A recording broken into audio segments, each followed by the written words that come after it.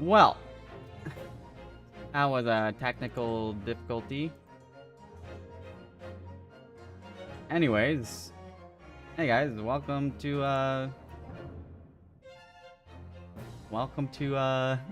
Ace Attorney's, the Great Ace Attorney's Chronicles. I do have to admit, this is my first time streaming on YouTube, so I set this to private, and I was streaming for a good, like, I don't know, 15 minutes without noticing. Luckily, I had to step away for a bit, so there's that. Okay, anyways, I'm gonna actually start from the beginning, because that was so stupid. I'm gonna have to revoice everything. Maybe I should grab more water, because the Empire of Japan, oh my god. after opening its doors, a push for cultural transformation brought great waves of Western influence to this far eastern island nation. To this far.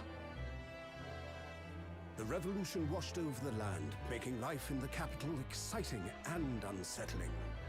It was a period of great change, and some was swept away by the tide.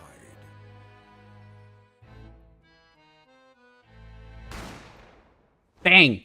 You're done. Bah.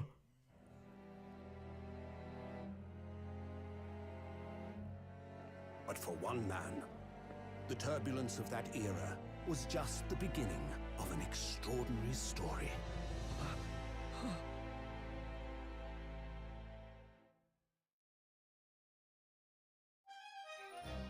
Okay. So this game does have segments that is voice acted apparently, but a lot of it is not. So I will be doing the voices. So I probably should grab more water, but I think I'm okay right now.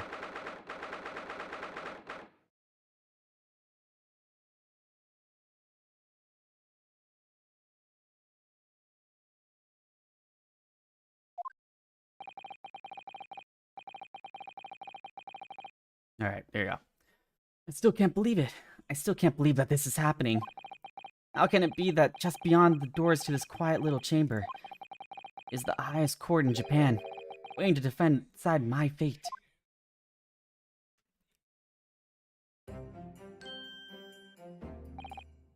What? Oh, no, nothing. Save your glares, murderer! Sorry. My name is Ryunosuke Naruhodo. I'm a second-year student at the Imperial Yume University. 3 days ago, I somehow found myself in the middle of a horrifying incident. And now, here I am, awaiting my trial. That's enough! He's not obliged to listen to such abuse, officer. And who are you? I'm this man's lawyer. I'll be defending him today. Lawyer? Yes.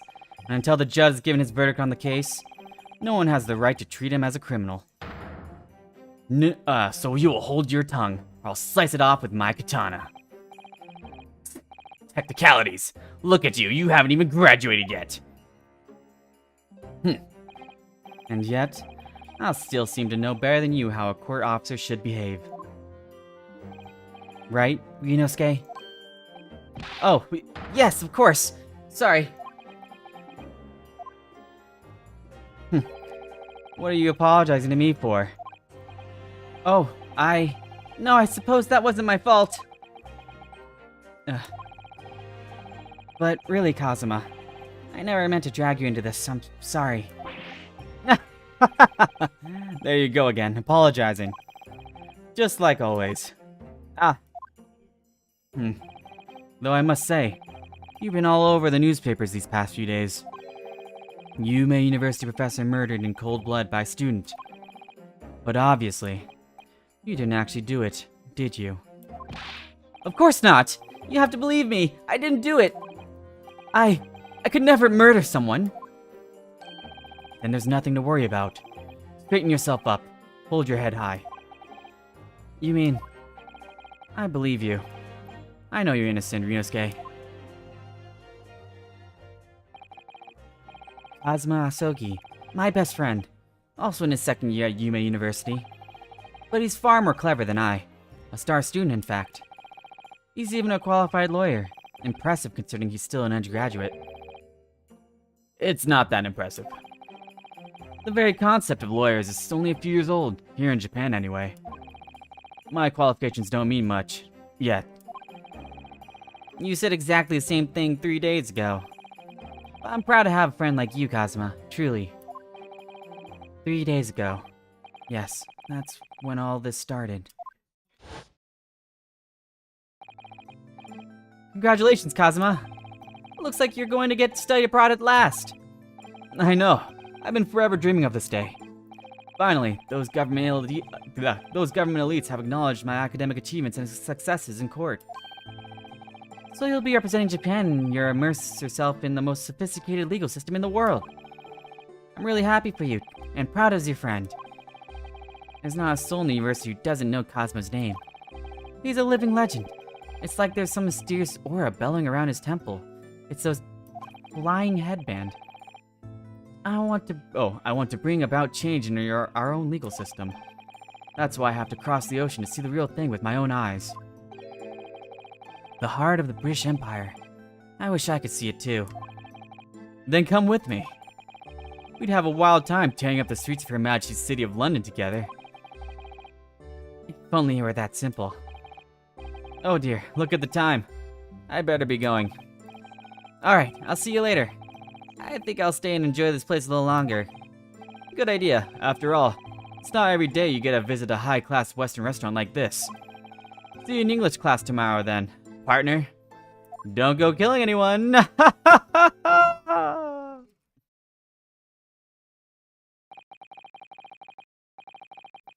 was straight after that. That's when it happened.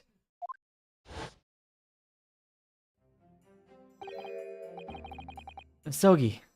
No. Asogi, may I have a word?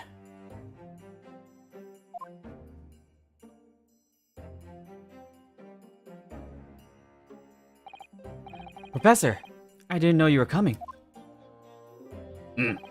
Well, this case has personal significance to me. But never mind that for now, Asogi. You should go immediately to the judge's chambers. To His Excellency's chambers. Why? He was looking for you before. You advocating for the defense in this trial was a sudden decision. It seems there might be confusion about the procedures today as a result. Ooh, excuse me. Who is this man? I feel as though I've seen him at university before. I see. I'll go at once then. I shall accompany you. Alright then, Ryunosuke. I'll see you in the courtroom. Yes, thanks, Kazuma. Is that like this game's Maya?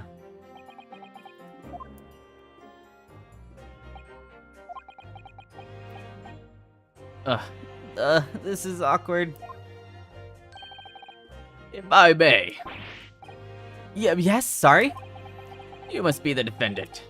Ryunosuke Naruhodo, I believe. Yes, that's right. My name is Yujin Mikotoba. I'm a professor at forensic medicine at Yume University. Ah, Professor Mikotoba. I've heard that name from Kazuma before. As I recall, he's been pushing to get a government to agree to Kazuma studying abroad. Asogi has told you about you. You and he are best friends, I understand. How did you know? As such, I feel you should know. Know what? Well, as you've no doubt heard, Asogi has been granted permission to go and study in Great Britain. However, if he should fail to defend you in today's trial, I'm afraid that this permission will be revoked and never granted again. What? As I suspected, you are unaware of this. I had a feeling Asogi may have chosen not to tell you. Huh? He's agreed to defend me knowing that if he fails, his dreams will be shattered? But I don't understand. Why would the government do such a thing? The administration has to choose from a large number of applicants for overseas study. It's very difficult to persuade them to grant permission, even in the most favorable of circumstances. I don't believe it. But I didn't do it, I swear! I'm not a murderer! I'm sure that's true, nevertheless. I can assure you that proving your innocence will be no easy task. You see, there are certain peculiarities about today's trial. Sorry, what do you mean? You'll soon understand once proceedings get underway. But then what should I do? Well, naturally, I'm not going to suggest doing anything that could lead to a conviction. Right, so... As soon as the trial starts, the judge will pose a certain question to the defense. When that happens, you must answer before anyone else. You must say, "I do," and get married to the judge. I do? But what will the question be? I don't want to marry an old guy. Surely, Surely not. Do you accept the accusations brought before you? of course not. Defendant! Court is about to begin. Proceed to the courtroom at once! It would seem our What the heck is that word? surreptitious discussions are to be cut short. So allow me to summarize. Kazuma Asogi must not be the defense lawyer in this trial. Of course, as the defendant, the final decision is yours. What are you waiting for? Do you want to be found guilty for failing to appear? Get moving! There's no point in anyone advocating for the likes of you anyway. This is it. If this trial goes badly, Cosmo's dreams of studying abroad are over. And what's more, I'll be found guilty of murder. And so, with absolutely no idea of what lay ahead, I embarked on that unforgettable trial. My one and only chance of proving my innocence. The trial that would decide my destiny.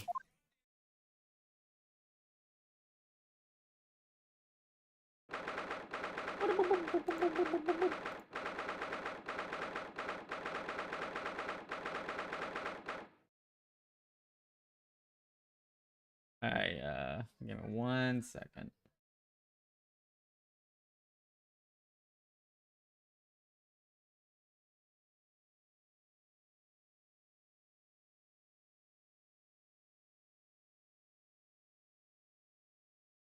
Need to make sure this is recording properly this time, before I go too far into it. Let me go over here. Check. Ink.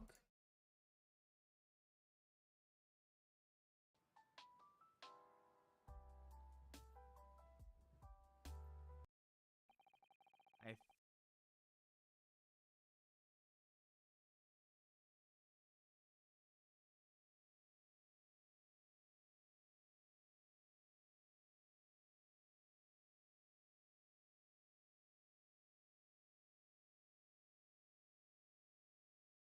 Okay, it says I'm live, but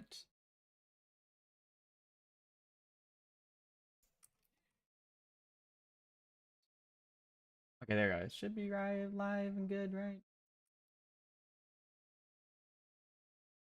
Okay, there we go. It should be live and good, right? Okay, I think it's good. I think it's good.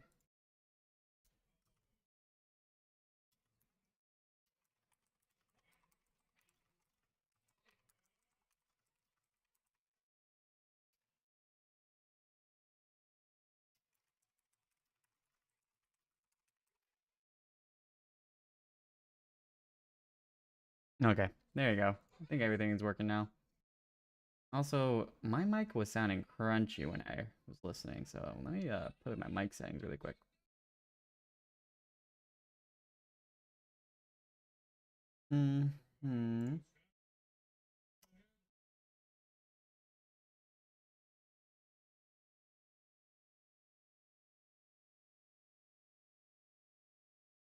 Okay, I think probably sounds the same, to be honest. I wish I could hear some feedback, but it's fine. Okay, there you go. I'm just gonna assume it's good, and go ahead and keep going. So this is the courtroom. I'm looking suspicious as fuck. The courtroom of Supreme Court of Judicature. No court in the land has more power. I don't much like the look of those people sitting in the public gallery. Lots of military and other uniforms in there. The powers that have demanded that this be a secret trial. A secret trial? A trial that's closed to ordinary members of the public.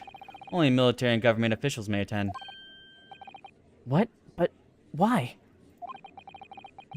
It'll become clear in time, but for now... You'll need to concentrate, Rinosuke. It's about to begin. The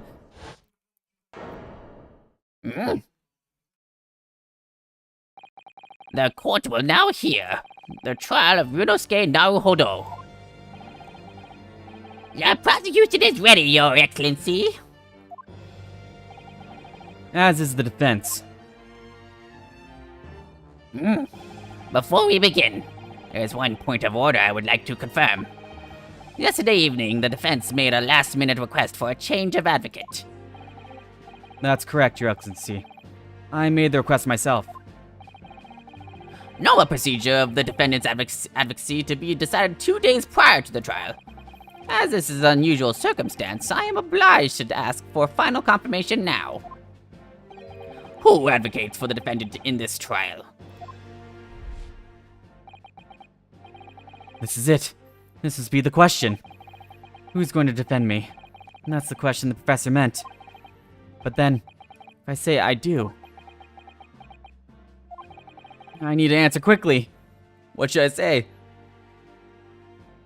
Answer I do. Your Excellency, no confirmation is needed. As I'm standing here beside the defendant, I hope it's clear who will advocate for his defense. It is me!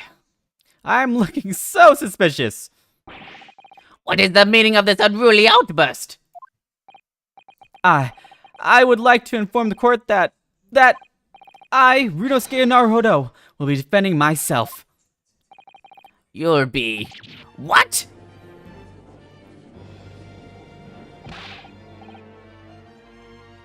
What are you playing at, Rinosuke? Professor Mikotoba told me everything, just now before the trial. He did what? He said that your dreams of studying abroad would be dashed if you were to lose. How sad. Seems you don't have faith in me. You think I won't be able to get you off. No! It's not that, really! I'm sure that you could get me off. But it's just that... Well, on the off chance that things don't get well for me, I couldn't bear to be the reason that you... Yes. I knew that's how you'd feel. Which is exactly why I decided not to tell you. Professor Mikotoba shouldn't have stuck his nose in. Very well. The court hereby recognizes the defendant's desire to advocate for himself in today's trial. Well, well. Does the accused admit defeat already? Announcing his own counsel, really? Objection! Make no mistake, counsel. This merely shows that the defendant's innocence is so apparent. He's confident he can speak for himself. Isn't that so, Naruhodo-san? Oh! Yes, exactly! Exactly what I wasn't thinking. I'm not confident at all.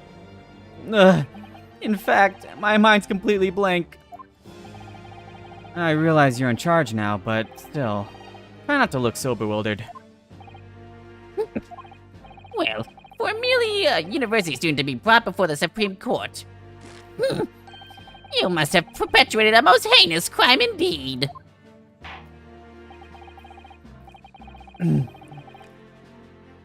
As you are all no doubt aware, this is the Supreme Court of Judicature of Japan. Accordingly, the very highest standards of conduct are expected of all present. Do I make myself clear, Defendant Naruhodo? Yes, Your Excellency. It is therefore my duty to assess your competence for the task you have undertaken. My competence? What does that mean? He's questioning your ability to do the job. Well, he can't be questioning it more than I am. So let's start with the very simplest of questions. What is your name? Are you a boy or a girl? Oh, yes, I'm a boy. Kindly state before the court of the name of the victim in this case. Well, that's easy enough. I heard his name more times than I care to remember. But, wait. Ugh, I'm so nervous I can't even remember that. What was it again? Rinosuke. Let me guess. Your mind's gone blank. You know me so well. All the relevant information for the case can be found in the court record. But I can't even find that. It's simple. You can access the court record with the press of the E button. If you ever find you've forgotten something, just consult that. It's all in there. I just have to press the E button for the court record? Alright, there's no time to lose. E! This is the list of every evidence you've collected. Now try switching to people instead with E. You'll find details about the victim in here. When you're done, just press Z to go back. Alright, John H. Wilson, 47, the victim of this case. He was a visiting professor of the medicine of Attourney University from the British Empire. Alright, and we know that he is a professor at the... He's the medical professor at the Yume University. I cannot speak. So, the question is, was John H. Wilson visiting Eugene Mikotoba? Okay, so let's press Z. So remember, everything to do with the current case can be found in the court record. Now, you better not keep His Excellency waiting any longer. Go on. Find the victim in the people section of the court record, then press R to present. Try it now. It's you! You're the victim! What is this? Taketsuchi Ouchi. Okay. Alright, okay. There we go. Yes!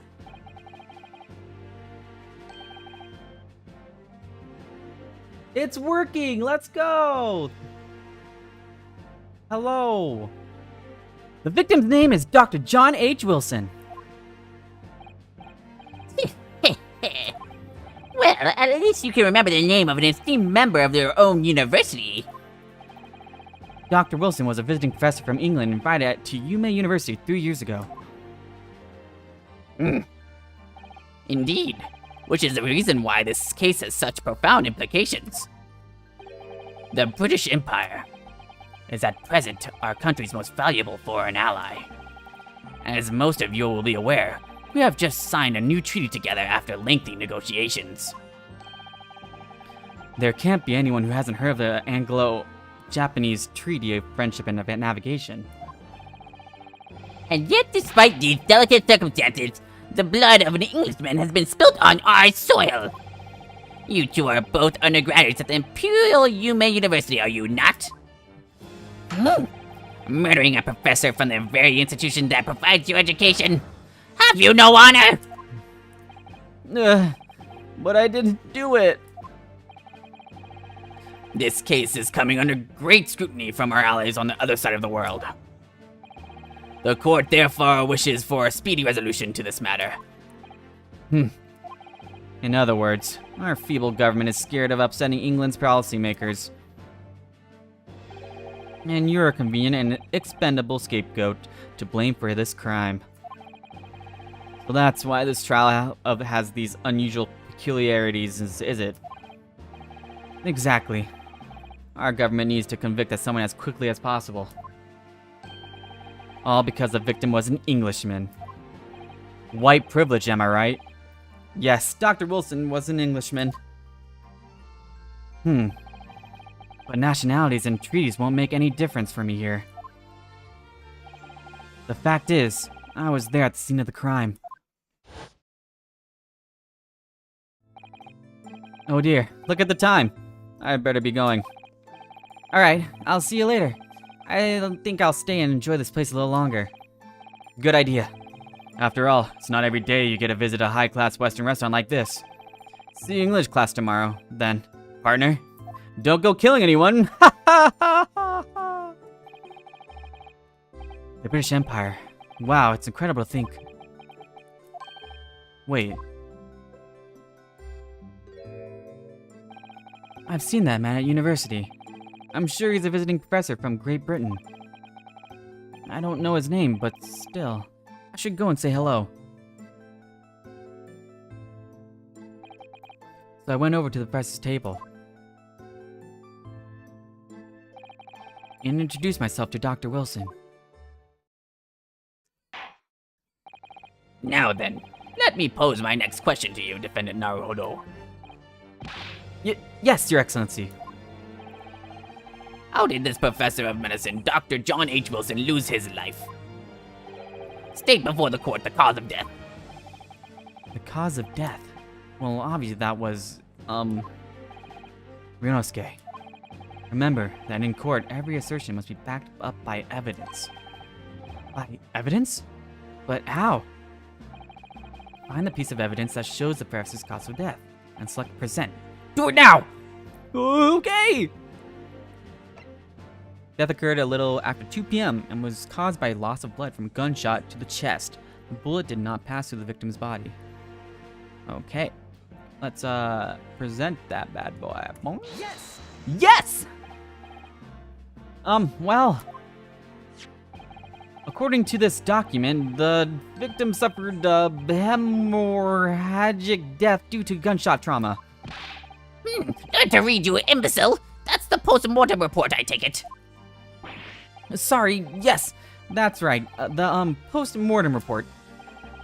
In the West, a doctor dissects corpses to identify the cause of death in an autopsy. But here in Japan, a police officer merely inspects the body and draws conclusions that way. Oh, I see. As long as I'm not going to do test on any of this later. This so-called photographic print of the scene of the crime. You can clearly discern scorch marks around the bullet holes produced by the powder explosion. In other words, we should assume that the victim was shot at close range.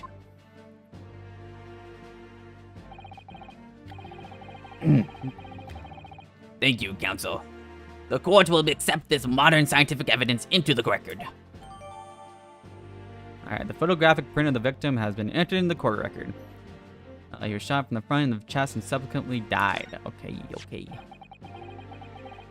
So that's a photographic... Photograph... Wow, why am I pronouncing that? Sorry. So that's a photographic print. Well, that's something I've never seen before. Clearly superior to a drawing. The detail is incredible.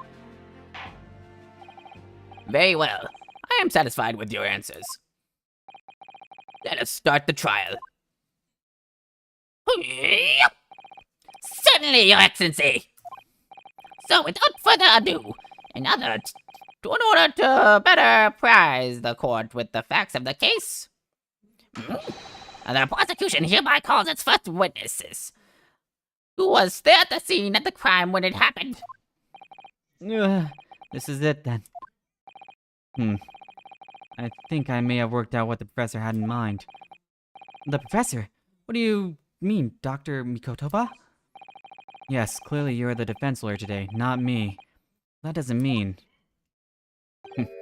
Well, I can still act as your assistant. Ah, of course! When he was speaking with me before, he simply said, Kazuma Asogi must not be the defense lawyer in this trial. He really has been sticking his oar in, hasn't he? Maybe, but any help you can give would be greatly appreciated, Kazuma.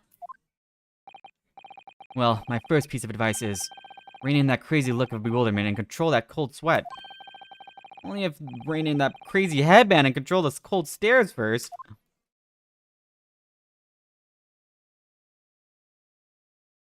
Who the fuck? Okay, so when I messed up my stream earlier, this is where I stopped. Witness, state your name and occupation for the court, please. Of course. My name is Sotaro Hasanoga. I am the head waiter at a Western-style restaurant called La Carnival. I'm dying. What the hell? Are you alright? You seem to be coughing up some, Let me just wipe this on my apron. It's a regular occurrence. It really doesn't bother me. Yeah, it's just cags. Well, it really should. As everyone knows, the capital's Southwestern Quartet was developed for foreign visitors some years ago. It's become a very fashionable district now, full of hotels and to accommodate overseas guests. This grime... Oh, I almost said grime. This grim crime occurred in one of the district's so-called restaurants, an Occidental eatery, 3 days ago. Understood. Asanoga-san, you will kindly tell the court everything you can about this incident. At once, sir. And no point interjections, and no petty interjections from the aspiring lawyer boy, please. Oh, perspiring maybe, but aspiring? It was just after 2 p.m. on the day in the question. We have few diners at that time of day.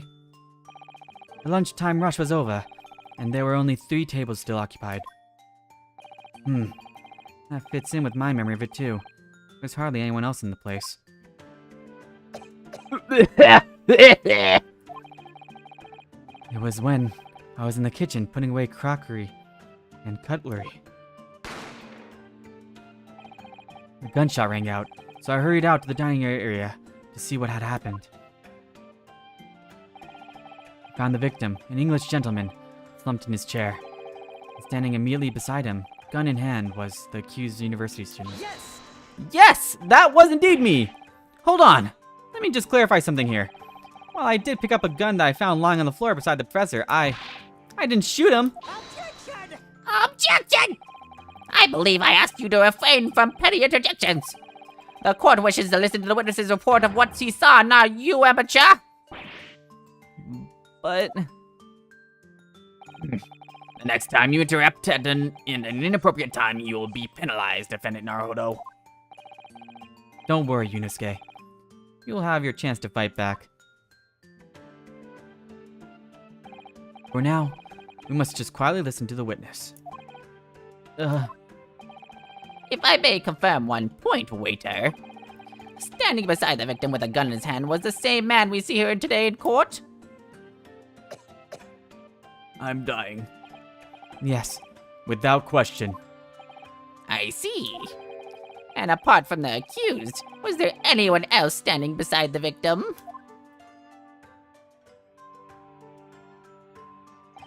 No. There was no one else around that table but the deceased English gentleman and the university student. Huh? Wait, what did he just say? There was no one else around that table. What's the matter, Ryunosuke? That's just not right. When I went over to Dr. Wilson to say hello, there was a woman sitting opposite him at his table. Really? And that's not something the waiter could have missed. I've been warned about it interjecting, but still, what should I do?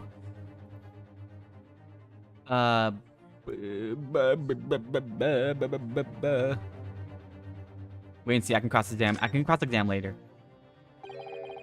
I desperately want to say something, but I was told not to interject. Ryunosuke, your parents tell you to study. You're the kind of man who would diligently get to work, aren't you? I suppose I am. I never got into Yuma University otherwise. But you can't just always follow the rules in life, you know. If you don't say what you want, say say right now. You'll seriously regret it later when you're found guilty. Alright, you've scared me. I won't forget that piece of advice in a hurry. And there is something I want to say. I'm going to shut my eyes and say it. You can't do this in a real court. Just a moment, please. Dr. Wilson wasn't alone that day. I'm sure of it. There was a lady singing with him at the same table. Objection! Dear me, dear me. What are we going to do with you? With your blatant disregard for court proceedings, I'm beginning to wonder if you're not a fraud. To be that as the accused, this mere student, is not a real lawyer after all. But I'm sure of what I saw. Hosonoga-san, is there any chance you're mistaken? Perhaps your memory of events is hazy. Oh my god, he's a glasses guy. No. The deceased gentleman came to dine alone. I don't believe it. I actually have a rough plan of the restaurant as it was that day. Please, have a look if you'd like to.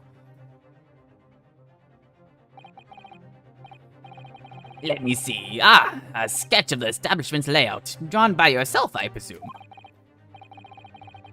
That's right. I'm afraid I used the back of my business card. It was a turbulent situation. However, as you can see, the gentleman in question was seated alone. Well, you're clearly a very conspicuous waiter. Conscientious. Thank you, sir. The court will take this plan and add it to the court record as evidence. Oh, well. Is there a Problem? Hand the plan to the court officer at once. Of course. Here you are. Oh, you're looking kind of sussy. Looking kind of sussy with that card. What was that about? He's been completely calm and collected until now. Oh, he's dying. He's dying. Something so. Yo, how long can he cough if I just like stand here?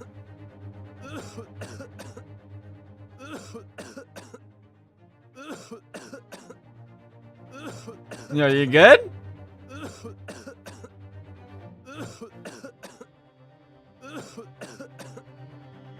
Oh, yo, you need a throat lozenge or something? You okay?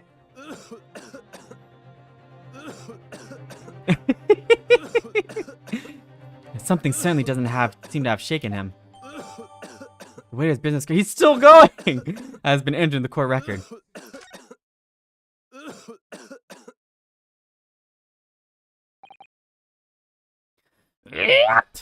So, the court has now heard the precise of the case. Yes, at the moment the gunshot was heard in the restaurant.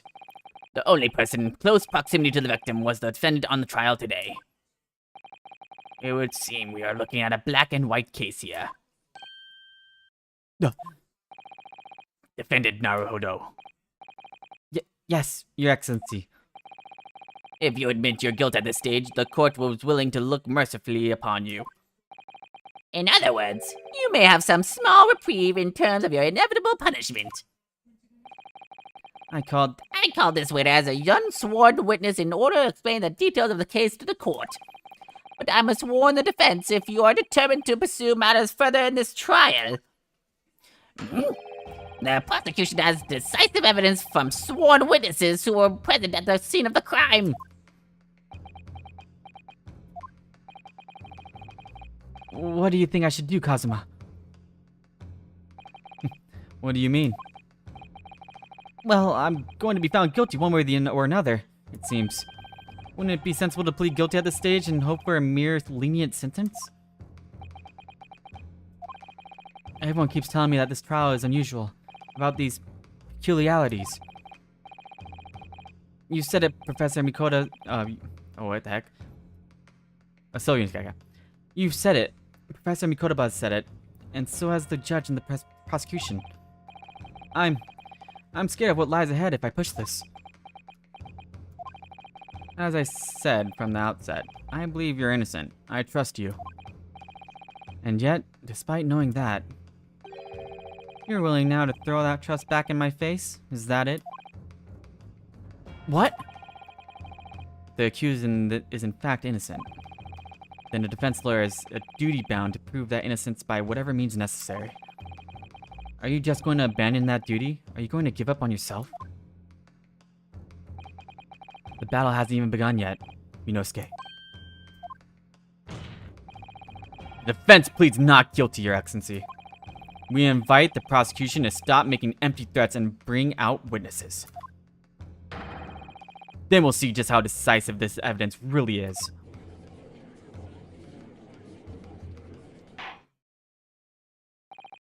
Indeed. Prosecutor Aochi, please continue with proceedings. 6. Well, you were warned. The young can be so reckless. You know, many call me a saint, but I can't be a devil when I want to be. Ugh. In a few short moments from now, and that dumbstruck young mouth of yours will be silenced forever. The prosecution calls its next witnesses. Very well, officer. Bring forth the witnesses all at once. Not all of them, just one. Oh, you brought all of them. Witnesses, kindly state your names and occupations for the court. Yup! Yes, sir! The great Nippon Imperial Army Sergeant A.S. Anosa, reporting for duty, sir. Myself, I'm employed as a purveyor of fine articles of antiquity from the influences of our nation, Nippon, and conduct my trade from Resute, a humble premises on 2nd District Kurio Kurikuta. At your service. An antique dealer and soldier? What an amusing pair. Both of these gentlemen were present at the restaurant on that day in question. They must be the diners at the other table that the waiter mentioned. Myself, Oh my god, I can't. I'm getting so lost in all these voices.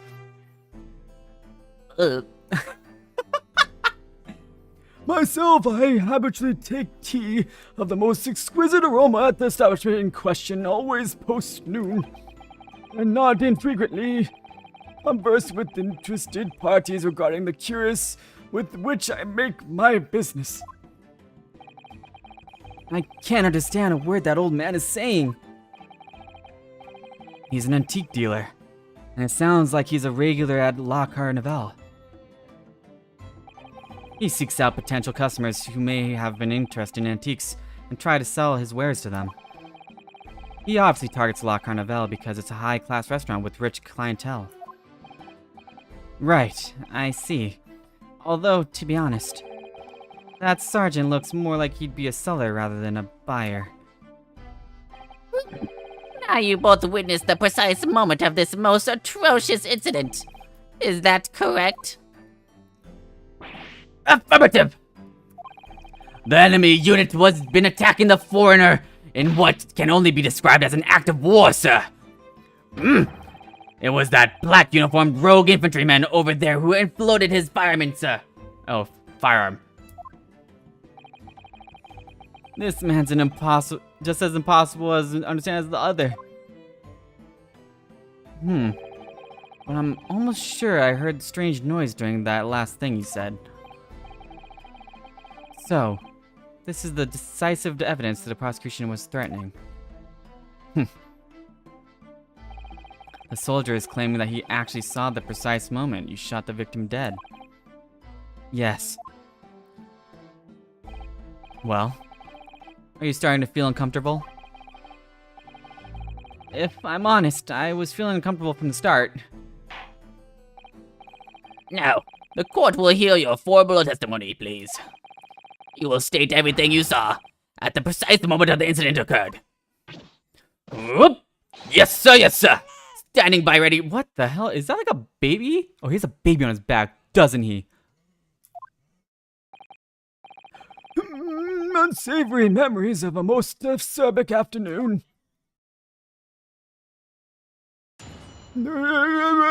Dude, that old man looked like he's about to keel over any second. He's like...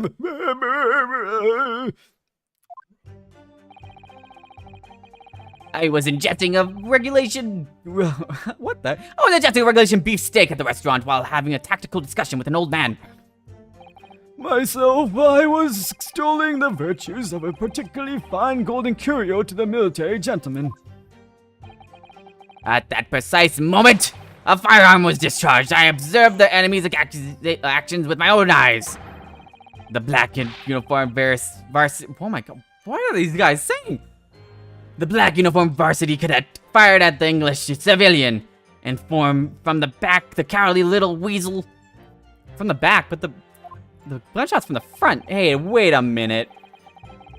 I was on my hands and knees investigating the whereabouts of my mysterious exounded precious curio. Well, so you, Sergeant Nosa, actually witnessed the vital moment. You saw the split second when the defendant fired the weapon at the victim. Yes, sir. Affirmative, sir. That wicked university cadet, sir. The cruel and unforgivable enemy. What the hell? What times we live in when an English gentleman may be assailed in the broad light of day. But this is ridiculous. I didn't shoot anyone. Is that really true, Rinosuke? Yes. All I did was pick up the gun that I saw lying on the floor, which was a stupid thing to do. After I'd said hello to Dr. Wilson, I went back to my table and sat drinking some coffee. Then, when I'd finished, I got up from my seat to leave the restaurant, when I noticed an English-made gun next to the chair where the professor was sitting. I thought perhaps the professor had dropped it. So I bent down, and just as I was picking it up...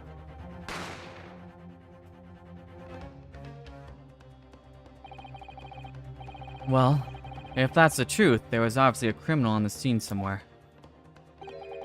And somewhere in these two witnesses' testimonies, there's a clue as to who that criminal was. There is? Rinosuke, you must exercise your right to cross-examine the witnesses. Cross-examine?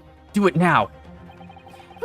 As we have heard, Your Excellency, there is no room for doubt in this testimony of these witnesses. The defendant is clearly guilty. It is time to bring the despicable student to justice. Certainly, the testimony that the court has just heard eliminates any vestige of doubt. Therefore, it is my grave duty to declare the verdict of this trial. I'll raise my hand like a dork. What in the name of the Emperor is the meaning of this outburst? I am the defense. Demands its right to a cross-examination.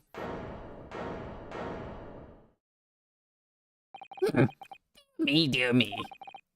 Let me guess. The Hachimaki headband boy next door told me to do it. How pathetic. Huh? How did he know? The prosecution objects. This is a clear waste of time. The defendant obviously has no experience. How can he possibly carry out a cross-examination? The defense is asserting its right to a cross-examination. Whether or not you think it's capable of it is irrelevant.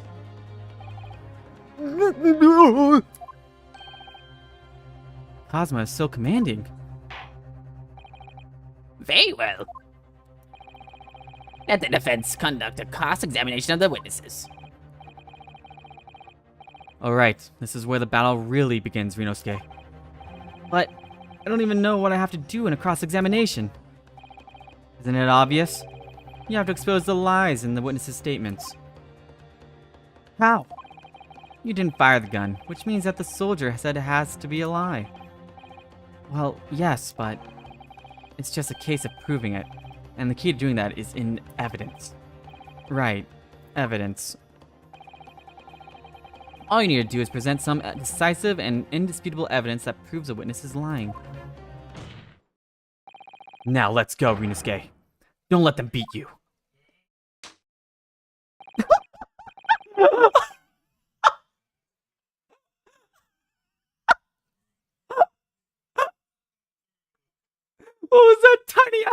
slap! And he looked down at his hands. He's like, slap, looks down at hands. Oh my god. Rinosuke is just like Phoenix. What the heck?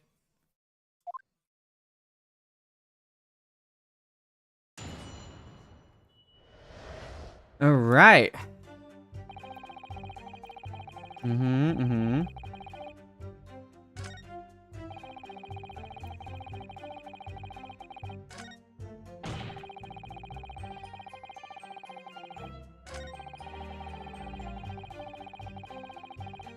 Right here. This is the part from the back.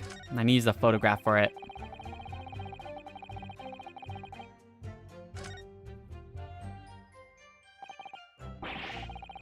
Ugh, I have no idea what I'm supposed to do here.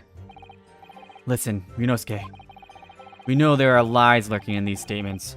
It's time to expose them. I understand that. The question is, how?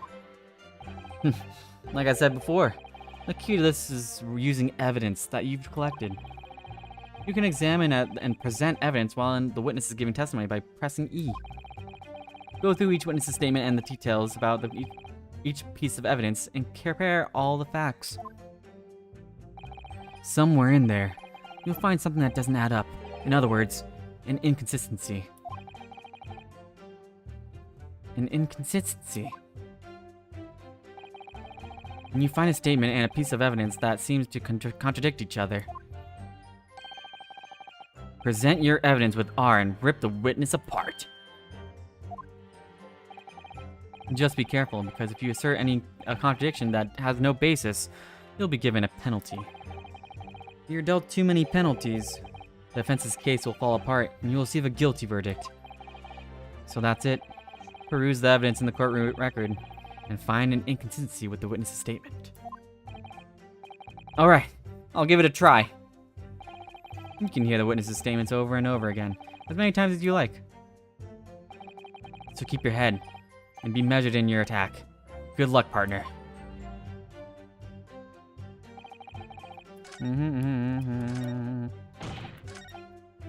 Right there.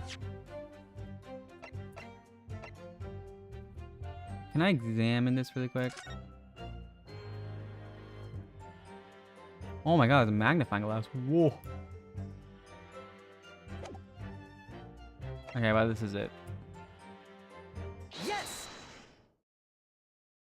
Yes! You sweat.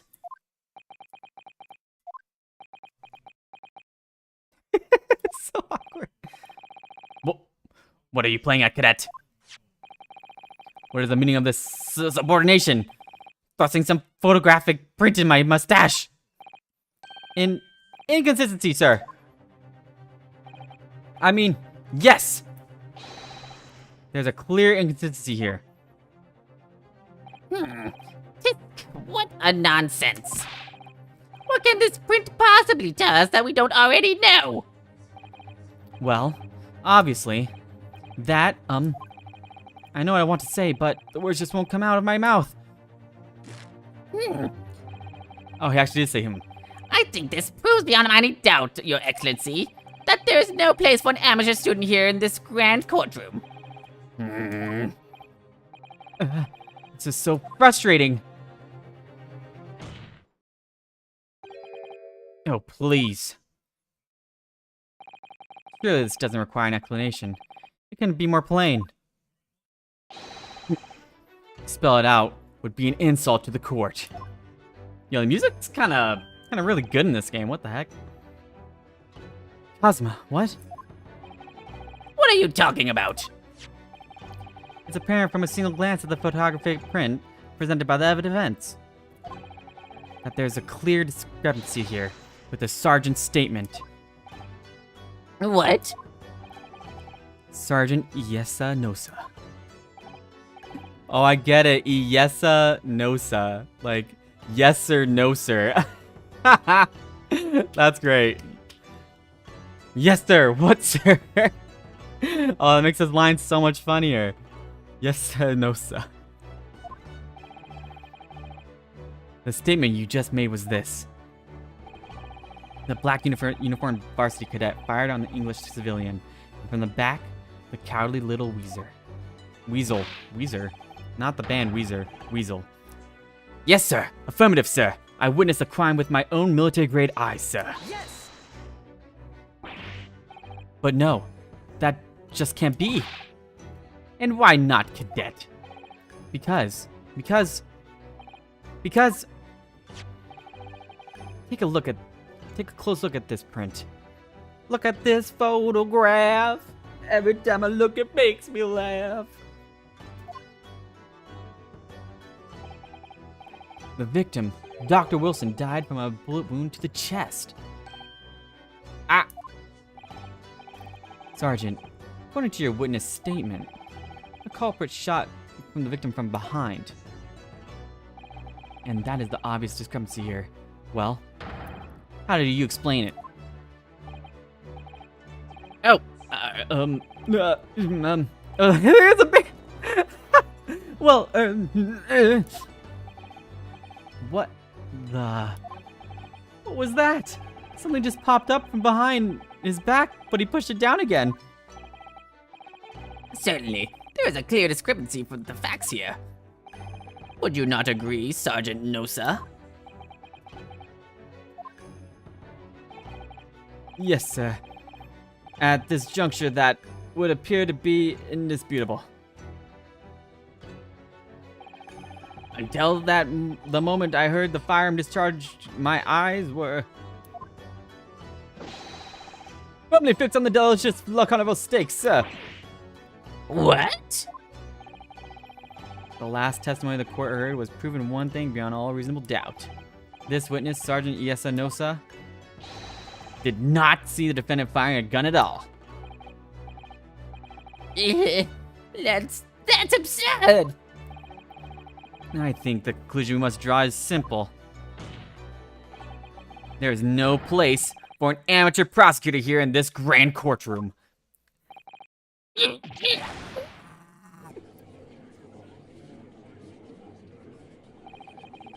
There's been a complete turnabout in the mood of this trial, just from that one discrepancy. So this is what being an ace attorney is all about. But I definitely saw him! The university cadet there. He was pointing the firearm directly at the victim's back. Yes!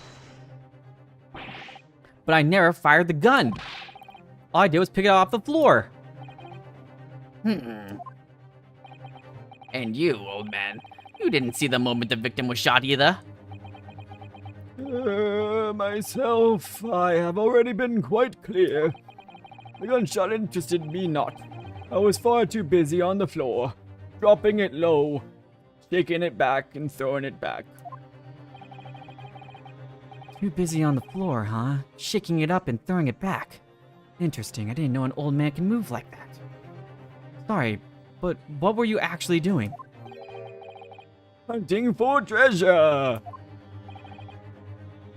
Treasure? Indeed! The Hoera Koban! My prized coin! On each occasion when I visit the restaurant, it is my habitude to place in my bosom pocket a particular trinket of interest from my shop, Rusute. In the hope of meeting a rich diner who might like to buy it from you.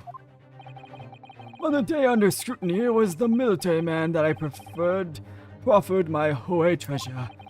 Believed that he would purchase such a rare find, I did not, but I was presented with little alternative. And then, after averting my eyes for the briefest of moments, it was there no more, it simply vanished. The Koban. Oh, no man, that's Archie. The Koban vanished? Hunting around under the table, I was in case mayhap it had fallen there, and then it happened. You heard the gunshot, you mean? Indeed I did, but I heeded it not, for I was concerned only with finding my absconded Hoei treasure. Nothing could distract me. Out of interest. Did you find the coin in the end? No, I see. that lamentable day, the precious Hoekoban was lost to me. No doubt, some unscrupulous scoundrel pocketed the prize coin for myself. It was Yesa Nosa. He definitely did it. As I'm sure everyone present is aware, this case demands a swift and decisive resolution. Our government has promised to send a full report to Great Britain by telegraph this very afternoon. Nevertheless, the witness testimony the court has just heard was inconclusive. No matter how subservient our government feels it must be to the British, it would be unforgivable to deliver a verdict on this trial right now. What is your position, Prosecutor Auchi? Worry not, Your Excellency. The defendant may be fled a tiger at the front gate, but he will find a wolf at the back. A wolf? I love wolves. They're so cute. My witnesses have further testimony to take. Explain. Upon hearing their next statements, it will become abundantly clear that there is only one person who could possibly have committed this despicable crime. The equally despicable defendant, Ryunosuke Naruhodo. What? He really seems to have a despicable opinion of you, doesn't he?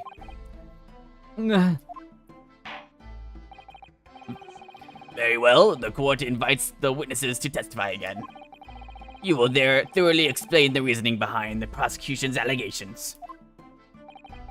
Is that clear? As clear as cuticle glass, Your Excellency. Yes, sir. At once, sir. Awaiting signal to testify, sir. Excuse me, but there's something or someone peeking out of your shoulder, I think. Affirmative! The newest member of the Nosa family to rise up through the ranks, sir. Name... Ido. I don't know, sir. Like, I don't know, sir. Yo, that's a great naming convention. I love it. I don't know, sir. I don't know, sir. It would seem those straps are a sign of the sergeant being too strapped to afford a nanny. Ido. Attention! Your father is about to quell the enemy! What the hell? Oh my god, the baby has a little mohawk too! Your father, watch and learn, my boy!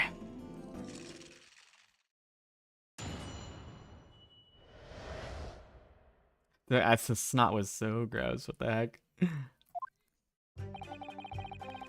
Even if what I saw wasn't the precise moment the firearm was discharged, it's almost the same thing. Yes, pointing his gun at the foreign man he was, that young lad in black. That much I myself did see. Furthermore, a visual research at the premise at this time confirmed that there was only personnel present.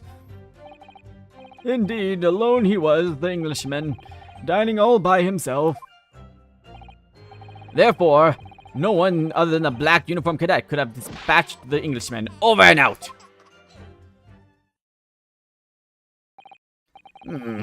These testimonies are certainly... Wait, that's nonsense. The victim, Dr. Wilson, wasn't alone at all. Please, enough of these outbursts already. But there was a woman. There was a young woman at his table, and she was fine. She was so fine, I wanted to make her mine. You must have seen her. Everyone there must have seen her. If you call yourself a lawyer, then you will respect the rules of the court and speak accordingly. We are not here to listen to your fantasies of this fine, scrumptious lady. It is evident beyond all reasonable doubt that the victim was alone at the time of the incident. The prosecution has photographic evidence of this fact. Is this the photographic print of the scene of the crime, Counsel? Steak.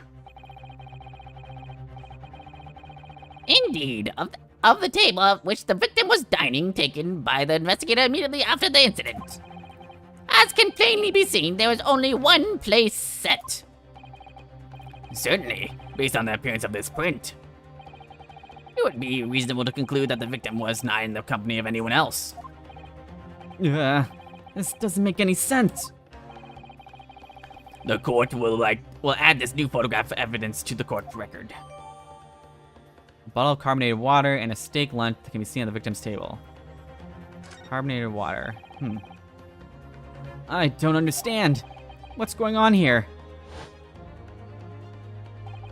It's just not possible that nobody else saw that woman. The waiter before said the same thing. He maintains that Dr. Wilson came to the restaurant alone as well. But that's not true. I saw her. I swear that I saw a woman with him. It would seem that we'll be able to telegraph the report to the Great Britain one time after all. The witness testimonies that has just been heard, leave no further room for doubt. Those are very sensitive political times, as well I all know. The ink is still fresh on the treaty with Great Britain. To think that I, Takatsuchi Aochi, will have contributed to the amity of these two great empires is an honor. Takatsuchi Aochi. Takatsuchi Aochi. Takatsuchi Aochi. I mean, I get the last name is supposed to be a joke, like Ouchie, because like Winston Payne. So I was like Takatsuchi Ouchie. So I guess that's just it. It's just Ouchie.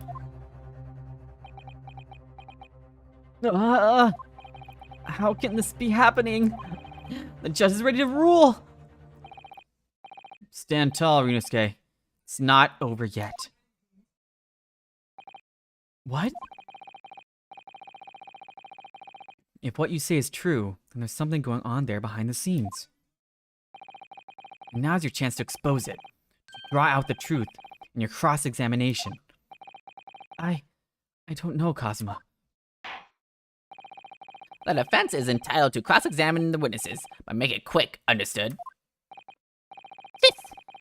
Rules can be so unbending at times. Ugh. Alrighty.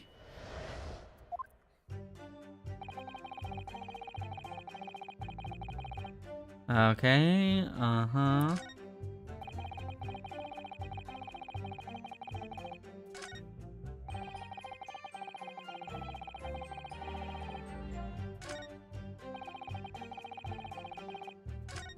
Alright, so I think it's the coroner's report.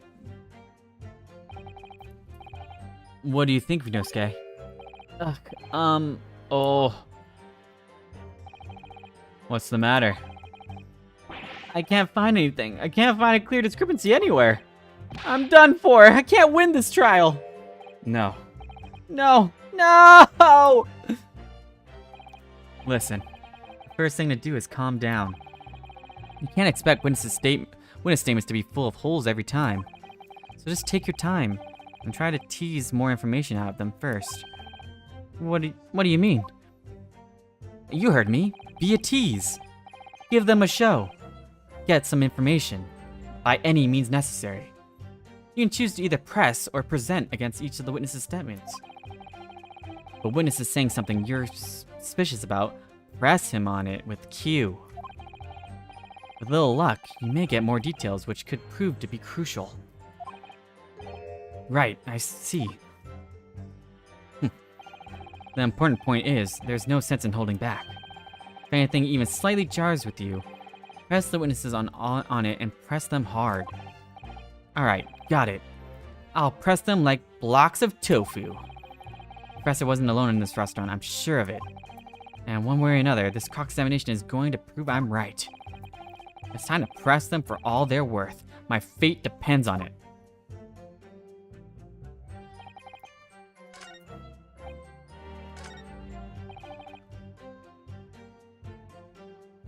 Okay, how do I press Q?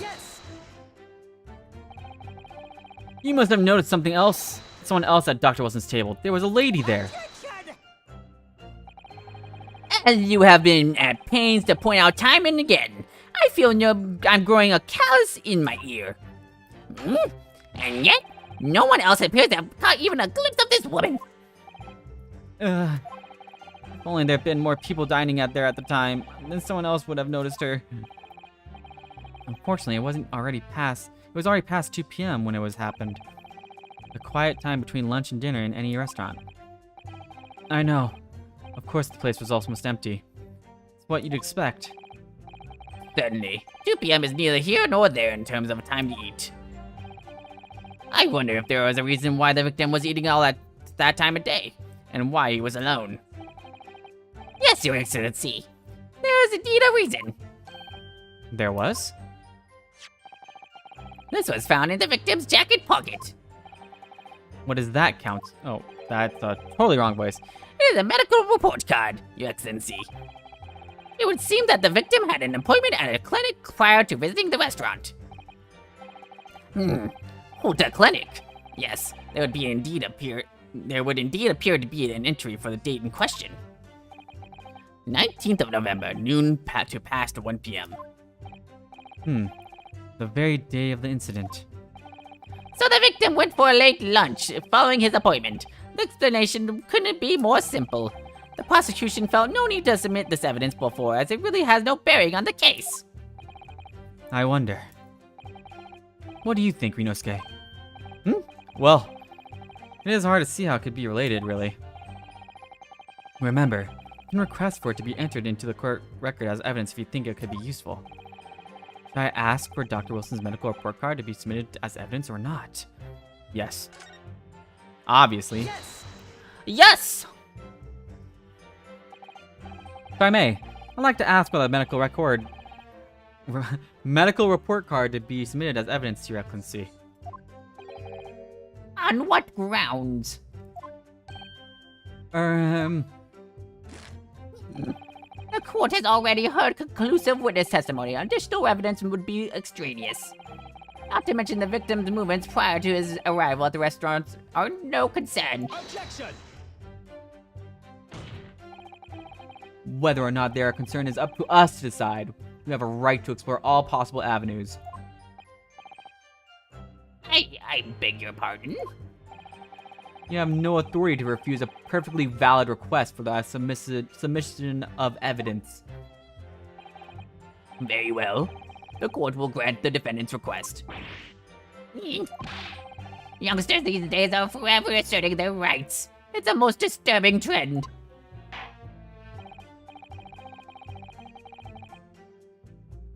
Officer, kindly add the victim's medical report card to the court record.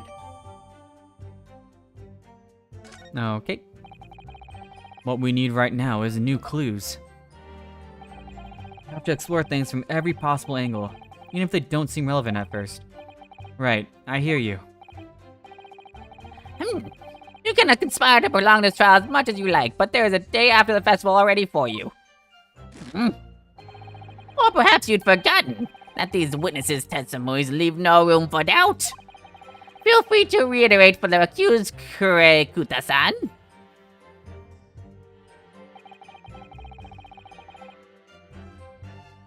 Ah, this is new.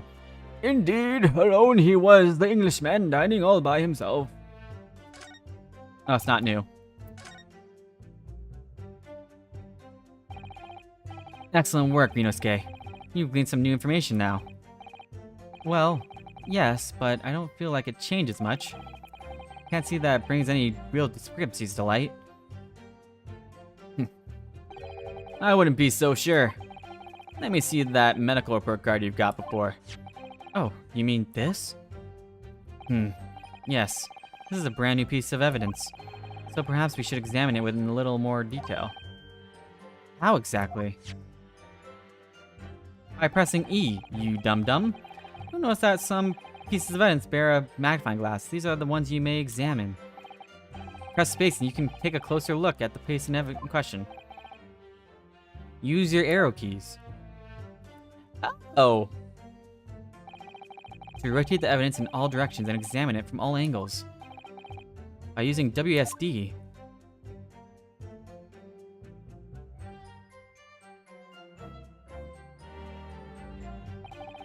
can move the crosshairs around to hunt for clues that may have been missed before. The crosshairs start to pulsate. Press space to investigate further.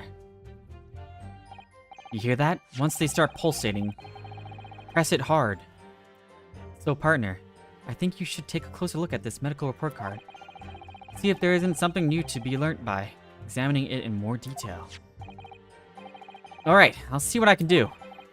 I need to use the arrow keys and WSD and space to inspect any areas of the evidence that look suspicious. Okay. Oh. Looks like this medical report card was first issued at quite some time ago. It's probably a record of long-term treatment, that's why, with a family doctor, I imagine. Well, I can't imagine. Going to a doctor, I mean, as long as I'm alive, I'm never consulting one. Well, if you were dead, there'd be no point, so you don't like doctors then? Why would you? They make you drink horrible tasting medicine, they give you painful injections. And they demand lots of money from you for the privilege, all when you're at your lowest ebb. You sound like a model patient. With a bad case of stubbornness, no less. For such, the only cure is very bitter medicine indeed. It says Hoda Clinic on this medical report card. I hate clinics almost as much as I hate hospitals and surgeries. Aren't they all the same? Well, when I was 5, I caught the only cold I've ever had in my life. And I remember, even though I felt awful already, I had to have this hideous injection in my right arm. I'll never forget it. Never in my whole life. Most people would give their right arm to have had only one cold in their whole life. Anyway, I don't think this is a clinic where they treat people for illnesses like that. Let's keep looking for clues. We don't want to miss anything. Okay, open it up.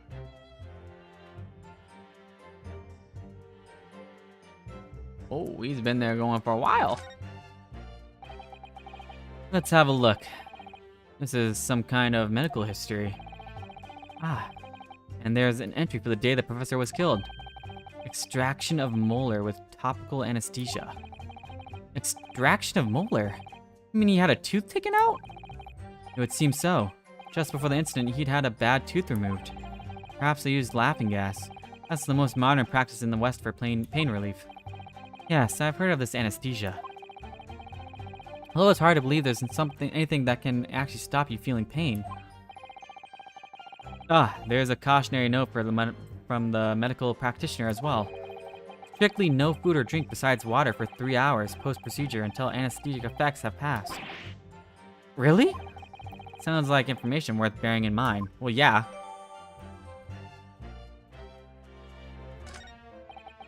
With this new information, the meaning of that one particular statement totally changes. So I think it's time we just listen to the testimony again, don't you? Definitely.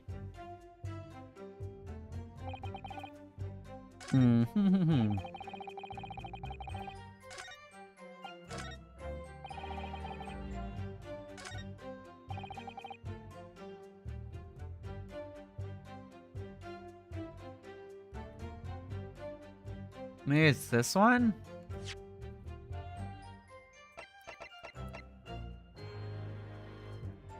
Yes! Nope, that wasn't it.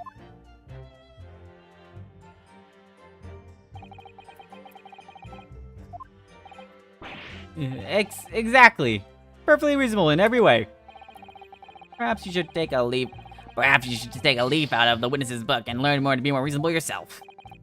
Alright, I just need to calm down and think everything through again from the start.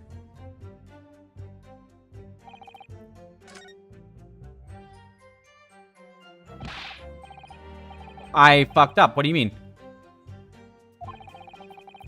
It's just this, wait, this is the same stuff.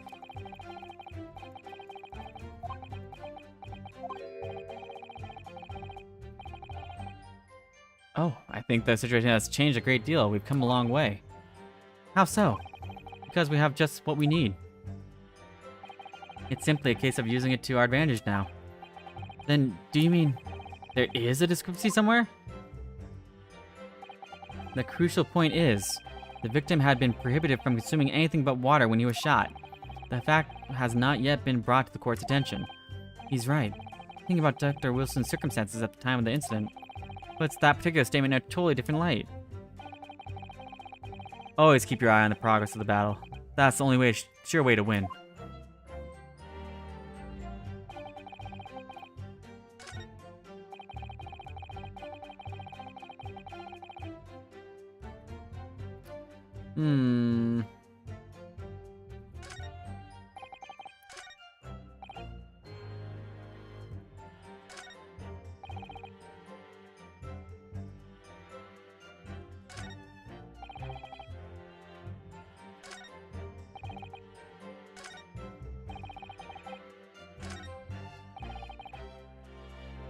I think it's this one. Yes! Objection!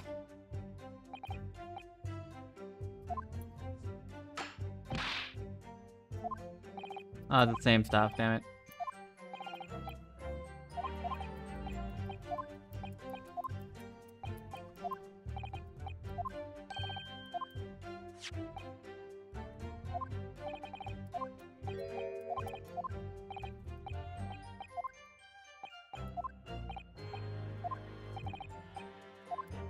So, okay, so I think it is that one. Okay, so here.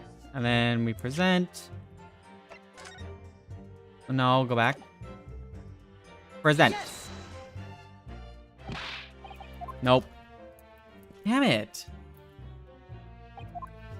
Why? I need to find the one where they presented that picture. Where it was just the steak.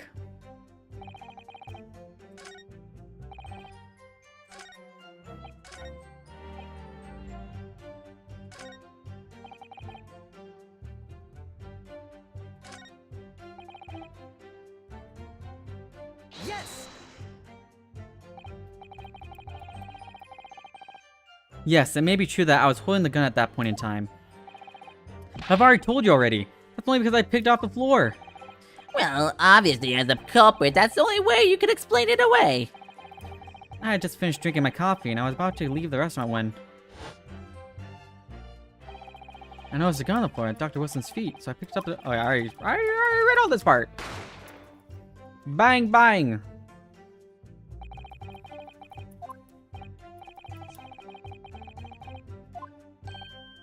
Sorry? What do you mean? In your case, I found a pistol on the floor and picked it up, which participated in this testing predicament.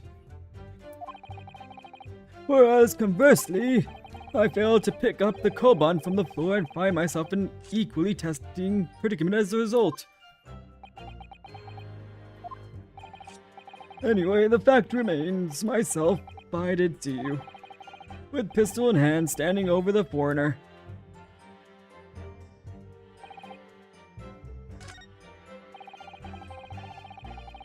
Yes!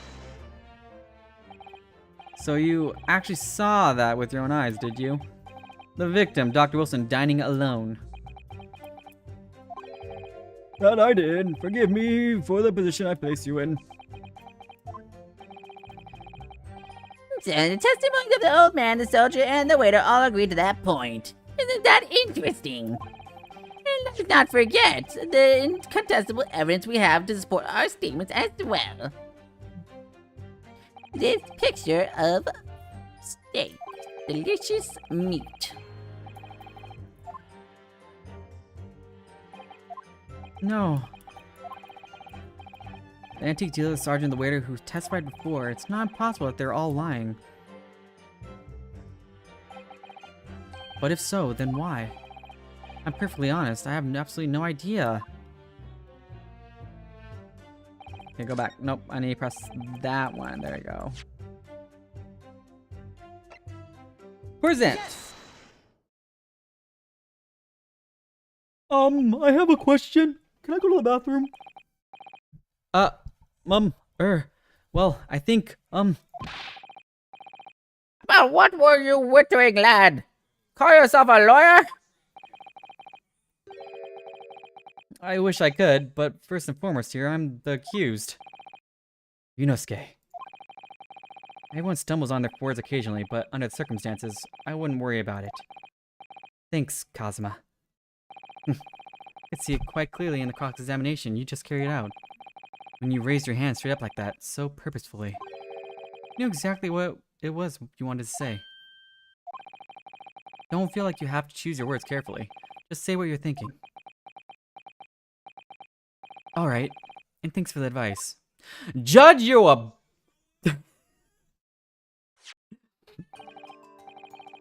You know what, Judge? I... just start screaming profanities at the judge. You're right, Cosma. You know what, Judge? I think you're a...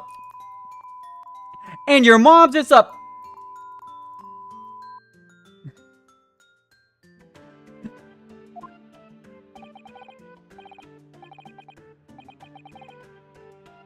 Ah, I see, and I don't see. What of it, boy?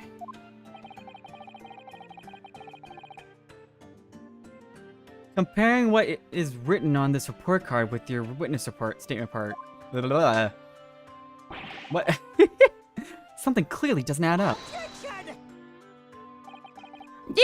Dear me. Have you forgotten my words so soon, you amateur? Sorry, what? You are not to interrupt court proceedings with your amateurish drivel. But Let's see if I can explain in words you might understand. It was after 2 p.m. in this afternoon when the victim was murdered at the restaurant. Whatever he may or may not have done before that time is completely irrelevant. but that's, Remember, Ryunosuke, you don't have to use clever language or fancy words. Just say he's a freaking idiot. Just make your point. Your Excellency, I believe we're finished here. There's surely no need to prolong this trial further. The witness testimonies the court has heard have been clear and concise. This medical report card has no bearing on that matter at all, for the simple reason that there is no one else besides this pale-faced pupil. Wow, that's a forceful slam finally. This medical report card has nothing to do with the case? Do you really believe that? What? That outburst half petrified me, boy. Of course I believe it. How could it possibly be relevant? Perhaps because Hota Clinic, which issued the report card, is a dental clinic. A dental clinic? Is that supposed to mean something to me? Perhaps if I told you that the victim had just had a tooth extracted. What's this now? And furthermore, if I told you that as a result the victim had been forbidden from eating. Just what are you trying to say, cadet? He had orders not to eat? So what? It's all written up in here. No food or drink other than water for 3 hours post-procedure while anesthesia wears off. What? No, that can't. Kurekuta-san. What? No. What, boy? What? As you just heard, when he was killed sometime shortly after 2 p.m., the victim couldn't have been eating anything at all. No! Additionally, there's more.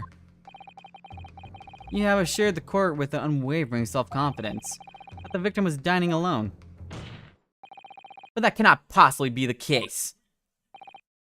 Because the victim, as we now know, had just had one set of teeth extracted and was still experiencing the effects of the anesthesia. Expertly done, partner. Objection! What? What is this nonsense, you little upstart? These are baseless accusations. Just look at this photographic evidence. You can clearly see the plate of food at the victim's table. Objection! Use your head. That's the very discrepancy we're talking about. Or can't you follow the logic? Oh, how dare you! I think it's fair to say that the tables in this restaurant case have turned. God damn it, Kazuma. Wouldn't you agree? Ryunosuke, don't bring me into this, Kazuma. Yes. Most definitely. So having just undergone some dental surgery, the victim was unable to eat. Which leaves one very crucial conundrum. Who, in fact, was eating the pictured beef steak? The court will hear the opinion of the defense on this new puzzle. I assume you're ready, counsel. Counsel? Oh, that means me, doesn't it? Alright. The answer to this question is going to be pivotal. This is the start of your turning this trial around. Show them what you're made of. Got it. So, the person eating the steak at the victim's table must have been...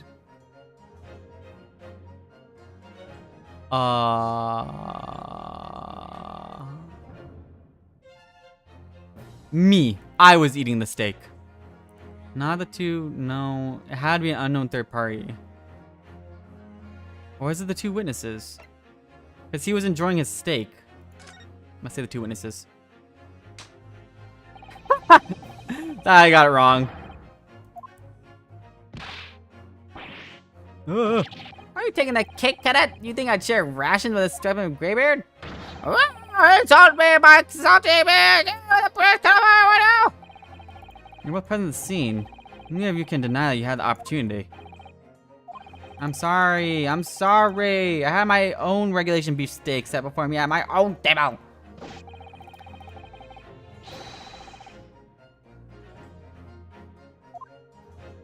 Okay, I messed up. Okay, so who was it? It's obviously... Can you just say it it has to be that, but what? Obviously, it can only have been someone else who was sitting at the professor's table. Objection! So you will not let this go, will you? There was no such person! Yes! There was, because I saw her. When the incident occurred, we know that the victim couldn't have been eating anything. We have evidence of a half-eaten steak on this table. Therefore, the only logical conclusion is that there was somebody else there eating it. We have strong evidence to support our assertion. It's clear that these witnesses' testimonies are unreliable. If the court decides to push through a ruling at this stage, we will lodge a formal complaint with the Ministry of Justice and pursue a fair retrial. Kazuma. Are you insane? You would take on the government? Don't worry, Counsel. I have no issue with you. What do you mean? I have issue with them, those two witnesses in the stand. What? What are you talking about? We have just demonstrated with evidence that the victim was not alone. So, if it now turns out the two of you deliberately lied when giving your testimonies, obviously you'll be charged with perjury. Perjury? And since this is a murder trial, you will also be deemed complicit in the killing. Complicit. In murder? No.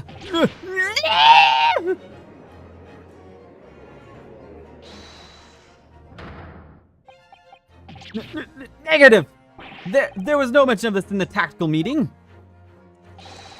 Oh, I was just following orders! The freaking baby.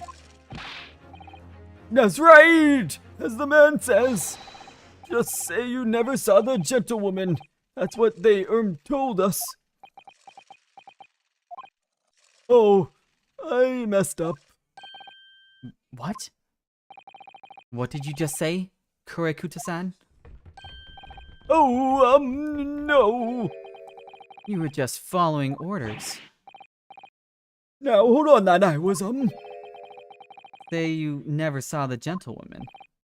When you say gentlewoman, do you mean you saw the victim with a lady from overseas? What? Objection! Why did Runescape surprised? Huh? What is the meaning of this? These witnesses gave false statements? Is this true, you pair? Just one simple slip of the tongue. Bruh, you can't just go to court and lie. Hello? Order! Counsel, explain what is going on here. It's painfully clear now. You tried to prevent these witnesses from telling the truth. Absolutely not. The prosecution knows nothing of this. Then who's behind this? Who tried to make you keep your mouth shut? well, What? The baby is pulling this beard? That's classified. So you're prepared to be tried as a conspirator to this murder, are you? You wouldn't. This can't be happening. Ryunosuke. Judging from the way they're reacting to this, I'd say they were sworn to silence by someone with considerable influence. However, I don't believe Aochi had any idea about it. What are you saying? I mean, to wield that kind of influence, there are only a handful of all possibilities. It could only have been the government, the military, or the police, I suppose. Well, any ideas about who might be behind this? We can affirm who tried to silence these witnesses. We can continue our pursuit. So we need to name whoever it is that tried to make the witness keep their mouth shut. Of course, we'll need evidence before we make any firm accusations. Evidence that proves whoever it really was did wield his or her power here. But how? How can we possibly... Remember how we made progress before? We examined this piece of evidence in more detail and found a new clue as a result. Oh yes, that's right. Well, that's not the only piece of evidence that we have, is it? We need to re-examine everything and make sure there's nothing we've missed. There's no time to lose. I want answers. If it's proven that these witnesses have been manipulated, I assure you the penalty will be severe. Please wait, Your Excellency. Don't hurt me. I had no idea of any of this. I swear to every Shinto god. I know nothing. And what does the defense have to say about all this? Well, Your Excellency. No time to think. I'm just going to have to close my eyes and shout out the first name that comes into my head.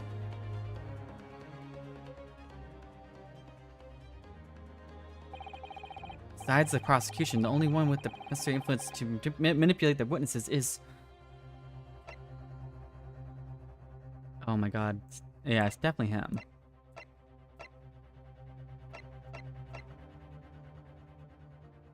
Not him. Definitely not him.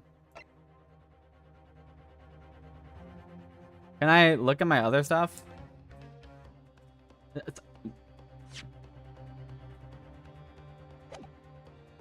He's the only one. He's literally the only one.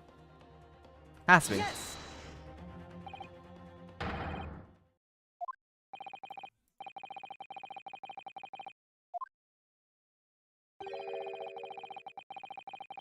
Oh. Damn it. Ow. Really? The waiter has influence?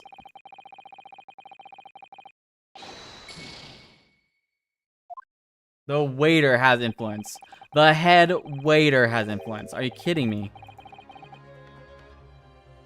I don't know what it is about this prosecutor exactly, but he really makes me wince in pain sometimes. Just like wince in pain from Phoenix Wright.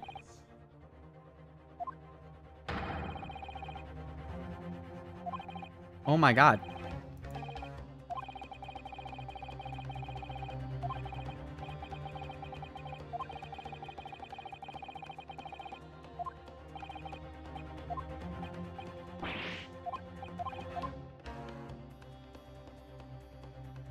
Can I look at the stuff though?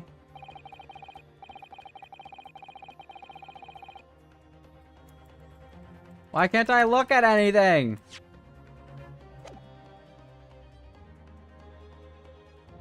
I literally can't look at my record. What the heck?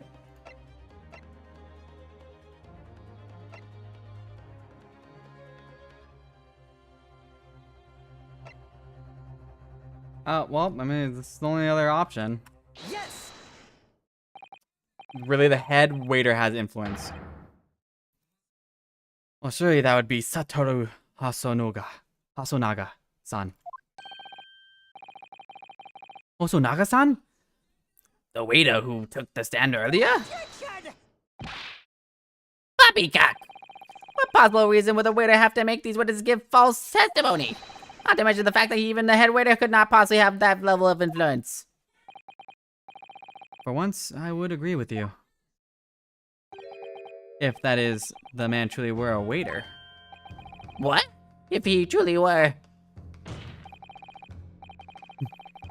Come on, Ryunosuke. Time to hit this court with the truth. Truth about Hasono-san's real identity is proven with this evidence. Yeah, right here. And then I need to examine it. And then turn it over. Chief Inspector. So it was the police. How would they not know? How would they not know the Chief Inspector? Like, what? How would this lawyer not know who the Chief Inspector is? Is he like wearing like different hair or something?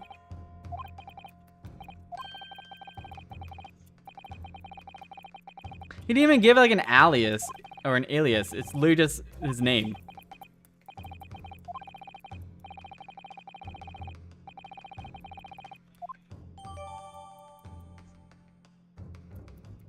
Okay, good thing I did that because that wouldn't have worked.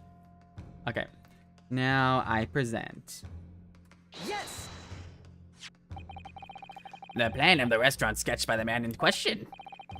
I agree it shows a great deal of attention to detail, but I'm not sure we can conclude anything. Sorry, Your Excellency, that's the back of the card. It's the back of the card that's of interest. I beg your pardon? Or perhaps I should have said the front. Yes, it's the front of the back of the card. That's where the telling detail is. That's very confusing. Would someone please explain what this overexcited student is trying to say? Hasonoga-san sketched the plan of the restaurant on the reverse side of his business card. The front of that business card reveals the man of the question's profession, his true profession. That waiter's profession, but that's surely... Good gracious! That's right, Your Excellency. The card reads, Chief Inspector, Primary Criminal Investigation Division, Imperial Police Bureau. What? That waiter is a police detective? I haven't any mention of this before. Why haven't I heard any mention of this before? The Imperial Police Bureau has immense power, absolute power, as far as regular civilians are concerned. So, when is it there in the stand? Wasn't in fact the waiter who gave you your orders? Was it he who told you not to mention that you'd seen this foreign gentlewoman at the scene? Well...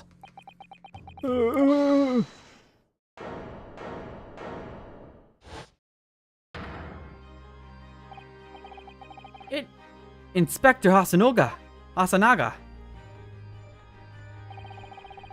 I was worried something like this may happen. The moment you asked me to submit my sketch as evidence, I realized it was a possibility. Yeah, flashback. Woo! Oh, I'm scared. Is there a problem, you nitwit? I probably shouldn't have used my business card. Yes, I remember now. He did act strangely when the judge asked him to hand over his business card. I strive to carry out all my investigations flawlessly. It's my guiding principle. But I let myself be distracted when I made that sketch. It was an unusually careless mistake. So, you mean to say you were really a detective? But why would you detective be working at a restaurant waiter? Ah, of course. Your salary must be... I was working undercover. Undercover? Yes. There have been a series of incidents at the restaurant recently. In order to investigate, I decided to get a job there as a waiter, working undercover. Incidents at the restaurant. What kind of incidents? That would be classified police information, which I am not at liberty to divulge. However, I can state categorically what they're unrelated to this case of homicide. Very well then, Inspector Hasanoga. But you will elaborate on one point for the court. Of course, Your Excellency. We have just overheard new information from the two witnesses beside you. At the time of the shooting, there was in fact another person present at the victim's table.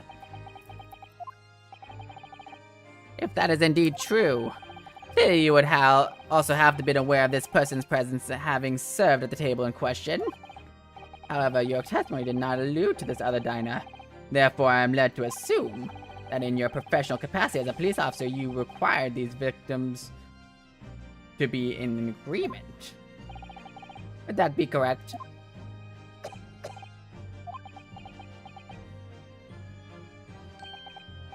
Correct, Your Excellency. Unbelievable!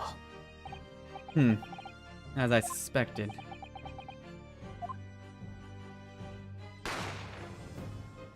What? Oh, as soon as I heard the gunshot, I ran out of the kitchen to see what happened. The victim had sat slumped in his chair, and beside him, gun in hand, stood the accused student. Sitting opposite the victim at the same table was a young lady whom I guessed to be an Englishwoman. So the truth comes out. I immediately sealed off the restaurant and reported the incident to the bureau. It was then that I received some special orders. Special orders? You mean to say? Remove the Englishwoman from the scene at once. It was made clear that the Englishwoman's presence at the restaurant was to be concealed. Those were my orders. But what if this Englishwoman was the killer? I think it would be in everyone's best interest not to pursue that idea. The Empire views the friendly terms of its relationship with Britain more highly than anything at this moment. An Englishman has been murdered on our own soil. To name an Englishwoman as a primary suspect? Well, without irrefutable evidence, that would be completely out of the question. That's the reason for the disappearance of the phantom woman in this case. Sorry, I gave one of the voices because my throat's starting to hurt. But it's not right.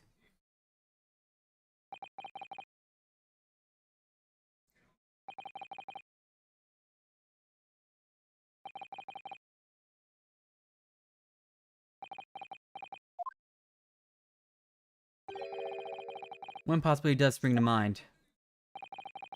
What do you mean, Kazuma? Yuma University is currently hosting a number of exchange students from Great Britain.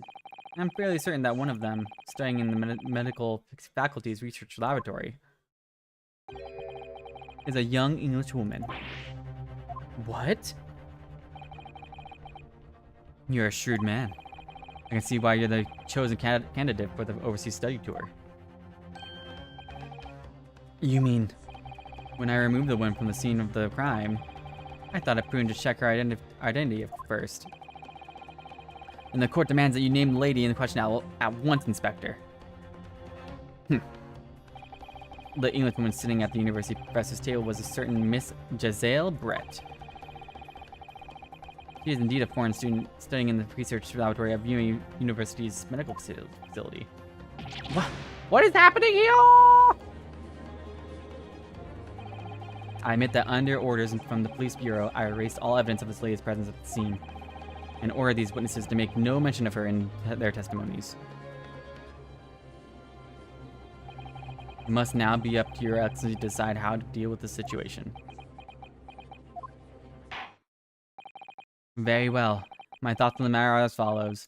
Thus far, the case presented to the court has been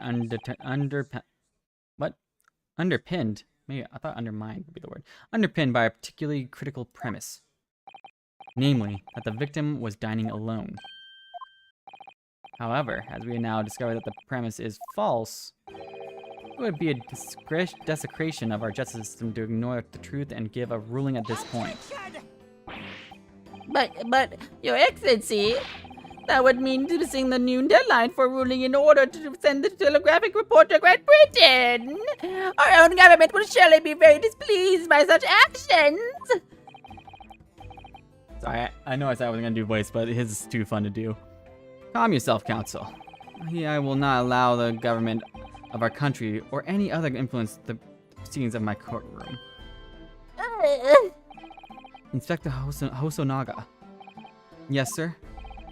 You will locate this Giselle Brett and escort her to the courtroom with the utmost urgency. So I'm trying to think of Giselle Brett. Giselle Brett. And once I get her character, I'll get what she's based off of. At once, Your Excellency. But that means you'll be... But that means you'll be going against the special orders you were given from the police bureau. As I said before, it is my guiding principle to carry out all investigations flawlessly. So, it won't be a problem. Oh my god, you are dying, sir.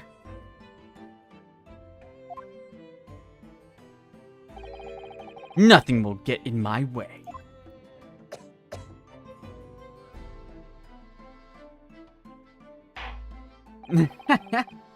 Yeah, just like you for real. Blood and all. Court will adjourn briefly. The prosecution must be called the English student Giselle Brett to the witness stand. Do I make myself clear?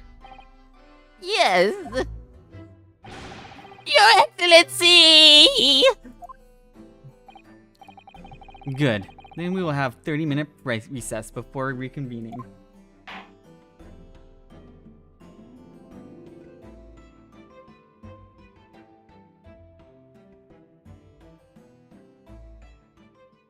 Bruh. I could finally save. My god, that was long. For like the beginning one? Jeez.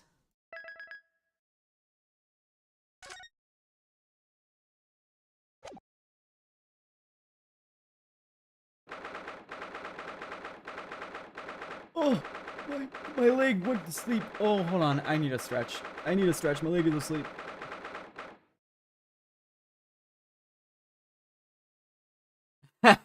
Yeah, I did make Hosonaga cough for like a minute straight. 1 second. I'm also gonna grab a quick snack. I need a snack on something.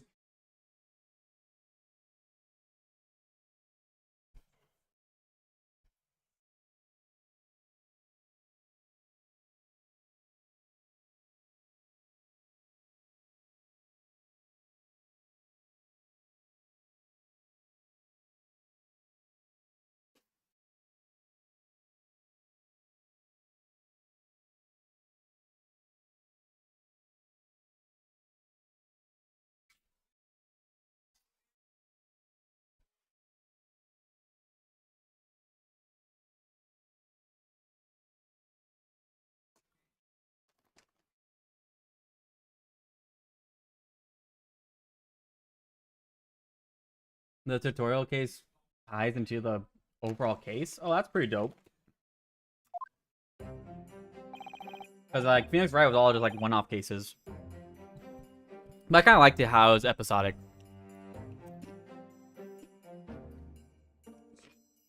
Ah, thank you. I know. I was superb even though I was floundering about. And looking sus.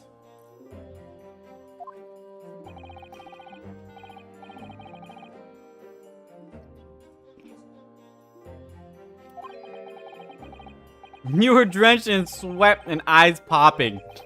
Your knees knocking and your mom's spaghetti.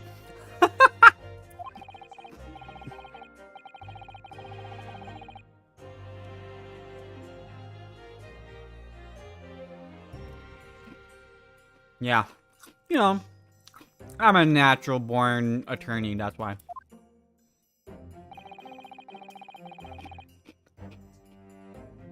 I just said that. Thank you, Kazuma. Also, Where is the wind coming from? Why is that the only thing that's moving?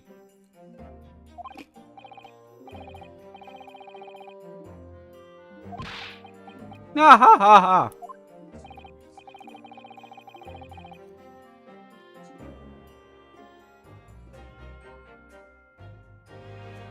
Hmm. The Phantom Lady. Also, I like how, like, in the back, like, the pictures are literally all old men. They're all the same, old men. Like, they just, like, it's just like the line of old judges.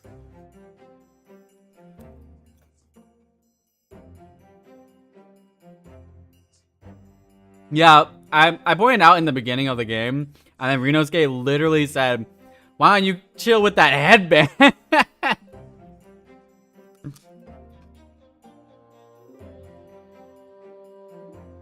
The judge is sexy. Man, I got a bunch of gilf hunters in my chat. What the heck?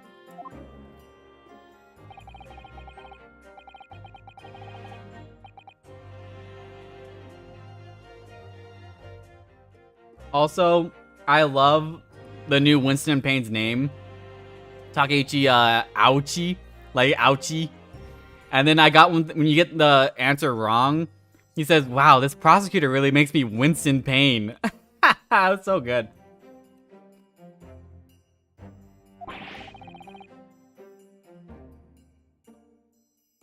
That's what I'm trying to tell him from the start. Okay, okay. Mm-hmm. It was a young woman. She was so hot.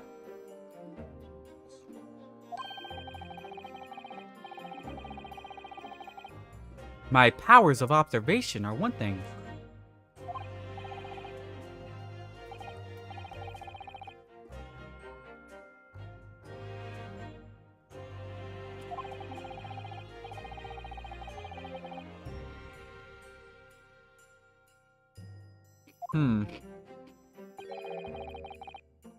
So do I get to go back to the scene of the crime now?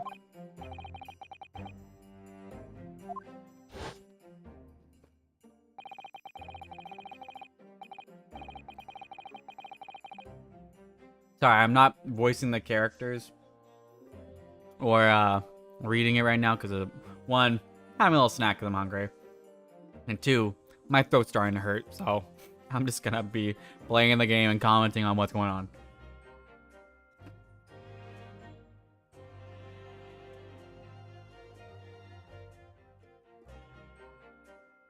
Why am I not British? You don't. Cause none of these characters are British. What do you mean? They're all Japanese.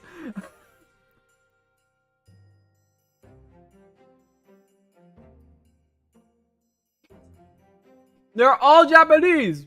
Why would I do a British accent for these Japanese characters? Gun lying on the floor. Just after I bent down and picked it up.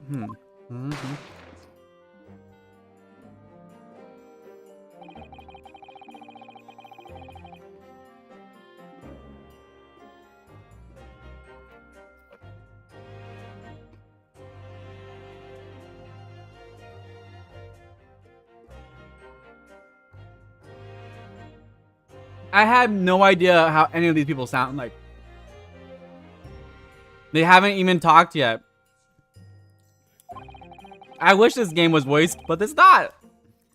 So I just had to make up voices.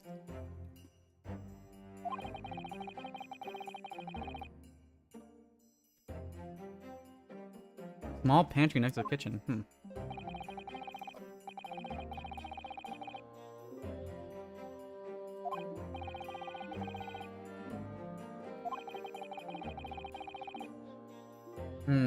Okay, so I have to go investigate then.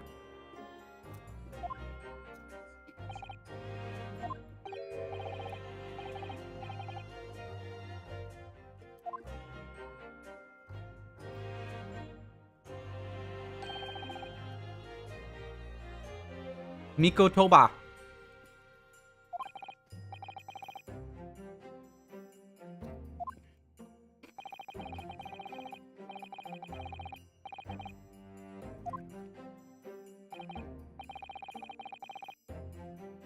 You conniving old man.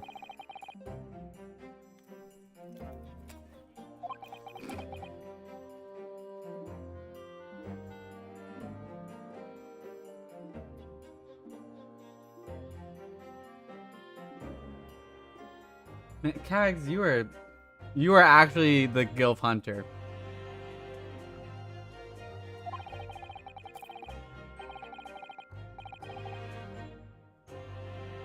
Nah. Eve, you're pretty up there too.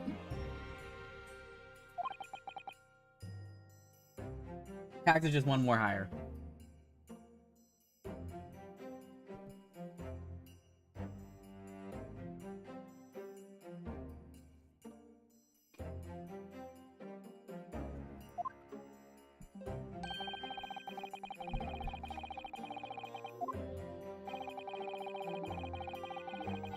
Hmm.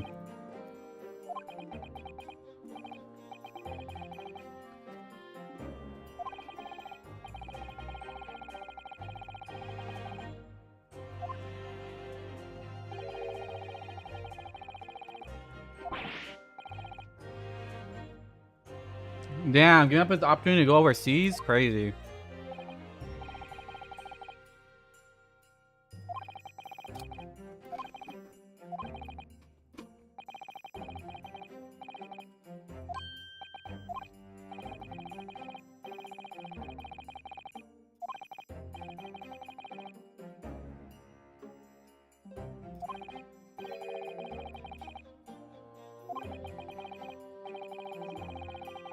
A personal connection to this case.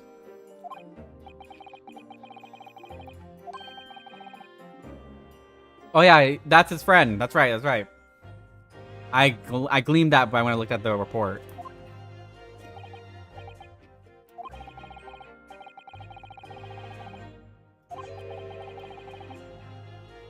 Mm-hmm.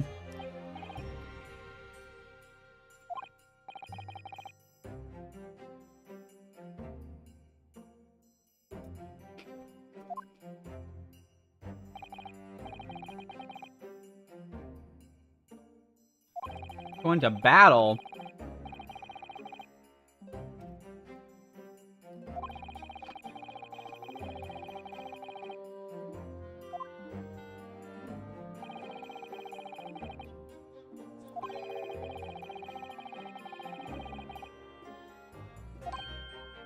Yeah, they went through a lot of holes, like loop. They went through a lot of hoops to get there hidden.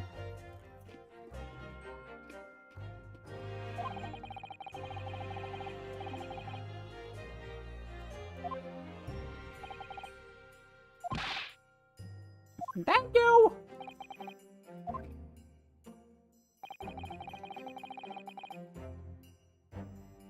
Is she this game's Maya? Is that what's going on?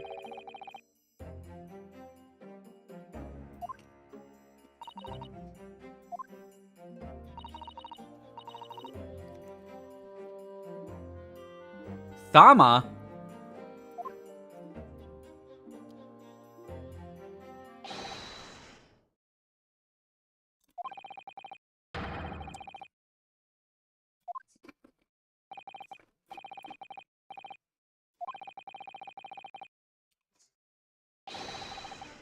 Why are you bringing a katana into the courtroom, though?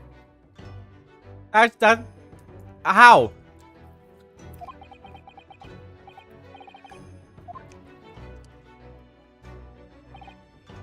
Pretty sure you can't bring weapons into the courtroom.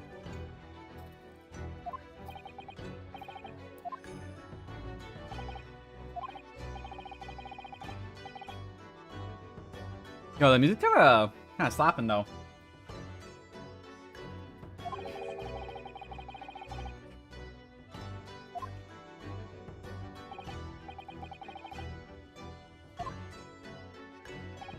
You have faith in me?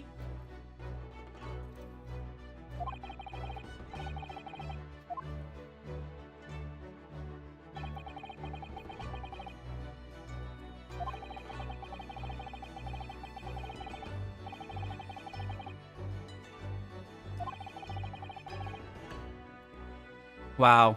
Cosmo's so much better than Larry Butts. Already best friend material.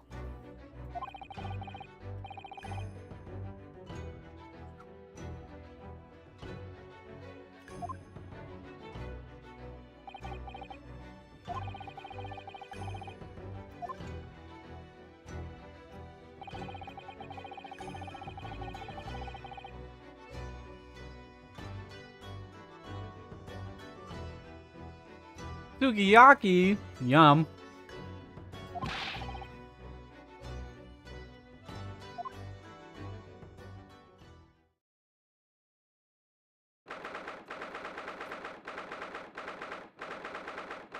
I'm gonna wait an hour for them to type this out.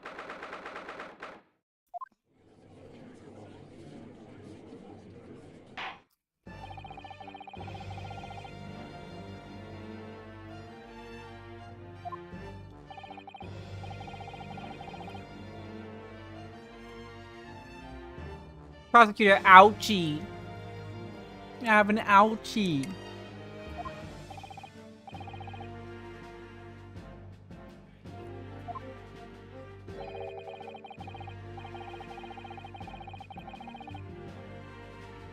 A young stripling, huh?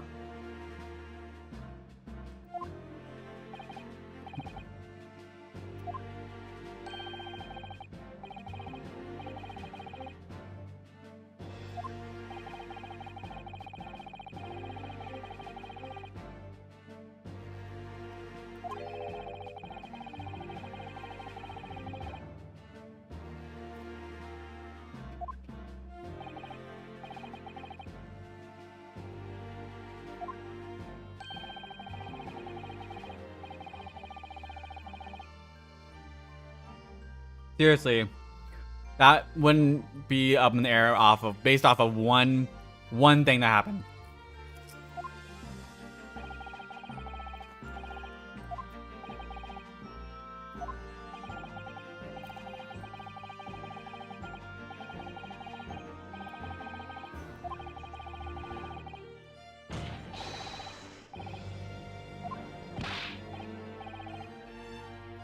You jumped up, rookie boy! You rookie boy!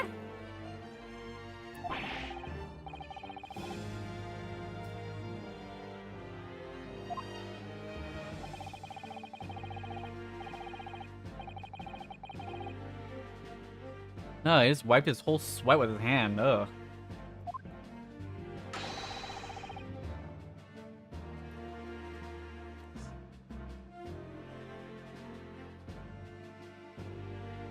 That is not how you spell maneuvering.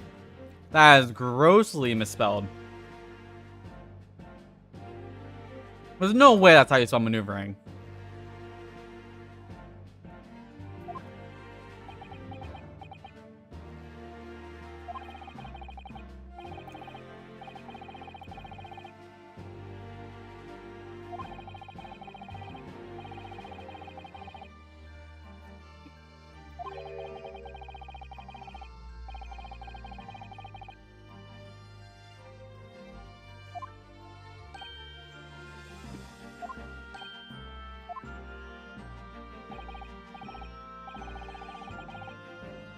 Despite the wide-eyed look of terror, freaking Renosuke with his like eyes darting back and forth around the courtroom.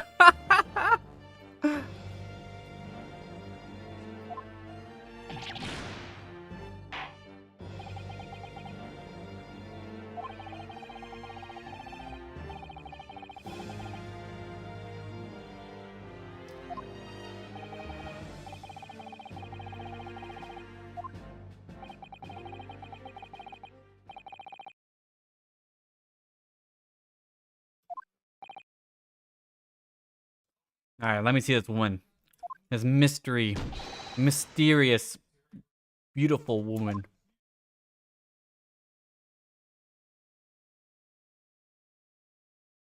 Hello?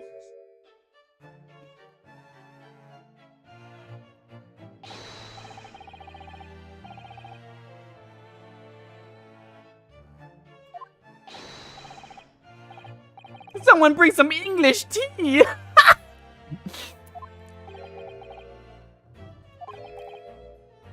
No idea.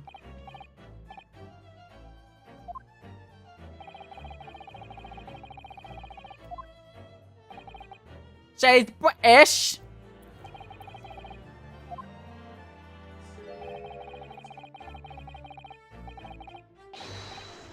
Yeah, we already know about you. That's the one we want. I would. Yeah. Oh my God, They're T3 subbing for her.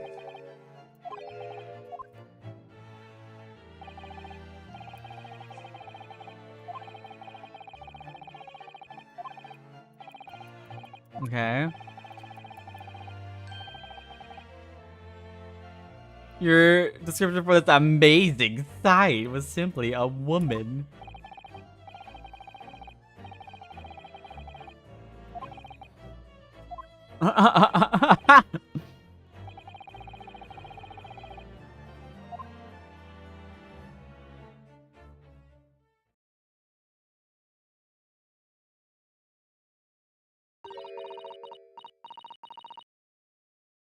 Excuse me?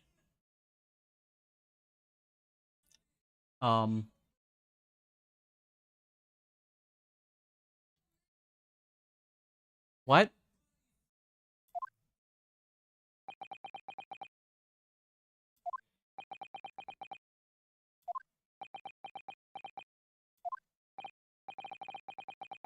I'm terribly sorry, dear lady, but what?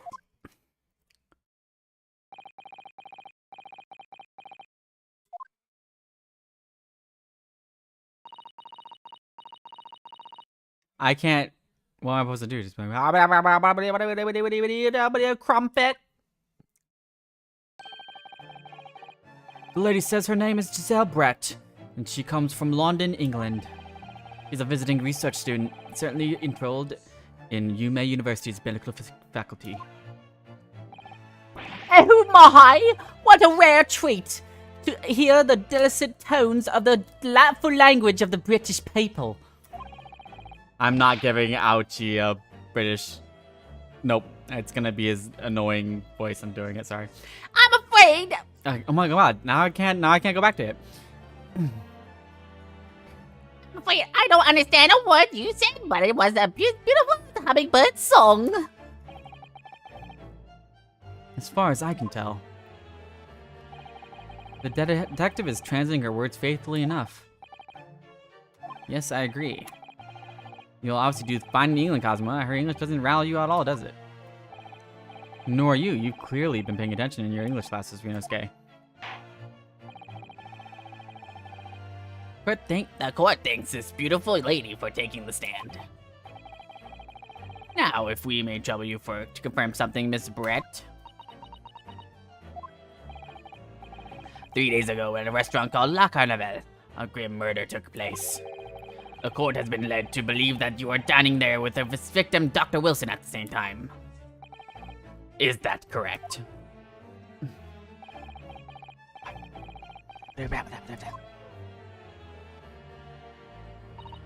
We opened up and black tea and crumpets. She says yes. All that for yes? This could take some time. So even though she's studying here in Japan, she can't speak any Japanese.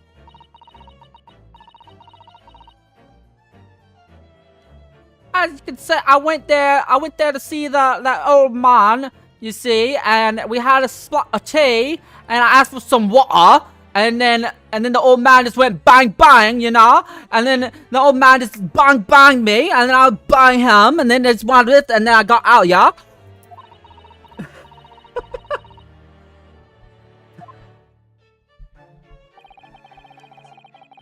She'd like to apologize for disappearing.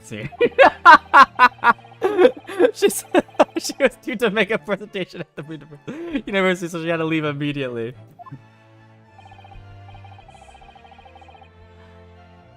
Then I came in, and I'm all like, what's all this then, eh?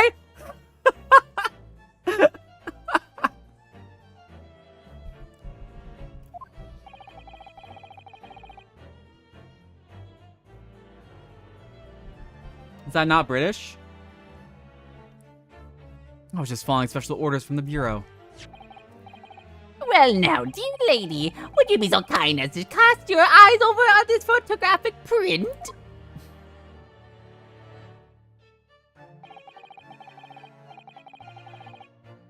Seeing as you're so unfortunately placed. present at the scene of the crime. Could it be that your splendid eyes caught sight of the wicked perpetrator, perhaps? Oh, yeah, I saw the perpetrator. You know, here's the one over there in the block. Yeah, it's not me. I didn't shoot the man. You hear? I didn't do it. If you're gonna see, I'm gonna call my mom. I'm gonna call my mom. Okay, you want me to call my mom? My mom is gonna get all y'all in trouble. Apparently, it was a very frightening and sorrowful sight. Do you mean to say? Yes, it would appear the lady did witness the crime. The very moment when the accused, standing right there in this courtroom, shot the victim in cold blood.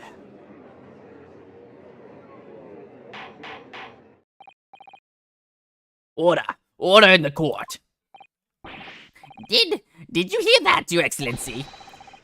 Here we have an absolutely conclusive witness statement! Well, looks like it's clear now. Clear who our real enemy is.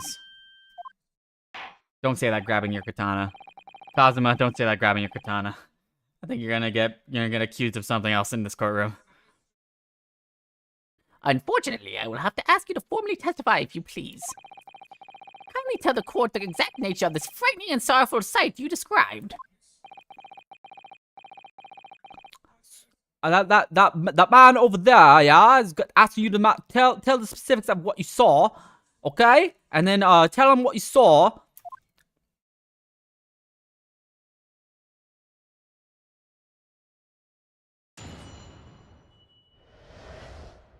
Yeah, I did. I did get that part, and I made a joke saying, in their voices, I'm like, what, couldn't think I got you off, eh? And then I was like, no, of course I thought you could get me off, but that's not the point here. Something like that. It's in the VOD.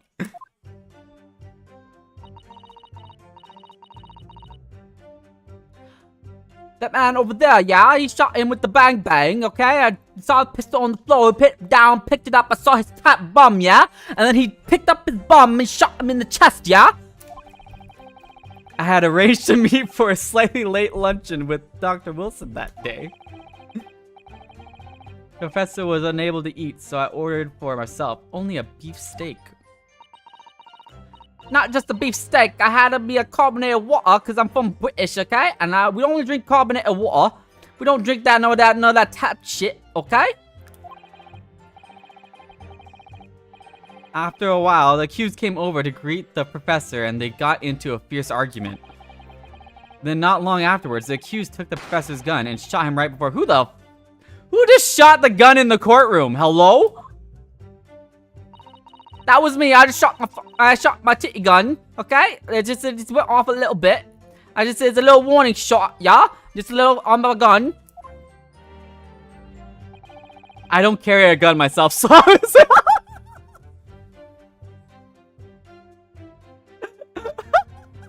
is that gonna happen, the culprit?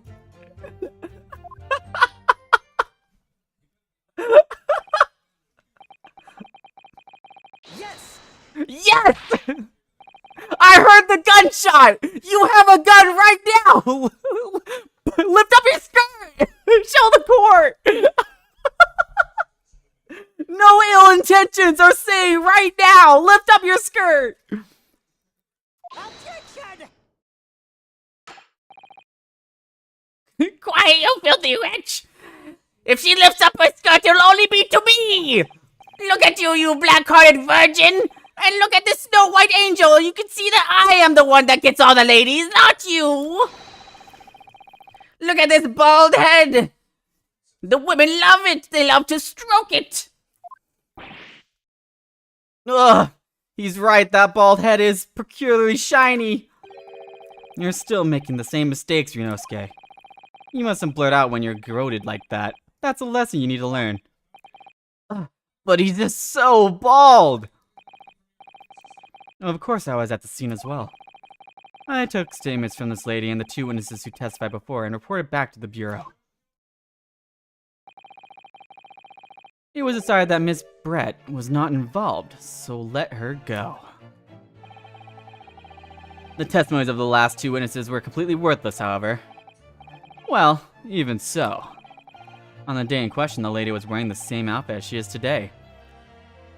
That's kind of messed up. You kind of just outed her as being a dress repeater.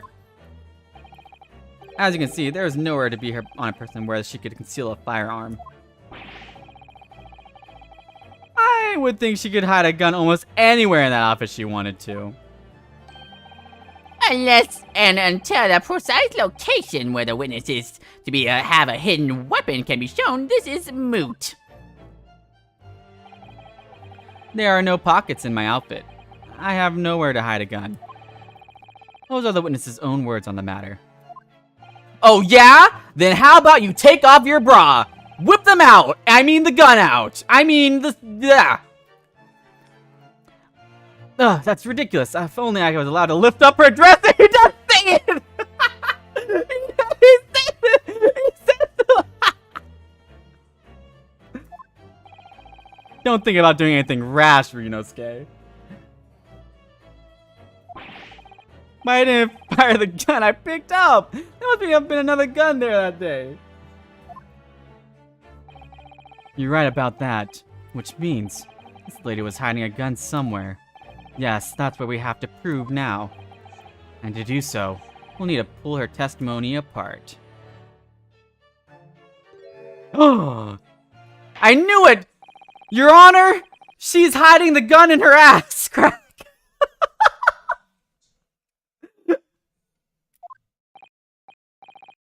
Oh yes, Your Excellency.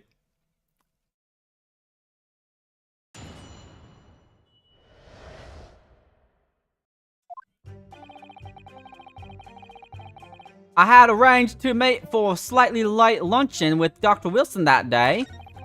This is turning into Aussie. That's the best you're gonna get.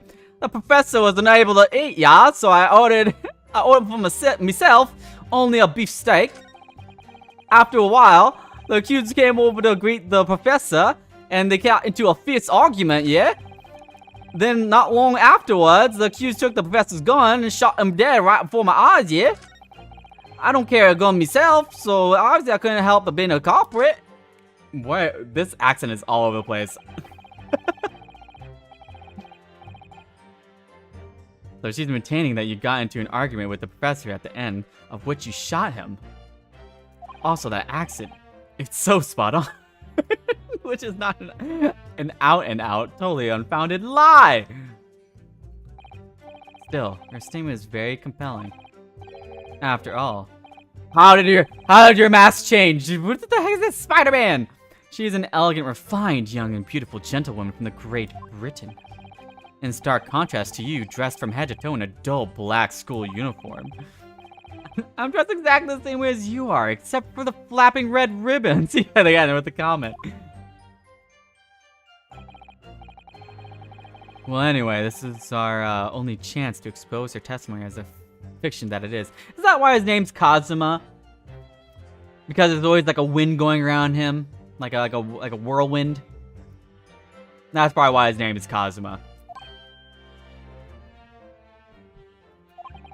I guess he's fierce too, so I guess that's why they named him Kazuma. We can't do that. The trial's over. Even you with your thick skin must be able to feel the murderous looks when you're getting from around the room. Only too well. I feel half dead already. And the fact that I can't see a single inconsistency in her testimony isn't making me feel any better either. First thing to do is press her on any of her statements that seem even slightly off to you. Oh, I'll press her alright. I'll press her from behind, you'll see. Do that in an opening will present itself, I promise you. I need to expose the true face of this exotic foreigner that's hiding behind the mask. That's what I should be aiming for in this cross-examination.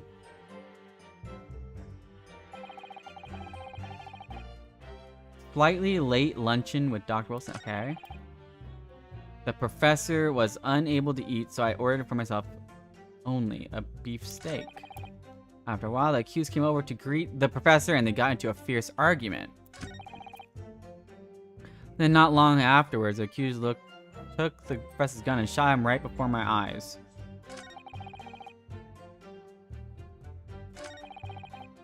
Right before my eyes? Let's press that. Yes!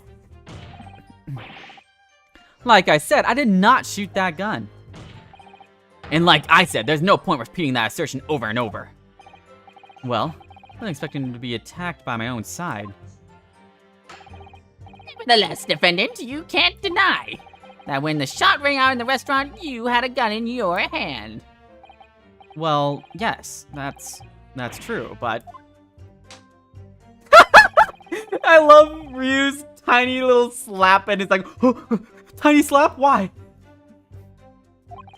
In fact, yes, there was someone much closer to the victim than me at the time. The highly suspicious lady. That will do, you dirty, rotten scoundrel. Dirty. Your basic accusations could very well cause an international incident, boy. It seems to me your accusation is just as baseless as ours. What nonsense! The lady is merely stating what she saw. And this is already an international incident as far as I'm concerned anyway.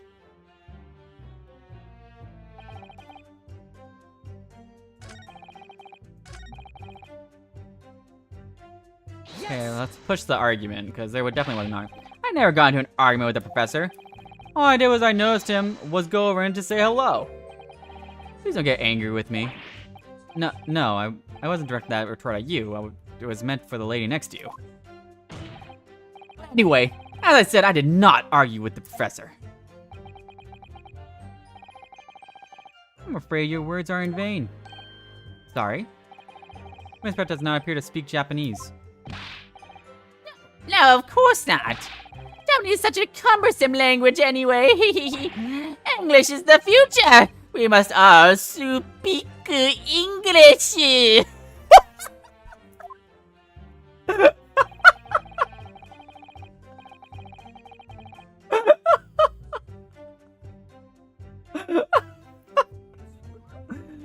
I wonder if the prosecution will feel that way forever, or only at the presence of a beautiful woman,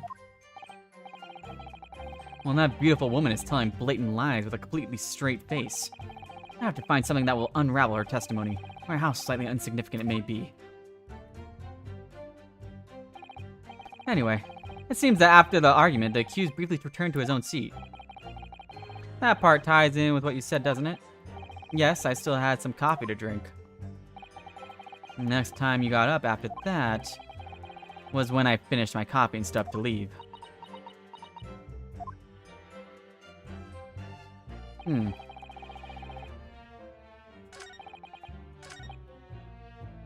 Yes!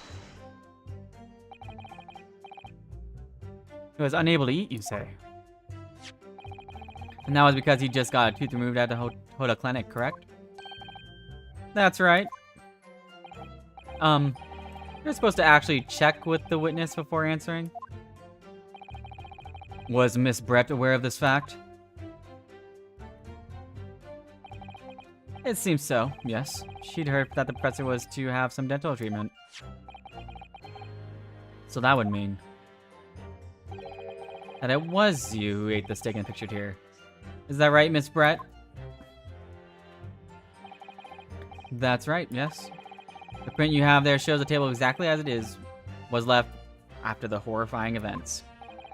Exactly as it was left. Where's the body then? Dear me, what a harrowing experience. Ah, that's ouchie. Jack traveled to a distant island on the far side of the world and only to be embroiled in such a tragic incident. Have no fear, my dear lady. I will swear I will crush the evil fiend that has subjected you to this horrible plight. So the victim, Dr. Wilson, had nothing to eat or drink at all. That's right, other than some carbonated water. Just water? Yes, the professor wasn't able to eat, but he had been given permission to drink water. So it appears that the Driners toasted their lunch with a glass of water each. They each raised a glass of carbonated water. Then where's the extra glass, huh? Where's the extra glass, huh?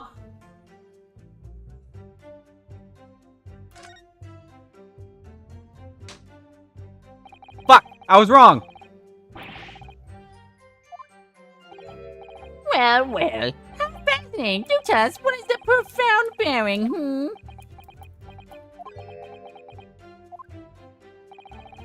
The significance of the statement will become apparent when the time is right. The defense calls for the witness' last statement to be formally added to the testimony. Well, sidesteps, counsel. Very well. Miss Brett, Kindly repeat that you just said to to official testimony. gladly, she said. That was brilliant, Kazuma. Oh, that was brilliant, Kazuma. I'm going to remember that one. Which one? The significance will become apparent when the time is right. I could really use that phrase. I'd hope there are some more useful tips you're picking up from the experience than that, Rinosuke.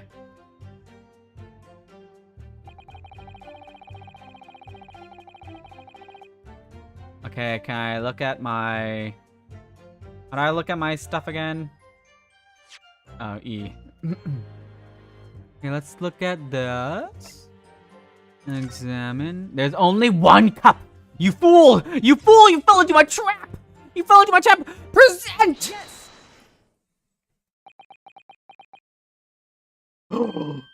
That's it! Let me just confirm something, please. It's to do with this photographic print. We could just call it a photograph, or just a photo. Just a short while ago, you spoke of this print showing the victim's table at the crime scene. That was exactly as it was left. Well, if you look to the left, you'll notice that there is no glass! Well, it's odd. Very odd. Dear me, what's odd about the defense's inability to express itself? Rinosuke, what is it about the print that looks odd to you? Well, obviously, it's the cheers. The cheers? Miss Brett just told us that she and the professor said cheers over a glass of water. But if that's true, there should be 2 glasses on the table, not 1. Ah, Huh? you're quite right, counsel. There's only one glass pictured here. Objection! Objection!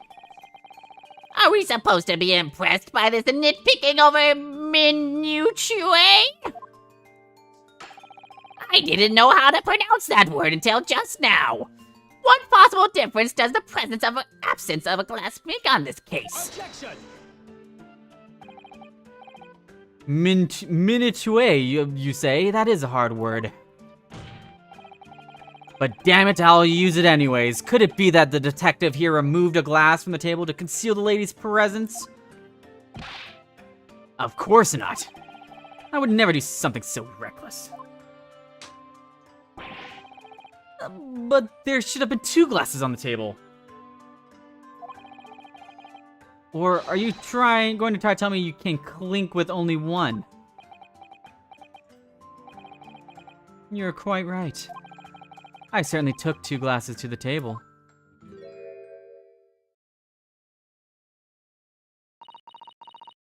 Well, you see, I got very thirsty, yeah, and then I took 2 bottles of water, and so I took the glass, yeah, and I just drank up two of the bottles of water, yeah. I gotta fill up these milk jugs, yeah, and then because if I drink enough water, then my boobies get a little bit, yeah. Inspector, What did the lady say? I heard something about boobs.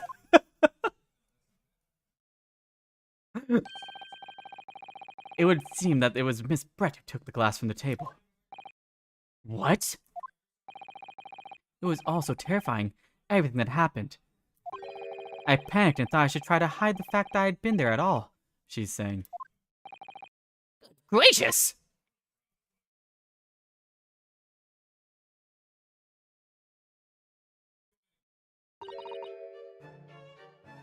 I'm sorry.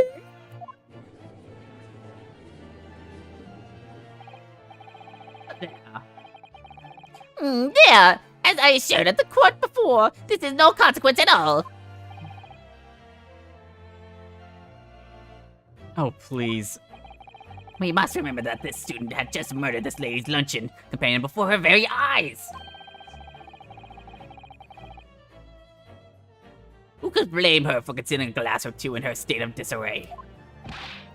That's absurd. Oh, really?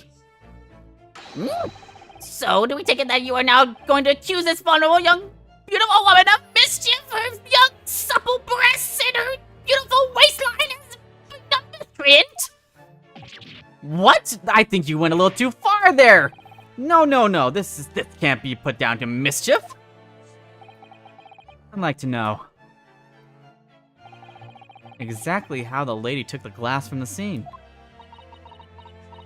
Well, you see, the glass was kind of like a wine glass, yeah, and so I put it down my skirt, yeah, and then I kind of wedged it between my tits, yeah.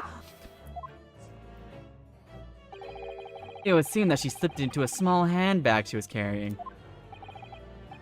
A handbag, you say? Yes, Your Excellency. A small handheld pouch commonly carried by well-to-do women in England. So, the beautiful lady has very graciously explained how and why she removed the glass from the scene now. However, the fact remains the glass was absolutely no bearing on the case. This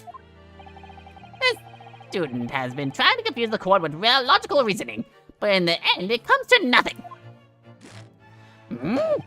No more pretentious accusations. You have wasted enough time already. Indeed. The lady has offered a satisfactory explanation as to why she removed the glass. I think that henceforth we can consider the matter to have no bearing on the case. What is this monkey court? Why, How is that a satisfactory answer? I got so scared, so I took the glass and made sure to look like I was never there in the first place. Counsel, for the defense, are you in agreement? Well, I don't know, really. If you want to pursue this matter further, you're going to need to show that it has some deeper significance. Yes, you're right. So, she took the glass away in her handbag. There's a deeper significance there. It's The handbag, cause that's where you'd put the gun. Wait! The lady put the glass in her handbag, you say? Yes. Do try to keep up, you slow-minded buffoon. It's already been explained to the court that all English gentlewomen carry handbags for small items. Well, let me see if I rough around these papers really quickly. A little while ago, Miss Brett stated the following. Hold on, I'm still looking for it. Not in this paper. Maybe in that one, no. Okay, maybe in this one, nope, not that one. Hold on, 1 second. I'm just gonna keep looking. I'm sorry, I'm a slow reader. Maybe this one, nope. Okay, so maybe nope, not that one either. Almost there. 1 second. There it is. Okay, there are no pockets in my outfit. I have nowhere to hide a gun.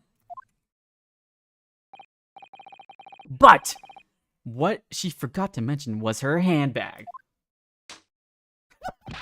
in which it would be perfectly possible to conceal a gun. My God, you're right.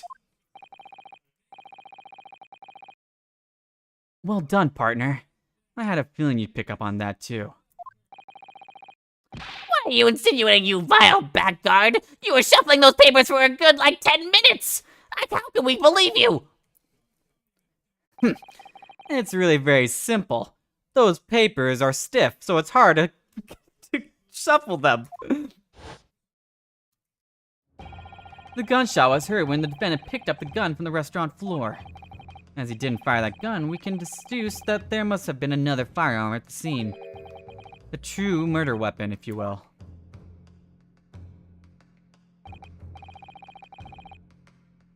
You can't seriously be suggesting. Inspector Hosonaga. Yes? Did you or did you not search Miss Giselle Brett's handbag on the day of the murder? No, sir. I did not. As I thought. In other words, another gun, the one that is actually used to kill the professor, could have been hidden in the Miss Barrett's handbag. Oh! Order! Order! Order! What is the meaning of this, Inspector? The meaning of what, Prosecutor Ouchie? Why on earth did you not have the lady open her handbag and show you the contents at the time? Thanks for your bungling incompetence, now she has to endure these uncomfortable accusations! Brilliant work, partner. I keep calling you partner because, you know, I really do think of you as my partner. Now we have a chance to expose the real woman behind the mask. Do you think so, Kazuma? No, cag fit. Well, what a sorry situation. Clearly you have no faith in this police. What? As I said, I did not search the lady's handbag after the shooting. Simply because it was unnecessary. Unnecessary in what way? I ought to thank the student lawyer, really. I have a piece of evidence here that I had completely forgotten about. This photographic print. We could just keep calling it a photo. What is that on his arm? It's kind of a photograph that I thought would be prudent to take immediately after the shooting. Why that shot? As you can see, it clearly shows Miss Brett's handbag. Well, I never! You can see right through What's inside? That's right. Apparently, meshwork bags like these are the height of fashion in London at the moment. So the contents are clearly visible. Exactly. So there was no need to search the lady's handbag. If there had been a gun inside, it would have been immediately obvious. As you can see, there's nothing to imply Miss Brett's guilt here.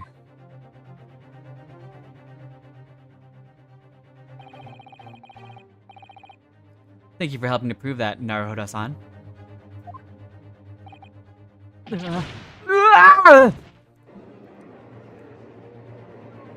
Kazuma's like, are you good? Order!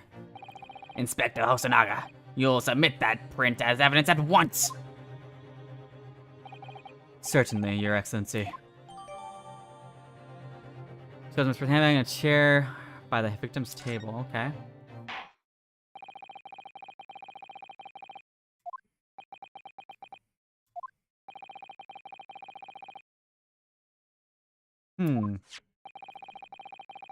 As the photograph print just submitted into the courtroom record appears to have no further significance, I am satisfied there is no longer any room for doubt in this matter, and I must make my ruling.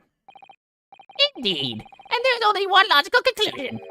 The pathetic rookie slumped over the bench before us is the only possible perpetrator of this crime. No. Just when I thought I was beginning to turn things around. I'm in a worse situation than I was at the start! Kazuma? I'm sorry, Ryunosuke. Now that the cross-examination of the witness is over, there's no way to force the trial to continue. What? You mean this is it? I must say you put up quite a fight for a rookie student, but the weak are beat while the strong eat. I in no way admit and imply that I would eat you. You are wasting your time. There is no way to defeat true justice. In fact, you can chew on your heart's content from the inside of your cell. This can't be happening. Am I really going to be found guilty of a crime that I didn't commit? And Kazuma, his dream of going to study in Great Britain will slip through his fingers. Kazuma. What? Is there really no chance of now returning this trial around? You heard the judge. There's nothing about the last photograph the detective produced that can contest, which means there's no basis on which we can argue for the trial to continue. Very well. I will now proceed immediately to the ruling. It seems we'll be able to report the British government on time after all. That smug little. Yunosuke. We'll Oh, damn. I'm getting the voices all jumbled up. Yes. Oh, couldn't read it.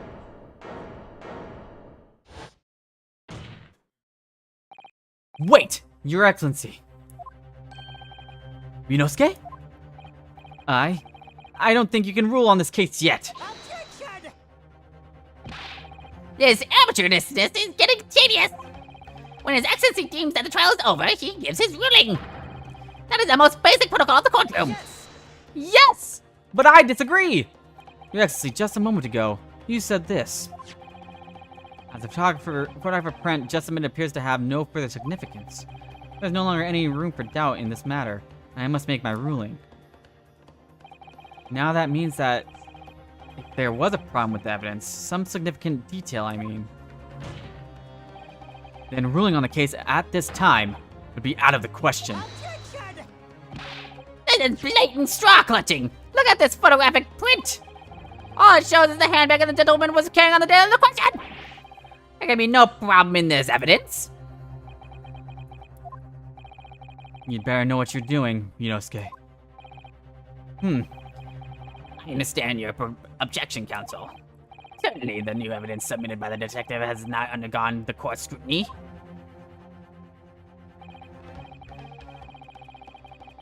However, I fail to see how we can glean any new information from this handbag. My thoughts exactly. Really, the prosecution is becoming tired of this rookie's desperate squeezes. Yes, I am desperate, but this isn't a wheeze. It's a strong breath. There's something about this photograph doesn't seem right. If only I could put my finger on it. Very well, I will grant the defense one final opportunity. Huh. What? But be warned that if I'm unsatisfied with your response here, and the trial will be over with immediately effect. If I make myself clear, I will pound you with this hammer. Yes, Your Excellency. So, taking a look at the photograph. Look at this photograph! You will identify the court where in this print we see the significant detail in which you have alluded. Oh, it's definitely that! Nope.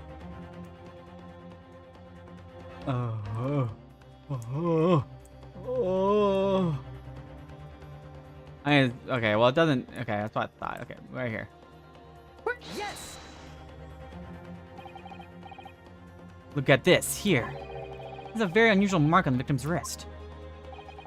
That is true. It looks almost like a burn of some description. What? Objection! Objection! Dear me, I was pondering what a new piffle you would come out with. A burn, you say, on the victim's wrist? Clearly that was nothing whatsoever to do with the...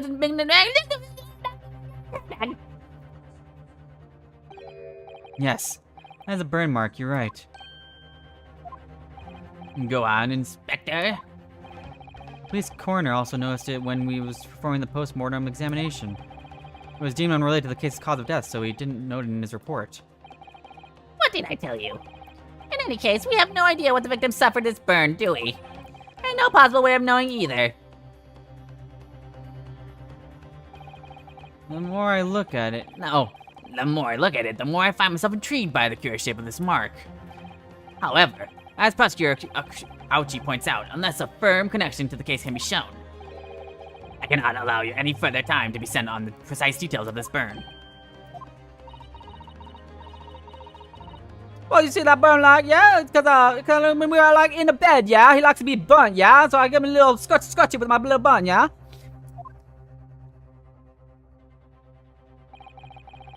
Excuse me, Your Excellency. It would seem Miss Brett has a lunch appointment with the Dean and other university staff.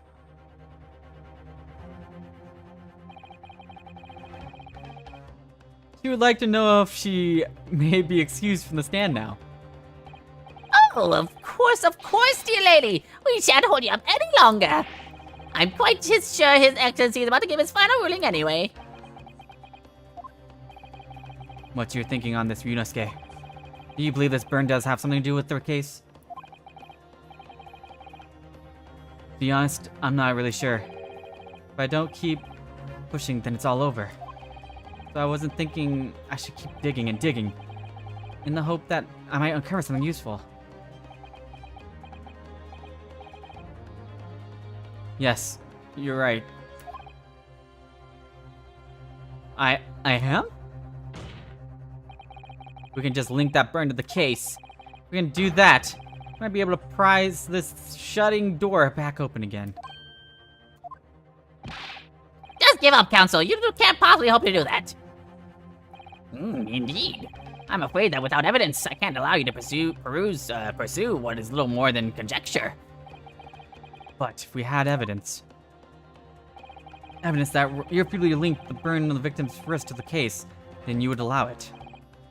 I would, yes. Tell the truth, I hadn't noticed that burn. As soon as you pointed it out, what I did notice was a color draining from Miss Brett's face. Really? I had to find some link between the burn and the case.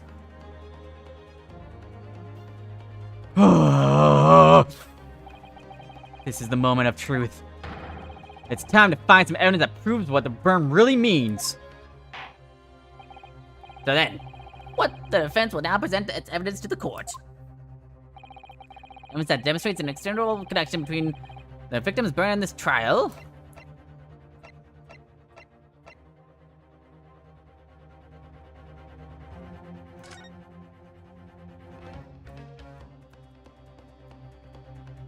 What is that? A weird shape.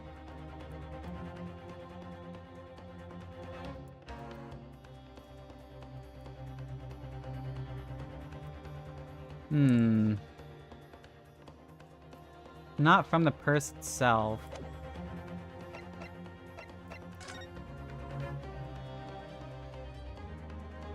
Oh! It's from the steak dinner! It's a bowl! It's right there! Yup, it's a bowl. I got you! Yeah! What's this, Council? Yet another print? Yes, Your Excellency, I believe photographic prints are an amazing invention. When we humans look at a scene, we miss things. But in a photograph, things we may have overlooked at the time are recorded forevermore.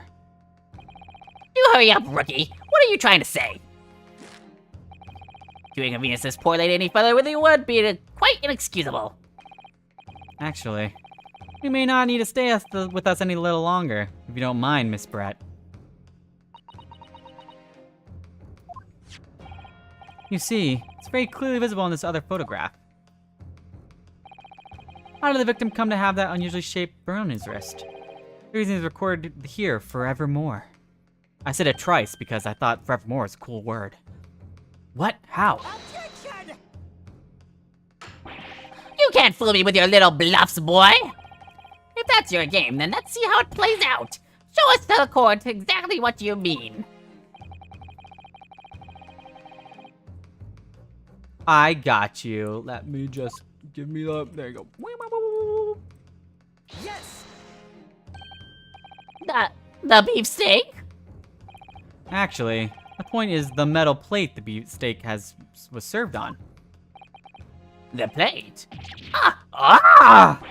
Your Excellency, are you alright? You made a weird noise. As you can see, there's an emblem on the plate. I would good guess it's some sort of trademark of La Carnival.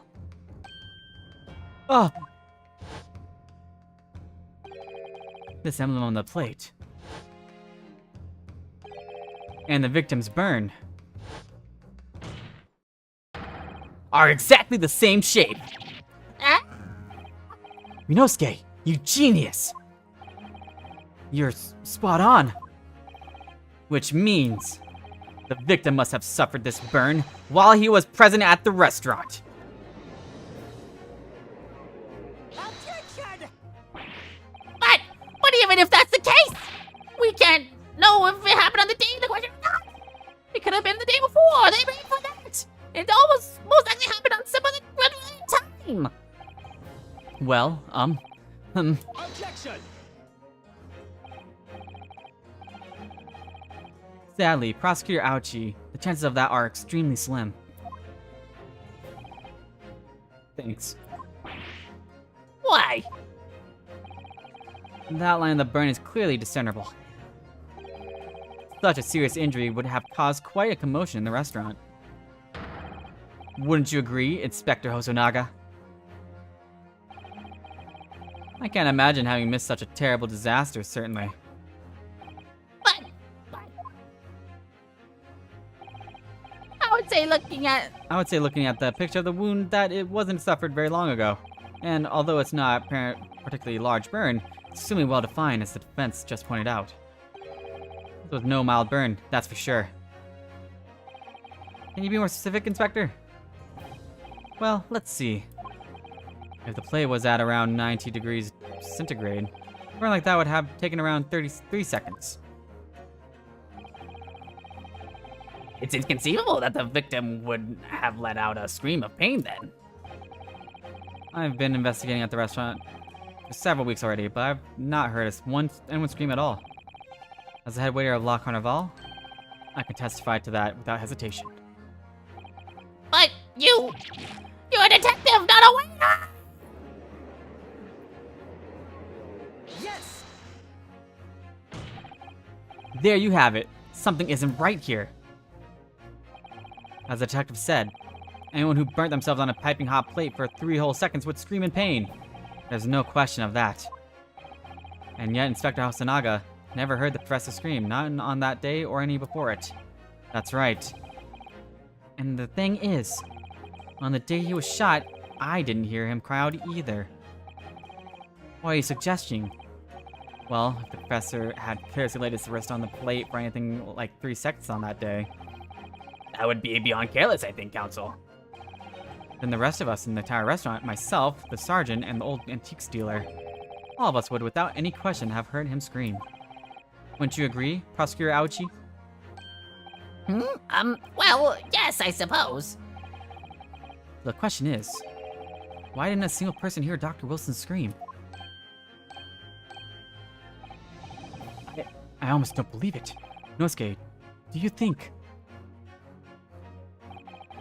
Can it really be true? I never dreamt we'd arrive at a conclusion like this, but... I'm starting to think that maybe... we've been led into a terrible trap.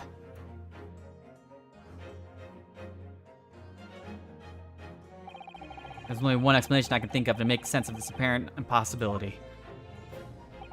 On the day in question, when he suffered the burn to his wrist, Dr. Wilson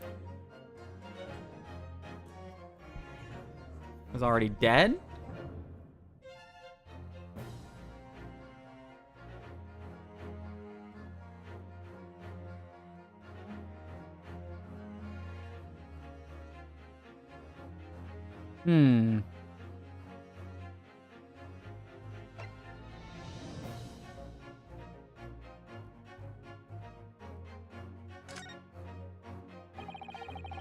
No man can remain silent while his wrist was burning on a piping hot plate for 3 whole seconds. That's clearly impossible. Apart from one in particular situation. Counsel, what are you suggesting? Yes, it's only possible. The man was already dead. Already? Dead?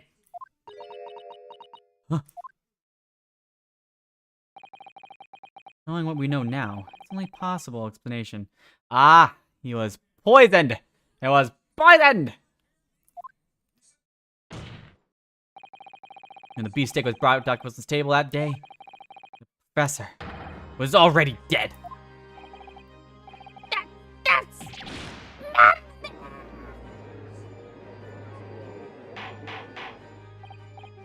Order, please, Counsel, explain this absurd notion at once. Sorry to be at the hype of the thing, but I'll be right back.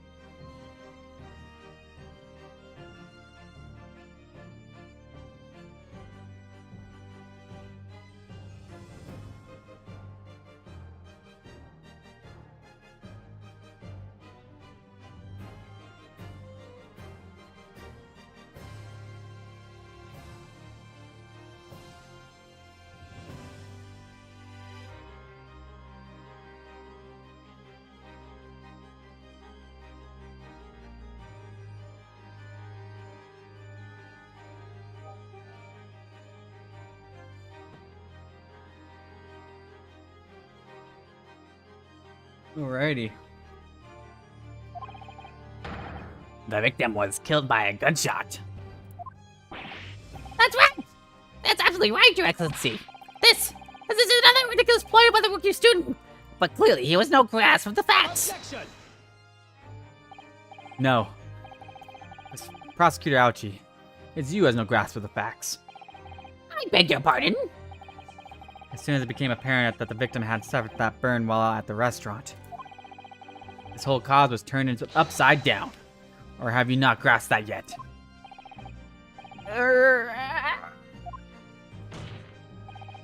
Your Excellency, the court must hear from this witness again. If it's true, as we now believe, that the victim is already dead before the gunshot was heard, it's highly likely that Miss Brett knows something about it. Incredible! I certainly didn't anticipate this twist of events. I'm sorry to say, Miss Brett, that you will have to forget your luncheon engagement. But Your Excellency! The justice system in our country may be in its infancy, but rest assured, all reasonable doubt must be dispelled before I am prepared to pass judgment. Thank you, Your Excellency.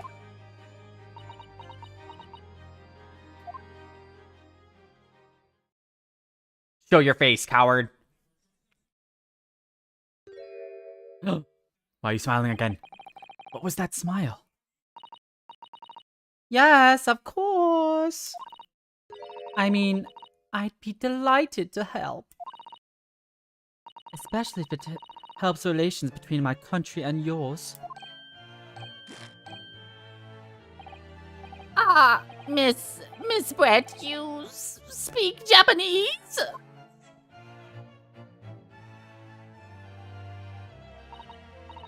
Well, of course I do.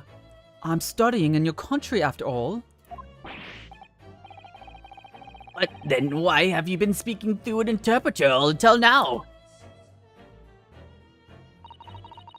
My mother tongue, the Queen's English, is the most refined and elegant language in the world. As a gentlewoman, I try avoid speaking in your vulgar tone as much as possible.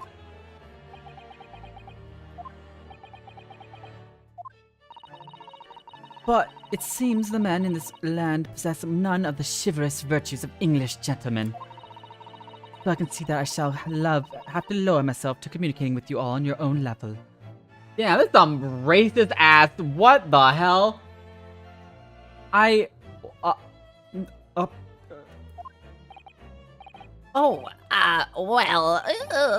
are the epitome of a true English gentlewoman. We are truly honored by this lavish consideration you so graciously afford us.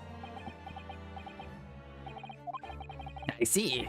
In that case, Miss Brett, I will now ask you to testify in your own words about the events leading up to the death of the victim, Dr. Wilson.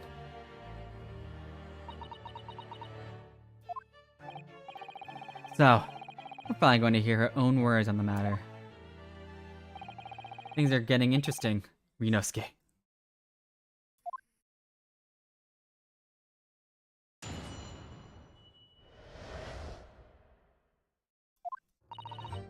Unfortunately, I have no idea about the poor man burnt his wrist like that. When the waiter brought my steak, the professor and I raised our glasses in a toast. As far as I've heard, the post-mortem report showed no other possible cause of death besides the gunshot. If there's some other way a man's life can be taken without leaving a trace, please do show me. But of course, this country's inferior investigative techniques probably wouldn't pick up on it anyway. Bitch. That most captivating and beautiful testimony will go down in the Supreme Court's history. Thank you. You totally offended all of us and our whole nation, but we were totally fine with it. Easy does it. I hope this is the last time I will have to sully my lips with the coarse tones of your unbecoming tongue. Oh, forgive me. I do hope I haven't insulted anyone. Not at all, not at all. Please spit in my face. I would be delighted merely to hear you speak and spit on me, dear lady. I mean, it seems very clear from your testimony that this boyish talk of the victim's burn is utterly irrelevant. I will be speaking to your country's Minister of Justice about what has happened here today. Minister of Justice? May that irritating little bully of a student be given the harshest punishment possible. Amen. Huh? Thanks? What, was that a prayer then? Why was the amen? Well, you haven't forgive the irritation, Miss Brett, and put up with the cross-examination now. I expect you noticed that this little bully of a student, as you put it, doesn't miss much.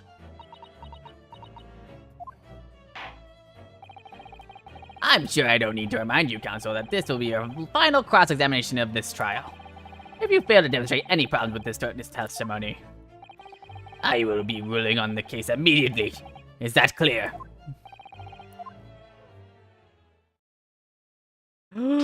Oh! Peachy.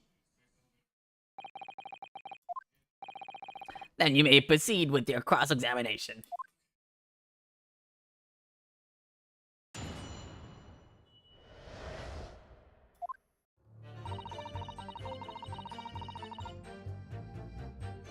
They have so many different songs for this one trial. Like, what the heck?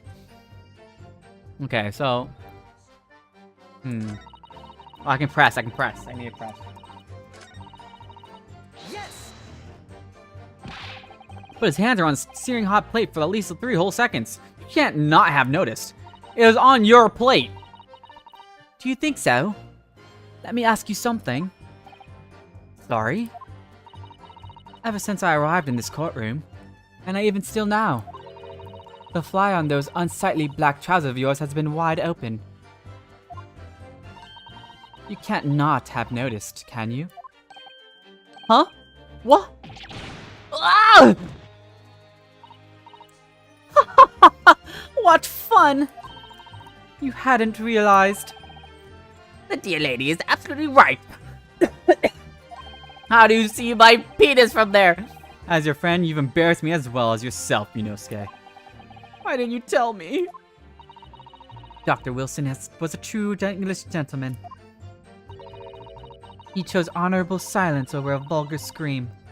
Can your tiny brains imagine such a thing? Oh yes, I think my tiny brain can. Yes! Well, I can't.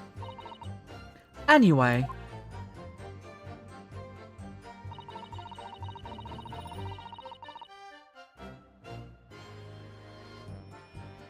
Yes! As you testified before, you were drinking carbonated water, is that right? Dr. Wilson was only permitted to drink water at the time, if you remember. Which explains why he ordered that drink, correct, waiter? Exactly as you say, sir. Although, Although... whether or not the professor actually drank any of the water when he delivered the steak to the table, I'm afraid I don't remember that. Amieux. Ah, I have enough English to understand that at least. For the benefit of others in the court, it means bless you. I think it means the exact opposite. Anyway.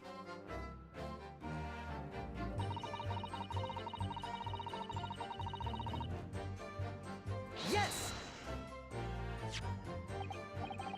Yes, it's written here in the paperwork. Fatal hemorrhage from ballistic trauma. Somewhere here. Maybe this page? No. That page? Nope. No, still not here. Maybe this one in my hand? Nope. Okay, I gotta put that back. That one? Nope. Okay. One more shuffle. I found it. Yes.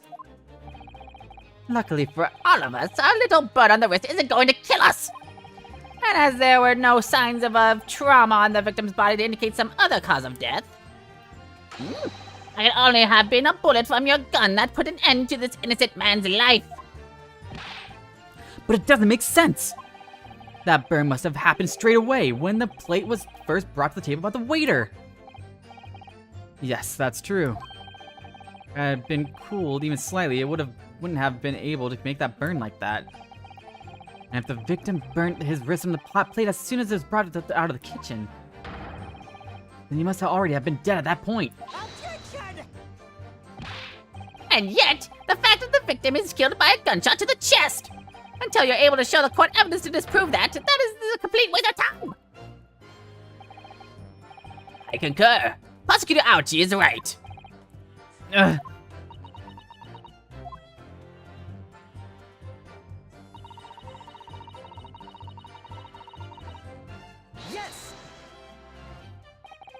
Without leaving a trace.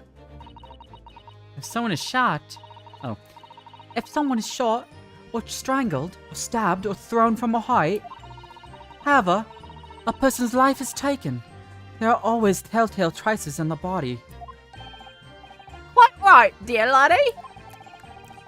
I turn a little Scottish, and as a police force has thoroughly examined the body of the deceased, there can be no doubt. Isn't that right, Inspector Hosanna? As I've said, I always aim for the flawless investigation. There would be physical traces with all those causes of death, that's true. But maybe there's some other way of killing someone that doesn't leave a mark. If, heaven forbid, you doubt me, young man, you're going to have to tell everyone how exactly you think the professor did lose his life. Otherwise, I'm afraid your argument falls rather flat, doesn't it?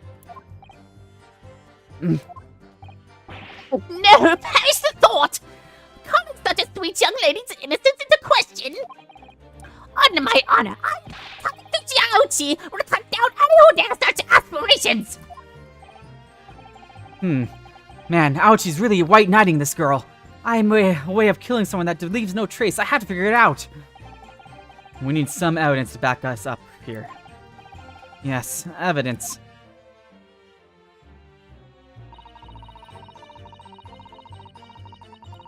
Yes! Inferior? What do you mean by that? In the lands of the Great British Empire, the police store everything found at the crime scene for later examination. But in this country, you investigate once and that's the end of it. Isn't that so? Quite right! La Caravelli is open for business as usual today, just days after the incident. Exactly. Which means that even if the investigation takes a different direction, vital evidence must be lost. What the?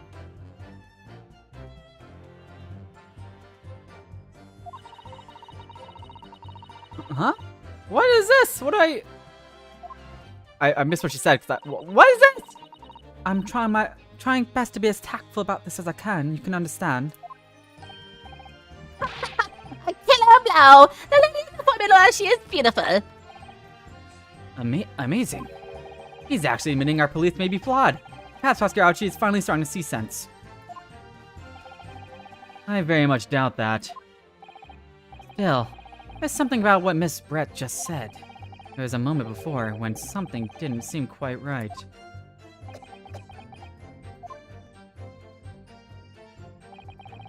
What do you think, Ryunosuke? I think it's going terribly! No matter how much I press her, I'm not turning up any new information. Yes, as I suspected. She's a tough witness. We need to find a way to break her testimony, or the cross-examination will be over.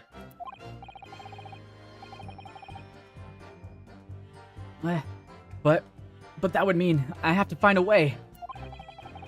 There must be some clue somewhere to help us find a chink in her armor. Kazuma. What, Ryunosuke? There is one thing I noticed. Something that's been bothering me. Bothering you? You mean about Miss Brett? Actually, no. About the person standing next to her. Inspector Hosonaga. The detective? Yes, he seems to react a little strangely to Miss Brett's last statement. I was wondering if it might be significant. It might present an opening, maybe. Alright, I have an idea. Try pressing her on that last statement one more time. If you think so, but this time, instead of targeting the woman herself, let's see what we can get out of the detective. Alright then. I wonder what Cosmo's thinking. I'll find out soon enough, I suppose. Once I press Miss Brett's on her last statement again.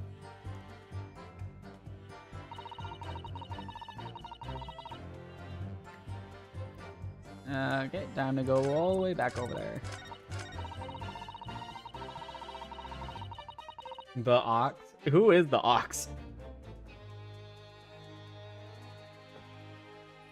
Yes! Inferior? What do you...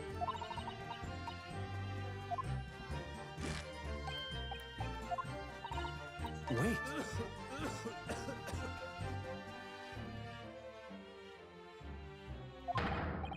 Yes, there it is again. The detective's reaction is just the same as before. Why?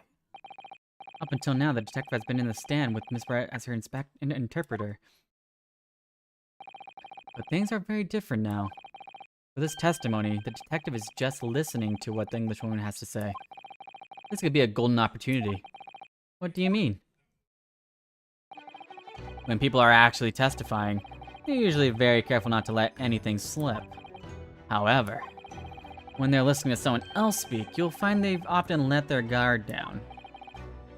You're right. Look at him. He's lost his own thoughts. It's time to pursue the man in his train of thought with my katana. Sorry, pursue? What do you mean with your katana? I'll explain how to do it now, Ryunosuke. It's all have to do with the witness marker. What marker? And we're focused on Miss Brett, who's the person actually making the current statement. But by moving the marker left and right with A and D, you can turn your attention to the other people in the stand. While you're looking at the other witnesses, you'll be able to pursue them with space. If you can catch that person just the right time, you might uncover some new information to pursue. If you ever notice a strange atmosphere amongst the people in the stand, take a good look around. Alright then. So first I should move the marker across with A and D and then focus on the detective. Then pursue him with spacebar and see what's on his mind. Here we go! Wait. A, D, A, D, D. Excuse me. Excuse me? Yeah! What the? What's the meaning of this? Cag attack. Cags attack. I'm sorry, I didn't mean to shock you. He really was lost in his thoughts. Deeply. It looked like you were thinking of something just now, Inspector. Perhaps you haven't heard the lady next to you had to say. If there's something you'd like to say, please share it with the court. Objection! What is the meaning of this? So sweaty. It's the delightful Englishwoman who's testifying at the moment. If you can't find fault with her testimony, then the cross-examination should be over immediately. Oh, is that how it works? Absolutely not. The detective is on the stand, which makes him a valid witness. Yes! Not to mention the fact that he's intimately involved in the case. Inspector Hosonaga, Yes? do you have something to add in relation to the statement just made by Miss Barrett?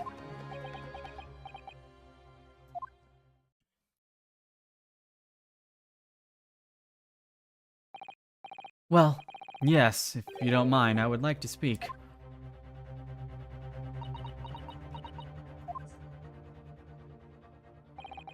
The lady is right. Our country's police practices are not as modern as those used in Great Britain. Which is why I, Satoru Hosonaga, always strive to make every investigation I'm involved in flawless. What do you mean by that? I'll tell you what I mean. I won't have evidence backing on my watch. I'm not afraid to take everything I can from the scene of the crime. It is preserving evidence, you see. I don't care if they call me a crime scene thief. I'm not ashamed of what I've done. A crime scene thief? Well, it seems like Our Lady's remarks touched a nerve there. Take this, for example. I knew it. It was poisoned. Is that? This is the bottle of carbonated water that I took to the victim's table on the day in question. And yes, it's lost all of its fizz, having been opened 3 days ago now. But it was carbonated water. I don't care what anyone says. Yes, there's some left in the bottle. I could see it. One day our police force will be among the best in the world. Time is coming, I guarantee it.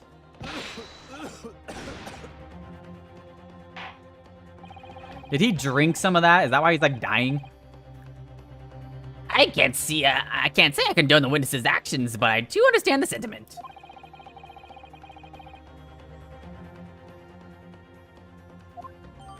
Okay, so that is evidence now, okay. Miss Brett, can you confirm that this is indeed the bottle from which you drank on the day of the victim's death?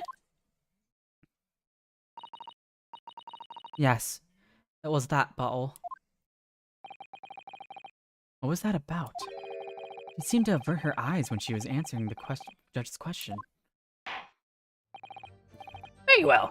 Counsel, you may resume the cross-examination. And the inspector will kindly control his fervor.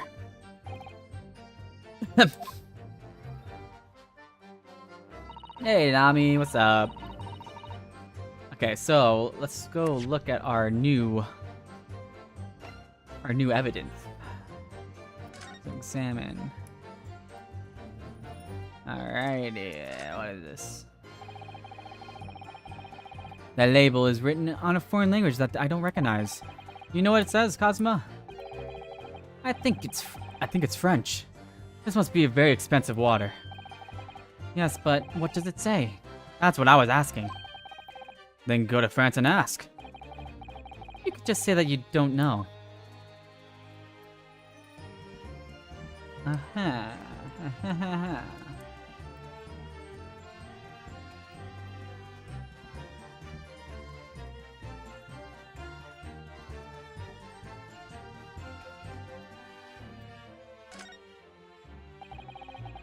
So this carbonated water is the last drink Dr. Wilson ever had. Looks like there's a little left in the bottle, although it's just plain water now. You know, I've been sweating so much, I'm absolutely parched. I'll just have a sip of this to keep me going. No, Risuke! You can't do that. For one thing, that's evidence. You can't go drinking evidence. Oh no, you're right. We don't know that might be inside, do we? You never cease to amaze me, Ryunosuke. In more ways than one. I wonder, could there be anything in this water?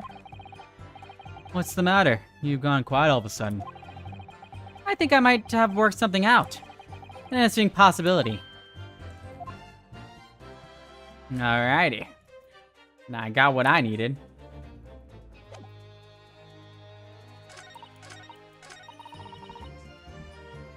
Then present. You gotcha now! Present! Yes!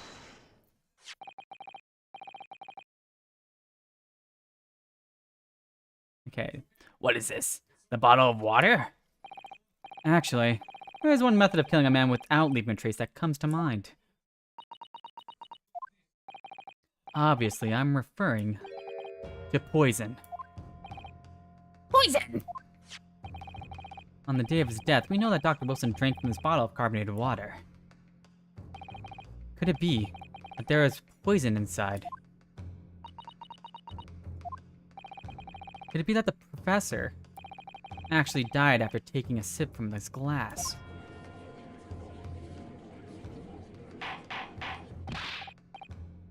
Order! Order! Order! And on that day, who was sitting at the same table as the professor and able to slip that poison into his drink? There's only one person that could possibly have done it. Giselle Brett! It was you! isn't outrageous to suggest such a thing without a scrap of evidence. You little rookie imbecile. Have you even considered this delicate situation our country finds itself in now? Have you forgotten that we have only just signed a accord of friendship with the British Empire? Have you even the vaguest inkling that your rash accusations could have jeopardized the entire treaty? This is not a political arena. This is a trial to determine one's individual guilt with respect to one crime. What? The fact that this woman is British makes no difference. We're here to determine the truth. Yeah. If I may, I will silence you forever for this discount. Shut up! Shut up! it is you who should be silent. Of course, my queen. Please step on me, dear lady. Where did that come from? She just snapped. I'm afraid if I may have spoken unfairly before, I offer my most humblest apologies. I'm sorry, my lady. To what are you referring? I described your police force as inferior. But no matter how inferior they may be, you still investigated this particular point thoroughly, I believe. The bottle, I mean, Inspector, and whether it contained poison or not. Of course. You did? Have you forgotten what my guiding principle is already? I strive for a flawless investigation every time. I don't believe it. Naturally, we tested the inside of the bottle and its contents. And what did you find, Inspector? I ordered a test for every toxin that's available in this country at the present time. You can find no trace of poison of any description in the bottle of carbonated water, Your Excellency. What? Are you sure? The tests were meticulously carried out by the chief coroner himself. No. No! I'm very grateful to you, Japanese. You've successfully established my complete innocence in this horrid affair. Thank you. But of course, dear lady. The pleasure was all ours. I was so sure.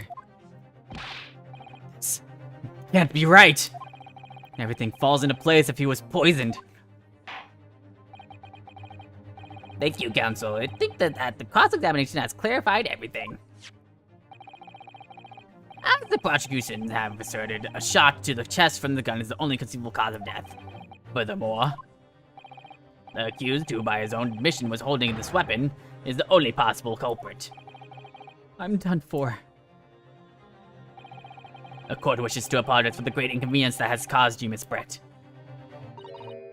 Oh no, I'm just glad the matter is resolved.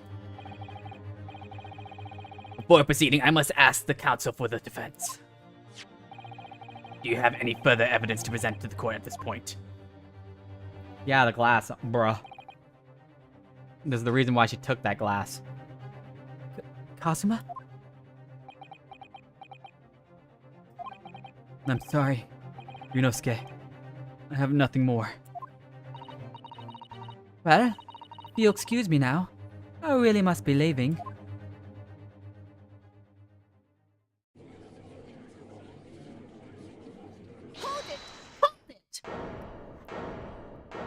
It's new Maya. Oh, she's cute. Please, wait! Isn't that... What is the meaning of this? You can't do this in a court. I'm just saying right now, this is such a monkey court. Forgive me for intruding on a court proceedings, Your Excellency.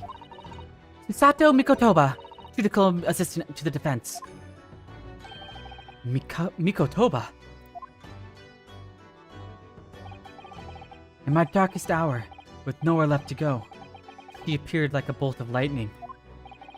And in her hand, she carried a small package, wrapped in a furoshiki cloth. Oh, her theme music is so cute. What the heck? To be continued. Oh, shit. What time is it?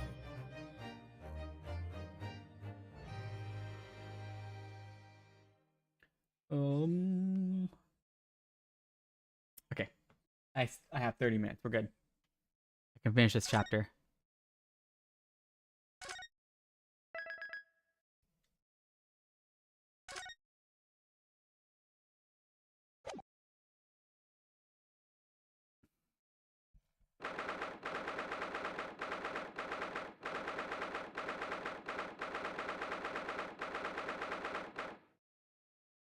I've been playing this for 3.5 hours, so should probably wrap it up soon. Her outfit is so cute. Well, I understand you are the judicial assistant to the defense, but why is this sudden ingress to my courtroom? Ha! A judicial assistant and a woman, no less. I'm a sexist. Apparently not only for Japanese women. Apparently I'm a simp for English women, though. The rules state that females are not permitted to this court of law other than to testify.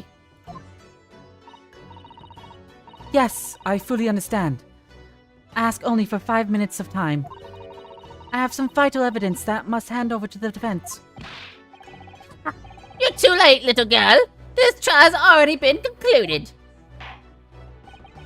5 minutes. I will not allow a moment more. But, Your Excellency! I am most grateful. Her theme is so nice. What the heck? Oh, she has such a cute outfit. I like her a lot. Who exactly are you? I'm sorry. There's no time. Please, simply accept this for now. What is it? A report about something? Written in English. It's Giselle Brett's research. The Englishwoman's? After the trial resumed earlier, I hurried back to the university. I went to Dr. Wilson's laboratory in the medical faculty and borrowed this paper. Oh yes, that's right. Miss Brett was studying under the professor, wasn't she? So, does this research, whatever it is, have something to do with the case? I'm afraid I don't know. I haven't been able to listen to the proceedings of the trial myself. Oh, no, of course not. Special characteristics of Curare and its effect on human subjects. Interesting. Curare? What's that? Never heard of that word before. Time's up. The prosecution demands an immediate removal of this female trespasser from the courtroom. I never touched a woman before. There was too little time for me to read it in detail. Perhaps summarize what I could on a note just inside the cover. If you think of it could be valuable, please cast your eye over it. This is wonderful. Thank you.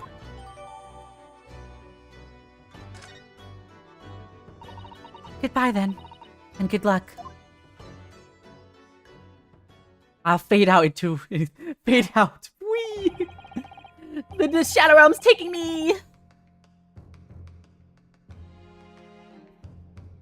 You've had long enough, Counsel. We cannot detain our English guest any longer. I ask the prosecution and the defense now one last time. Does either side have any further evidence to present to the court? I presume not, but... The prosecution has made its case convincingly enough already. Nothing more to add, Your Excellency. Inosuke, we're out of options here. This really is our last chance. Yes, I know. Your Excellency! The defense does have new evidence. That look. That unyielding stare of a true Japanese warrior. Well, Miss Brett, Yes, Your Excellency? if you wouldn't mind, perhaps you could grace us with your presence a little longer. It's a delightful invitation, but I'm afraid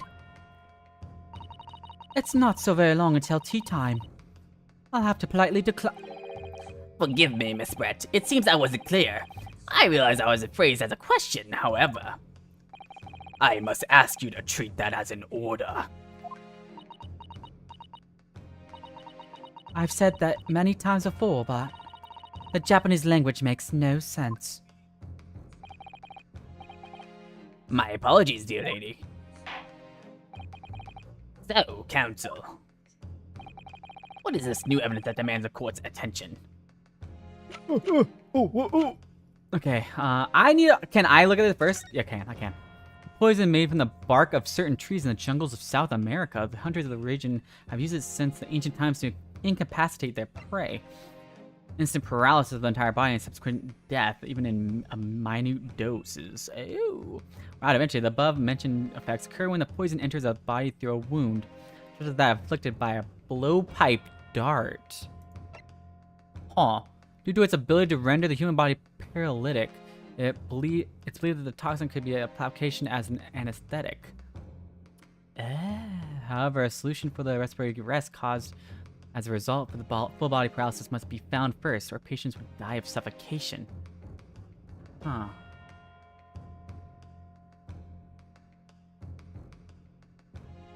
Damn, okay. You played the Scarlet Studies translation of this game. The official localization toned down the racism so much. I mean, I could assume that the actual racism was pretty. I could assume that she's super racist. Well, to be fair, the English people were pretty racist when they came to Japan in actual history. So that's everywhere they went though. Just Yes! Yes! I got a book! Miss Giselle Brett. We understand you are studying under Dr. Wilson at Yume University doing research. Also, I screamed that really loud, and I'm sure my neighbors were like, he has a book? Why is he screaming about a book? We understand you're studying under Dr. Wilson at Yume University doing research. Research by sheer coincidence, perhaps. Into a deadly poison. What?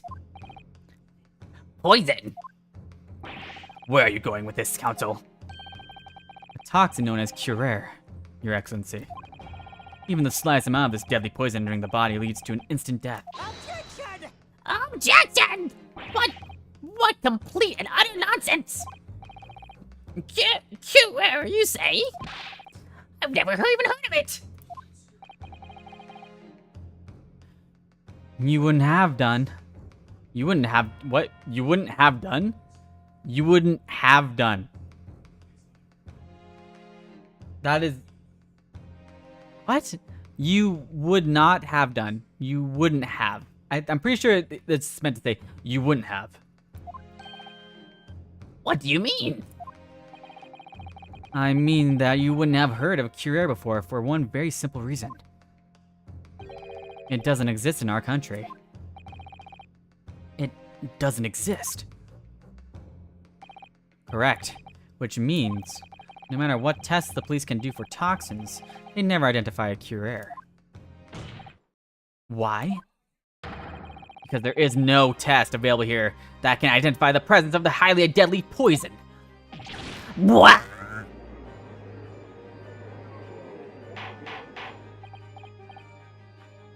Order! Counsel, does this deadly poison truly exist? According to this report authored by the visiting research student from England, hurry up, Bruce, hurry up, I can't. Curare has long been used for the tribals. You stop shuffling the papers, you scab. I need to read this. Of South America as a poison to lace their arrows. It seems that reasonably well known among European doctors and scientists. To lace their arrows? The report states that it's produced from the extract of a tree that grows deep in the Amazonian jungle, and was first brought back to Europe at the turn of the century by explorers. Can we just sit back and appreciate how cool Kazuma's looking with his wind just fluttering his headband? And he's just sitting there with his pose, and then he's just over here shuffling his papers. He's just like, oh god. He's just like I'm trying to find it, and Kazuma's like,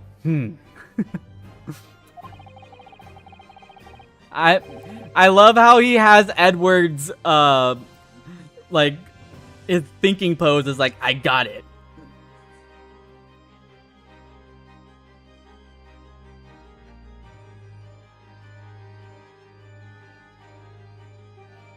It claims that animals shot by arrow laced with cuirass suffered instant death.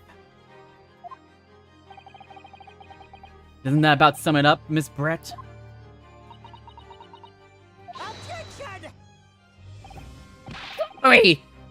I don't know how I know about President Trump in this age, but these aspirations are utterly Trumpery. To start with, if the victim has been administered some of this so-called deadly poison, he would have been squirming and writhing in pain, and other diners would have surely noticed. It says paralysis right in the thing. Come on. You really are small-brained.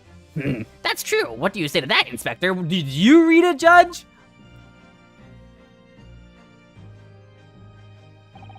Obviously, I wouldn't have noticed a disturbance like that.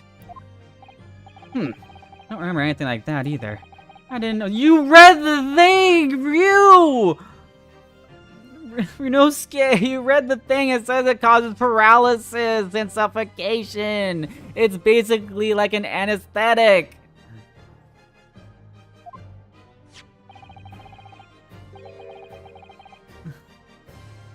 According to this, however, it's the other way around.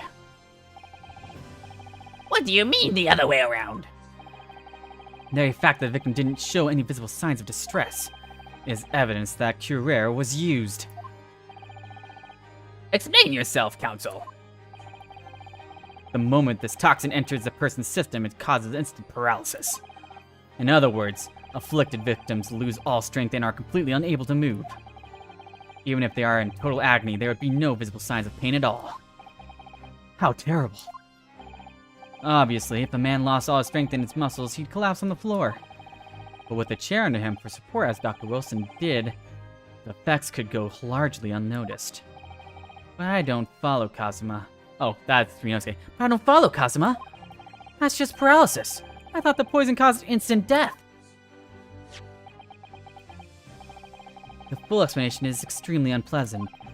The poison causes immediate paralysis, as I said, leaving the victim unable to move. But after a short time, the paralysis is so severe it causes the muscles that control respiration to fail. Respiration? In other words, the actual cause of death is suffocation. You know, like I said on the last page, Ryu, you should probably learn how to read. And all the while, the victim is conscious and aware, just unable to move. It's hideous. To the observer, it would look almost like the victim was slipping peacefully into an endless sleep. But for the victim himself, his final moments would be a living hell.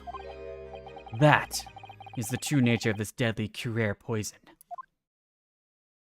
Okay, Kazuma is pretty cool. I like him. He's dope.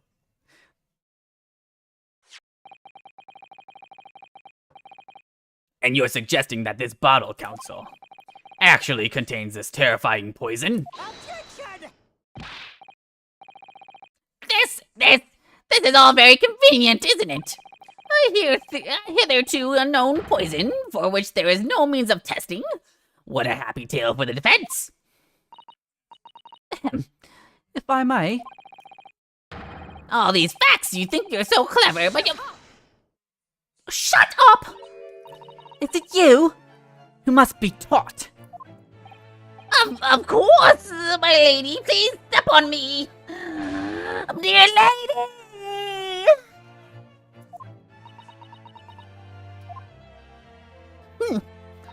So, this is how you Japanese behave, is it? What? You steal another's honest hard work, and then announce the results of you discovered them. I'm appalled. What a loathsome act. Well, Miss Brett, the feeling is mutual. Whatever do you mean? Capitalizing on the unfortunate circumstances of an innocent man to frame him for a heinous crime? That really is a loathsome act. Wouldn't you agree? Objection! Enough of this! I, for one, refuse to accept it. The idea of some poison that doesn't even exist in this great empire of Japan is breaking the rules.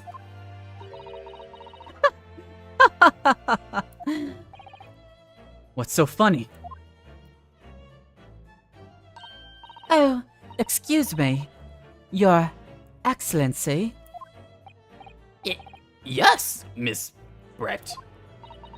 May I borrow that bottle for a moment, please? Well, yes, I don't see, why not? She's gonna drink from it. Yep.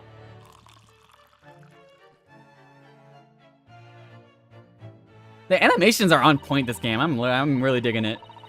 Don't get too big for your boots, you insignificant little island boys. Damn, I can see how this sentence was so racist in the original.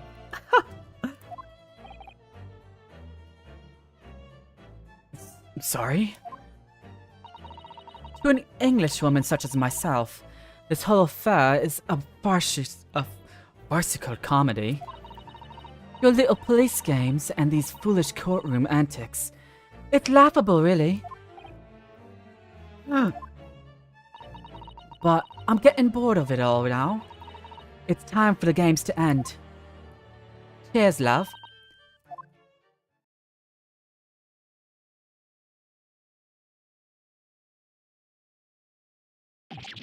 Wait! What are you doing?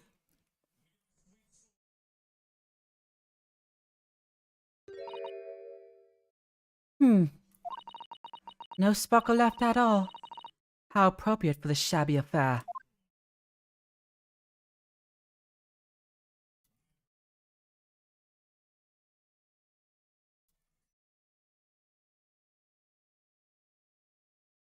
Okay, Rinosuke.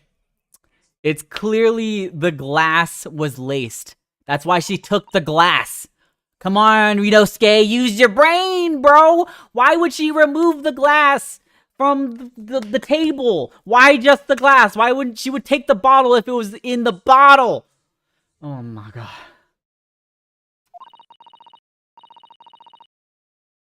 Oh my gosh, yeah, when the guy killed himself on the stand, that was crazy. I remember that in the third on Ace Attorney. Oh my gosh, yeah, I remember that one. Whatever's the matter? You all look quite stunned.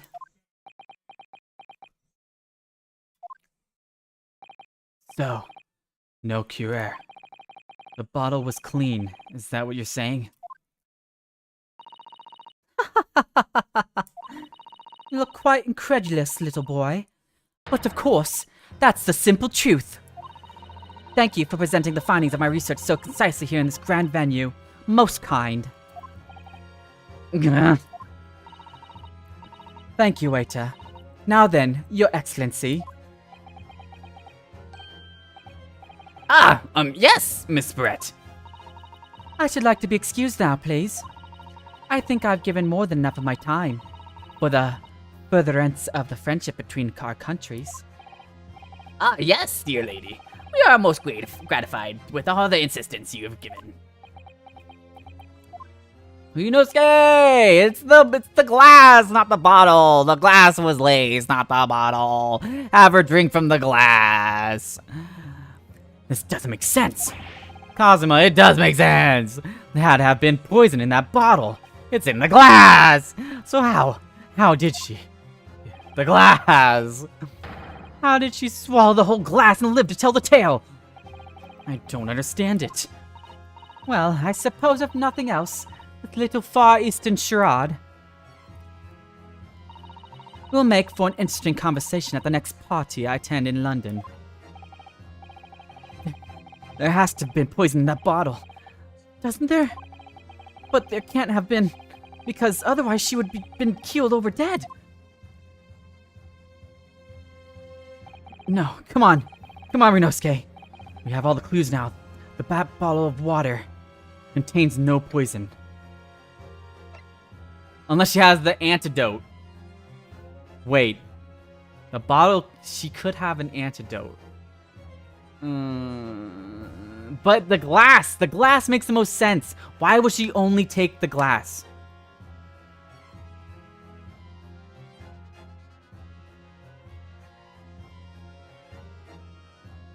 Wait, okay, hold on. I need to check the report again.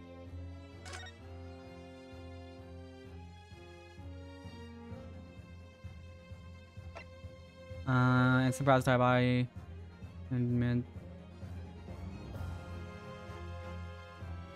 Above mentioned effects occur when the poison enters the body through a wound, such as inflicted by. Okay. Its ability to render the is believed that the concoction an anesthetic.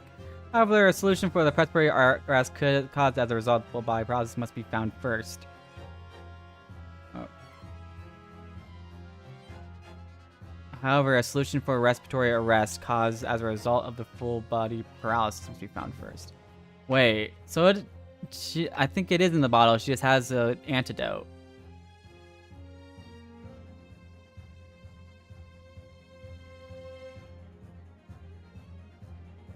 Now we go back.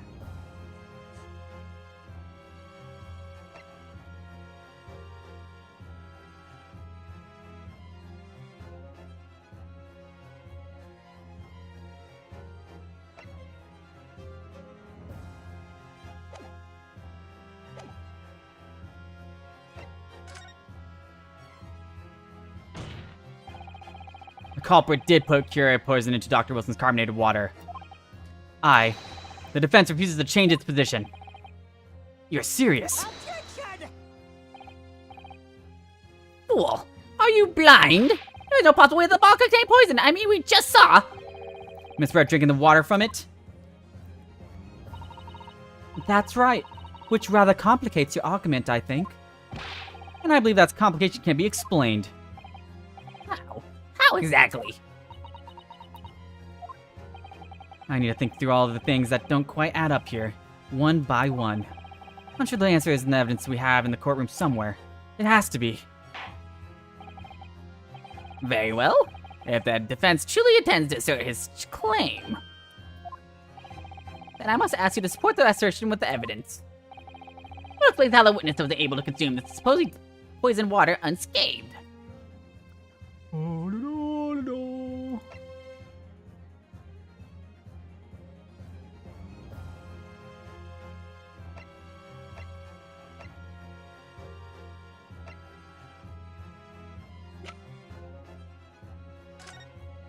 I think I just have to present this, right? That'll probably be it. Yes! Nope. Oh, it is. Okay. Woo! The answer to this riddle is right here in Miss Brett's own research report. Objection!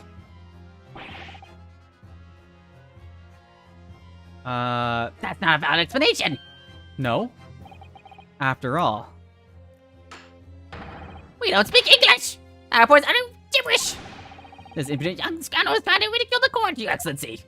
That's not a valid What? I'm not trying to ridicule anyone, honest. I'm just trying to see Sato-san's report. Notes. I concur. What? This report is too extensive to be considered in entirety by the court. What? What kind of monkey courtroom is this? You will direct us to the pertinent section, counsel. Which section of the report reveals the alleged answer to the riddle?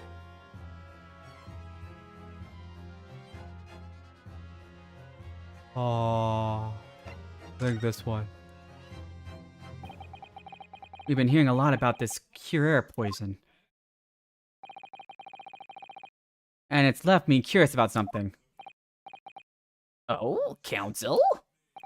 Well, it sounds as though indigenous hunters have been using this poison for years and years to lace the heads of the arrows that they shoot at whatever prey they're hunting. Yeah, because they eat it. So they have to have the antidote for the prey, or else how are they gonna eat it if it's just covered in poison? That'll kill them. So we've been led to believe, yes. And the point of hunting is to catch prey to eat. Get to the point, please. You're an idiot, Archie! But if they were to use these laced arrows, doesn't that mean there would be traces of poison left in the prey of the hunt? Yeah! Renosuke, thank you for finally being smart.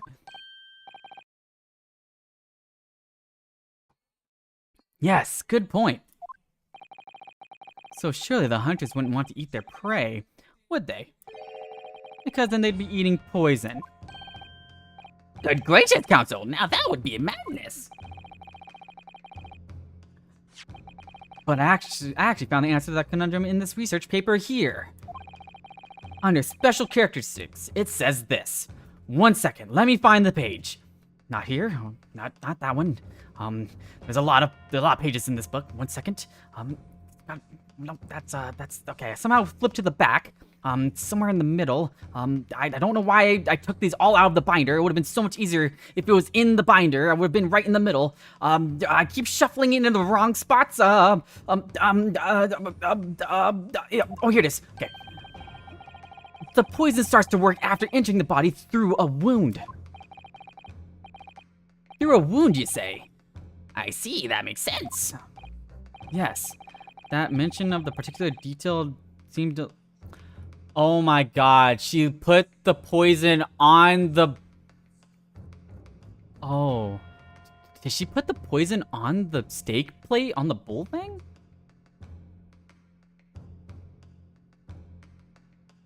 Because if he got burned by the plate... No, but it has to be an entry wound. Oh, because he got his tooth taken out. And there's a whole... Oh my god, he got his tooth taken out. And then he drank the water. And it went through his injury in his mouth.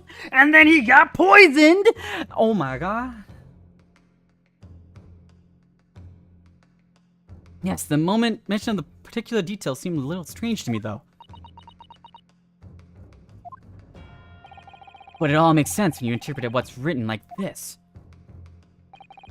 When Carrera enters the body through an open wound, it has terrifying poisonous effects. However, when it enters the body via the mouth, it has no poisonous effects whatsoever. What? Miss Brett, you authored this research. You know its Carrera's special characteristics. And you knew that you could make a spectacle of drinking the water without any danger to yourself. You meddling little What the? rapscallion! Well, Ryunosuke, it turns out you're an even better lawyer than I thought you'd be. Really? Me? A lawyer? But I'm just Ryunosuke. Objection! All of this poison talk is fascinating, I'm sure. But I fail to see how it possibly... So, the ill-bred little puppy has a new toy to play with. Some facts he read in a book. But I'm afraid knowledge doesn't suit you, little boy. Only makes you look silly. What are you trying to say? Your schoolboyish logic has a fatal flaw. Schoolboyish?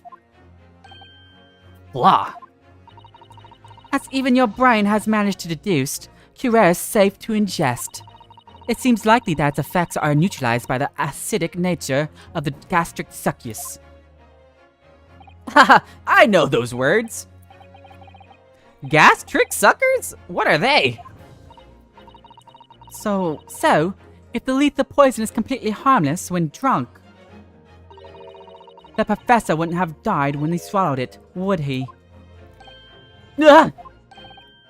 That's right! Good gracious! That's basic science. And I'm a basic bitch. Science that even a schoolboy should be able to understand, no?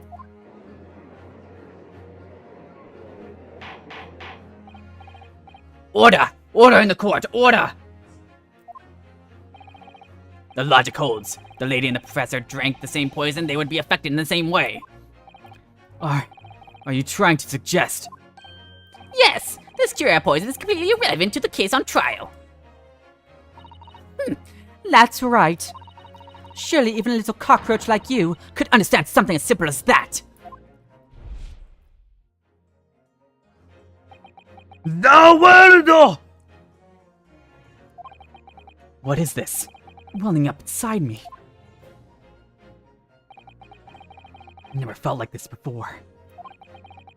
Sort of conviction to break down all the discrepancies. It's so intense, almost rage-like. And more than anything else, it's an animalistic desire to take down my prey. Objection! Well, that objection was kind of weak compared to Phoenix, but I'll forgive it. I don't think so, Miss Giselle Brett. How dare you use that tone with me? You know very well that there is no fatal flaw here. You know exactly why, even though both you and the victim swallowed the same poison. You are alive, but Dr. Wilson is dead. Counsel, I'm sure I don't need to remind you. You must provide compelling evidence.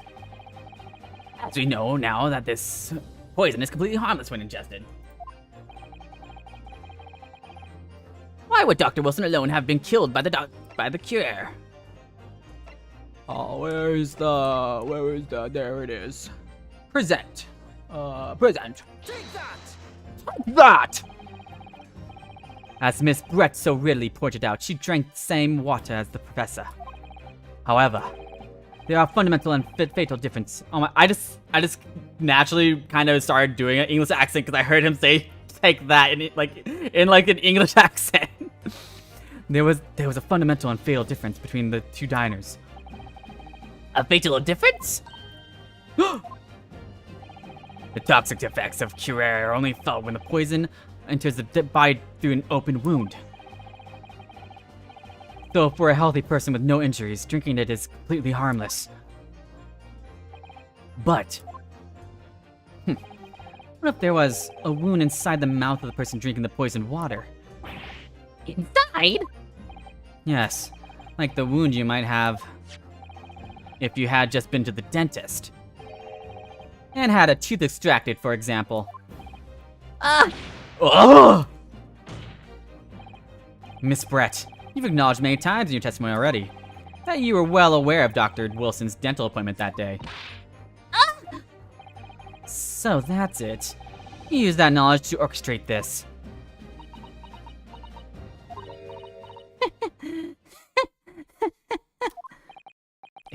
Is she? Yes, the breakdown. Let's go. The breakdown. I love the breakdowns in Phoenix, right? Laughing? I don't know how, I don't like to repeat myself, but honestly, I can't resist. These childish courtroom games and your half-baked arguments are all so puerile. What do you mean? Don't worry, little schoolboy. You'll find out soon enough.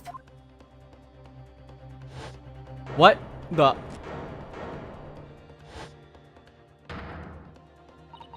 You see, when you leave vital evidence lying around, you never know what might happen to it. No! I mean, it could just slip. I mean, isn't that kind of... Hello? She kind of... Oh dear, how careless of me. She did it in front of all the witnesses. Hello? Huh? This would not be real in a real court of law. I'm afraid of some crucial evidence may have just been tragically destroyed. No! What is it? What? It's the English woman. She smashed the bottle. And this one will get away for blunder! Officer, what were you waiting for? Collect up as much of the water from the broken bottle as possible at once! You're wasting your time. This delightful carpet under my feet was a gift from the British Empire. I assure you, it will soak up the water beautifully. You have neither the technology nor the presence of mind to recover it.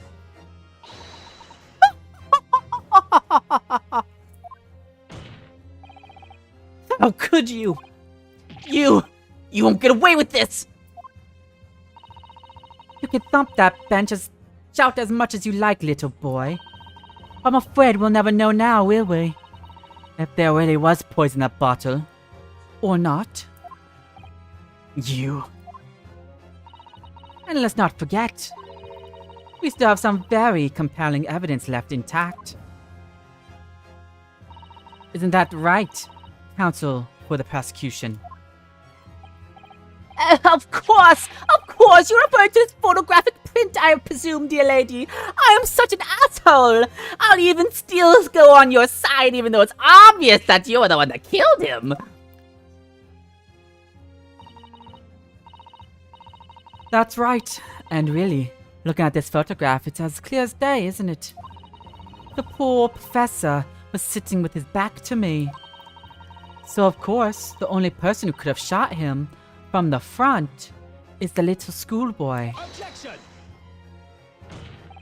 No! You killed the victim that day, using Curer. And then, in order to frame Yunosuke Naruhodo for the crime, you waited until he picked up the pistol you'd arranged for him to find on the floor, before you shot the professor's dead body in the chest with your own hidden gun. Then, in the confusion that followed, all you had to do was turn the dead professor and his chair around. You see, you had every opportunity to commit this crime. What a wonderful imagination you have, young man. A hidden gun, you say? And I shot the professor's dead body, did I? Well, I'm terribly sorry, but you don't have a shred of evidence. Exactly! I'm such a dick! And as you have nothing to support your wild claims, the prosecution stance remains unchanged. I lack a dick because I am a dick myself. The victim, Dr. John H. Wilson, was killed by a gunshot to the chest. Huh? Delivered in cold blood by the accused Ryunosuke Naruhodo. Ugh. This is unbelievable. How can this be happening? What kind of courtroom is this? We had her, but now... Is she really going to get away with this? The way she destroyed that evidence was obscene. How is people standing for this?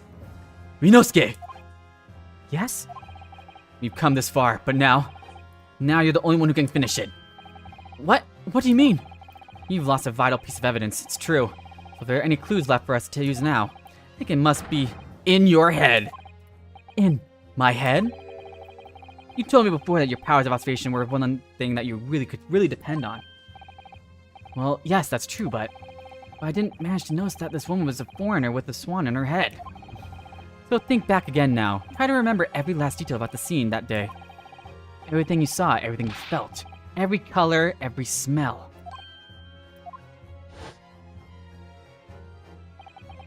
What I saw, what I felt. Hear, feel, think. Every color. There's blood on the... That's a really rare steak. Is Kazuma right? Somewhere in the vibrant memory of the same scene in my head, having an echo attack. There be another clue to expose the identity of Dr. Wilson's killer? There's a clue. Actually, Kazuma. I think I might have something. Thinking back over everything I saw, I think I might have uncovered another clue. You always have something up your sleeve, don't you, Ryunosuke? Come on then, let's wipe that smug smile off that Englishman's face with some evidence. Alright, I can't wait. Been niggling... huh? It's been niggling me for a while that something feels amiss in my memories of that day. Whatever it is could be the key to arriving at the truth about all of this. It's here somewhere. The clue that shows Dr. Wilson's real killer must have been is... His blood. His obvious blood on the table. Take that! That! Inspector Hosonaga, answer me this. Yes? What is it? He's still miles away. Probably thinking about that bottle being smashed. As you've said a number of times now, you strive for perfection in your investigations, don't you? Absolutely! I wonder, therefore, if perhaps you took anything else from the scene of the crime. Like, for instance, the plate of steak that you took to the victim's table that day? Objection!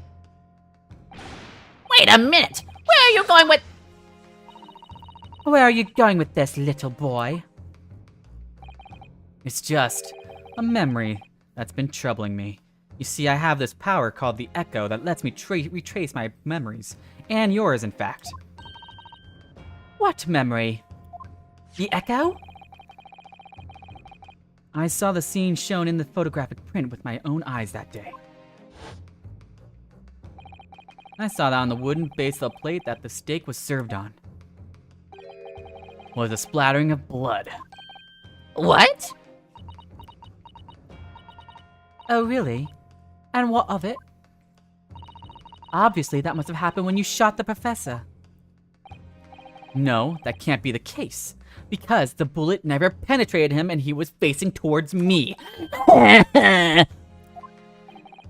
a good look at the photograph And the relative position of everything there. The plate of steak is almost directly behind the victim. If I'm supposed to have shock Dr. Wilson from the front, there's no way the blood from the victim could have ended up directly behind him. Yes. For blood to have made it onto the plate implies the plate has been between the victim and the shooter. Which means the shooter must have been sitting opposite the professor, as you were. Dazale Brett. I beg your pardon? Objection! This is beyond ridiculous! Fabricated nonsense! Is this court seriously expected to believe something the accused has apparently just remembered saying?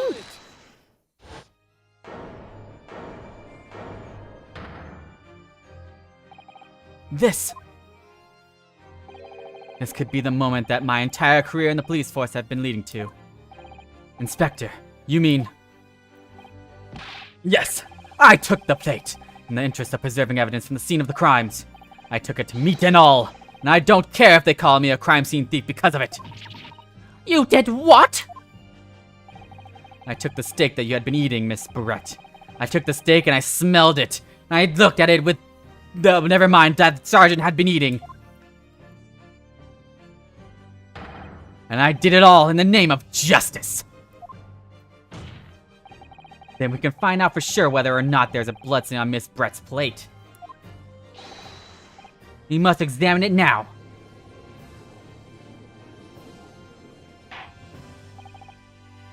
Inspector! The court wishes to examine the plate from the victim's table immediately. Yes, sir.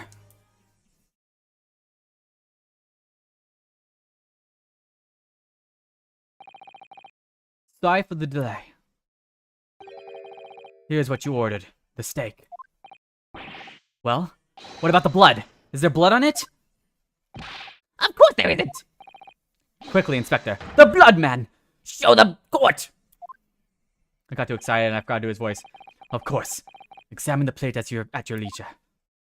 Ah, yes, 3D models? Let's go, that's cool. Where's the blood? No blood. No blood anywhere. But no, that's impossible!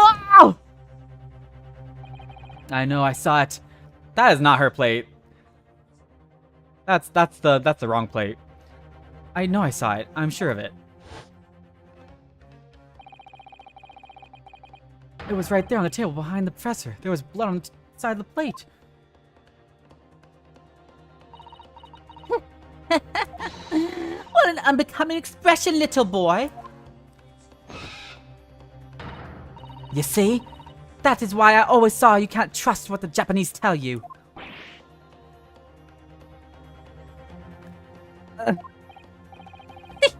I couldn't agree more.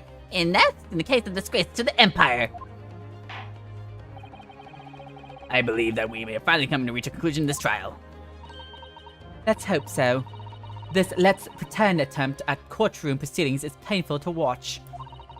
I do promise to do my best to forget all about it when it's over. This sorry-looking stick reveals the facts all too clearly.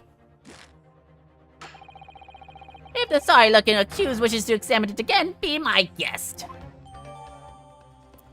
Okay. Was the plate I saw, or thought I saw, just a figment of my imagination? This is it now. I've lost. Rinosuke, it's not over yet. Not until the final gavel. Never stop believing in yourself. Keep looking forward no matter what. Datebayo. Believe in myself? Datebayo? Really? Maybe I should at least examine the evidence for myself. As the evidence requested by the defense has not been shown to be problematic in any way, I presume any further examination of evidence in this trial will be unnecessary. Does the defense have any objection? That bloodstain was going to clinch the trial for me. And this plate of steak reveal any other clues at all. Here's another clue. Your Excellency, please wait. This plate of beef is hiding another clue. Another clue that will reveal it's the shocking truth. Objection! The only thing that's shocking here is your unhealthy fascination with beef steak. Your Excellency, I think I've made myself clear, haven't I? I will not be able to turn a blind eye to any more unnecessary procrastination in this trial. I'm sorry, Miss Brett, but we must ensure a thorough examination of the evidence. I will not give a ruling until I'm completely satisfied that within all reasonable doubt has been dispelled. Who did the translation? Who? I see.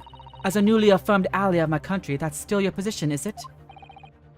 Thank you, Your Excellency.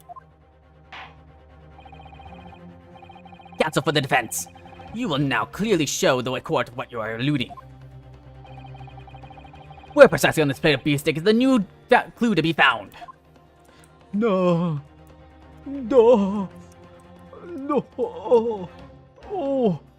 Oh, God. Why isn't the steak falling when I turn upside down?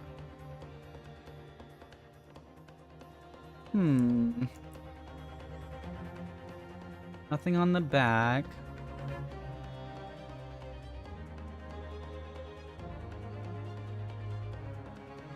It has to be the bite marks.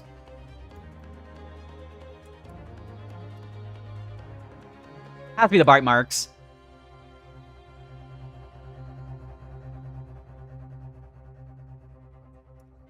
Like, cause like she's a Pretty, gentle lady. she would not like eat her steak like this.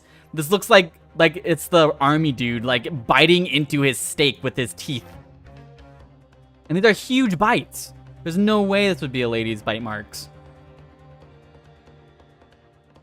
Yeah, it has to be this. I really don't see anything else on here. Got it! Oh, fuck.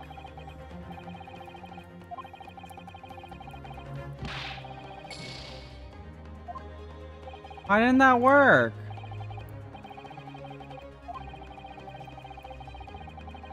Turn the steak over and over until I find someone to help me find this mess. Is that like the hint? Is that the hint, is to turn the steak over? Okay. Okay. What? I didn't press anything! What are you doing?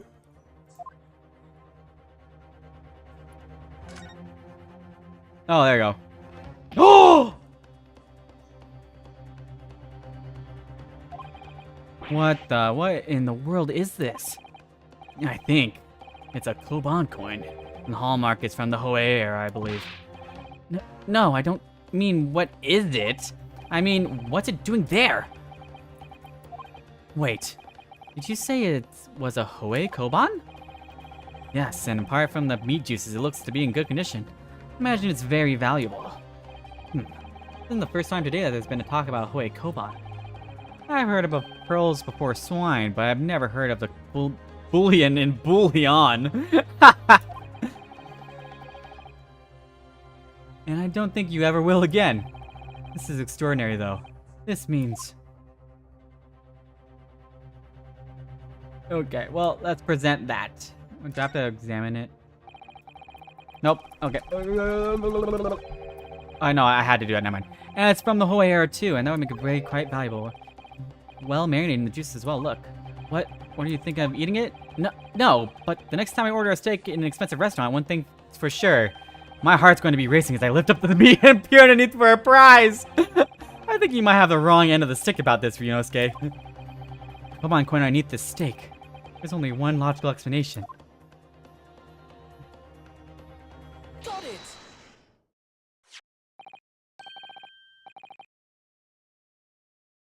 Good gracious, that's... Koban? What on earth? Ahoy, Arrow 1 at that. Miss Brett, this is in fact the beefsteak that you ordered at the restaurant on the day in question, is it? Tell me, why is there an old coin seemingly hidden underneath the meat? Shut up! What a ridiculous question! How should I know? I've never seen thing before in my life. I don't know what that is, but I want no part of it. Objection! I fail to see how this is irrelevant. A coin underneath the meat. That could simply have been careless mistake by the chef in a moment of distraction. Why would he have a Koban era coin? Don't be absurd. We're supposed to believe that this has happened by an accident in the kitchen? Where Hoy Koban just happens to be hidden underneath the piece of steak? This turns out to be irrelevant to the case. I'll rip up my ticket to the Great Britain right now. He's right. It can't be a coincidence. Your Excellency. Yes, Counsel? A rare Hoy Koban just happens to be hidden underneath that piece of steak. But this turns out to be irrelevant to the case. I'll give up my lawyer job right now. Objection! By all means, don't let us stop you. You know one invited you anyway. Perhaps, little boy, you should realize that this is who you is, or that it is you who is irrelevant. Even though I'm the one on trial here. The point is, it's essential that we ask the owner of this coin if he can explain what it's doing under that steak. The owner? Yes, it's obvious. There's only one person it can belong to. One of the Koban that was found underneath the beefsteak is... Oh, I almost just pressed Kazuma. Where you at, old man? Take that! Take that! Obviously, it can only be the antiques dealer and owner of Ratsute, Kiryo Korekuta-san. Cutie, as in Mr. Cucumber something? Honestly, these ridiculous Japanese names are quite unfathomable. Ah, yes. The old man who testified earlier alongside the military sergeant, correct? Yes, Your Excellency. I remember him saying that he was up to something with this Koban coin when it happened. It was exactly the moment the gun was fired.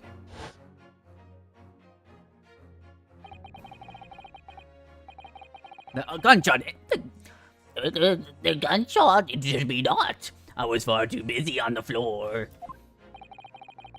That was not the voice I did for him. I gotta redo that one. Too busy on the floor. What? Dropping it down low? Sorry, what were you doing besides backing it up? Hunting for treasure and showing my moves. Indeed, the Hoy Arakoban, my prized coin. I dropped it low to the flow to get the coin. It's all for the dollar bills, y'all. Then this Hoy or Koban? Do you mean to tell me? Objection! No. Please, why would Kurikuta-san's Koban? My sandwich between the victim's beefsteak and its plate, it makes no sense. Yes! Yes! It makes no sense at all! Which is why I'm asking to bring Kurikuta-san back to the witness stand. We can't ask him. Officer, bring both witnesses that testified earlier back in here. Without a moment's delay.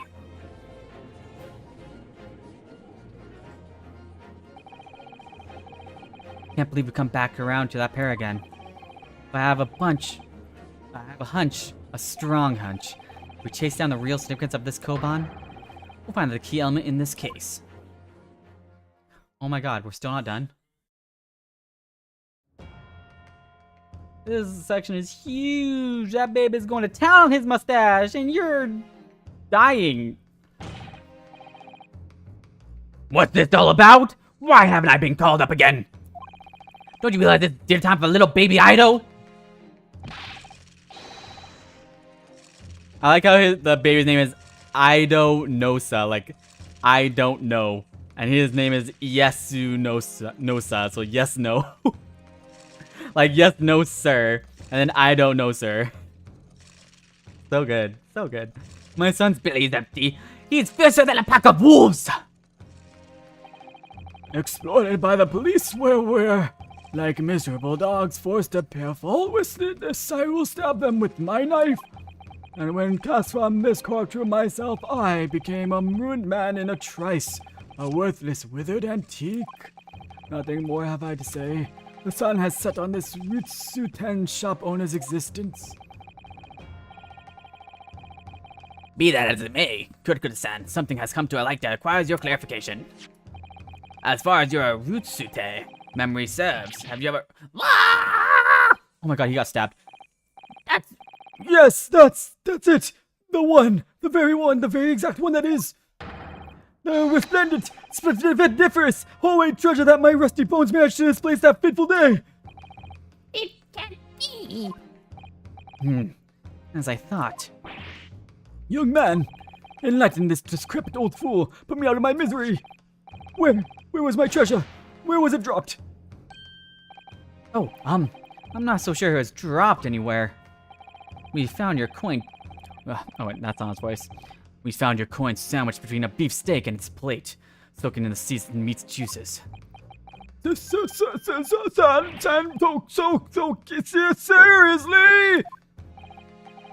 Clearly, it couldn't have fallen in there by accident. Which means... somebody must have hidden it there on purpose. Somebody concealed my holy treasure between a slab of meat and a metal plate. Who would do such a thing? Such an unconscionable thing!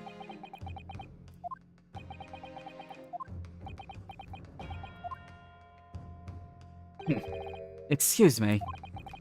Could I say something? Yes, of course. Proceed, Inspector Hosonaga. I mentioned this earlier on in the trial, but I was working undercover in the restaurant in order to investigate another case. Ah, yes, that's right. The secret undercover operation. La Carnaval is a high-class Westernist cuisine restaurant. It attracts wealthy diners, including many foreigners. Recently, there's been a run of similarly executed thefts, targeting the restaurant's rich clientele. A number of such incidents have been reported to the police bureau. Wicked crimes indeed. We wanted to nip the case in the bud quickly, especially with so many foreigners being affected. So that's why you were sent undercover, is it? Yes. I took on the job of waiter at the restaurant in order to flush out the criminal. It seemed likely that this Koban incident of work of the same thief. So unbeknownst to us, there was a master thief at work in the restaurant on a regular basis. The place was already the scene of the several crimes, it seems. I don't know about master thief part, but... identity of the person who stole and hid Kurakuta-san's Koban is all too clear. Kurakuta. What? What? I think that court would like to hear the defense's view on this matter. Tell us, who the typical counter that stole Kurika-san Koban and hid under the steak? Take that! Obviously, it can only be you. Sergeant Iesanosa. What? How dare you! You monster! Monster? I stole that Koban, did I? I'm the master thief of La Carnaval, am I? You're seriously accusing me of these crimes, cadet? But it wasn't me, it was Ido! Ido was the mastermind behind all this! Baby! Goo goo gaga!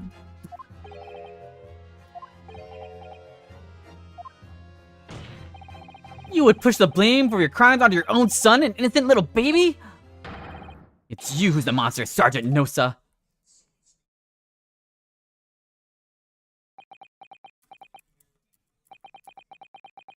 You Clippity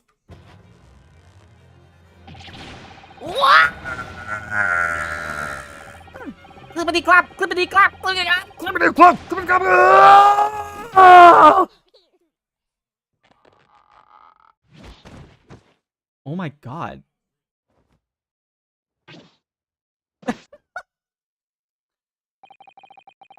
Nippon Imperial Army Sergeant Yasunosa, preparing to stand down in the Supreme Court, sir.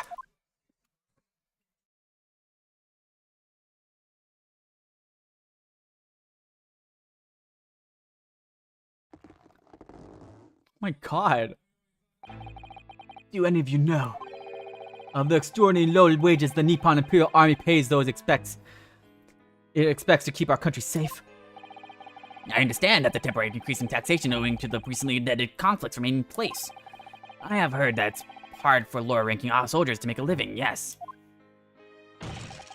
All I want is to put a hot meal on the table for my son. That's why you're stealing things at the restaurant. The place is heavy with money. Every 3 days, I'd go there to do reconnaissance for a target. And I'd enjoy chopping my way through a good steak at the same time. Sounds like he doesn't bother with a knife and fork even, which is worryingly believable. And your target that day was the old man in his koban. Yes, he was an easy mark. I slipped the coin into my pocket without any trouble at all. A veritable phantom thief you are. I was all set to leave the steak I was halfway through devouring when it happened.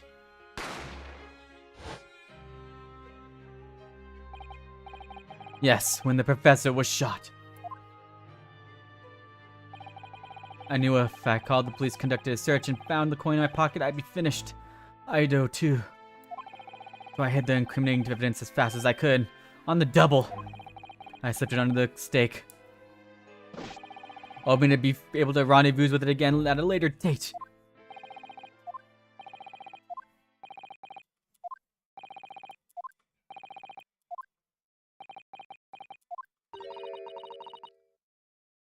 This is ridiculous. Perhaps you could carry on with this absurd prattling on your own time. Well, Miss Brett. Oh, of course, dear lady, of course! How rude of us! I'm quite sure there's no need to detain you any longer at all! May the esteemed gentlewoman please be excused, Your Excellency. Indeed. The theft of the koban was clearly perpetrated by this baby-saddled sergeant. It would certainly appear to be unrelated to Dr. Wilson's murder.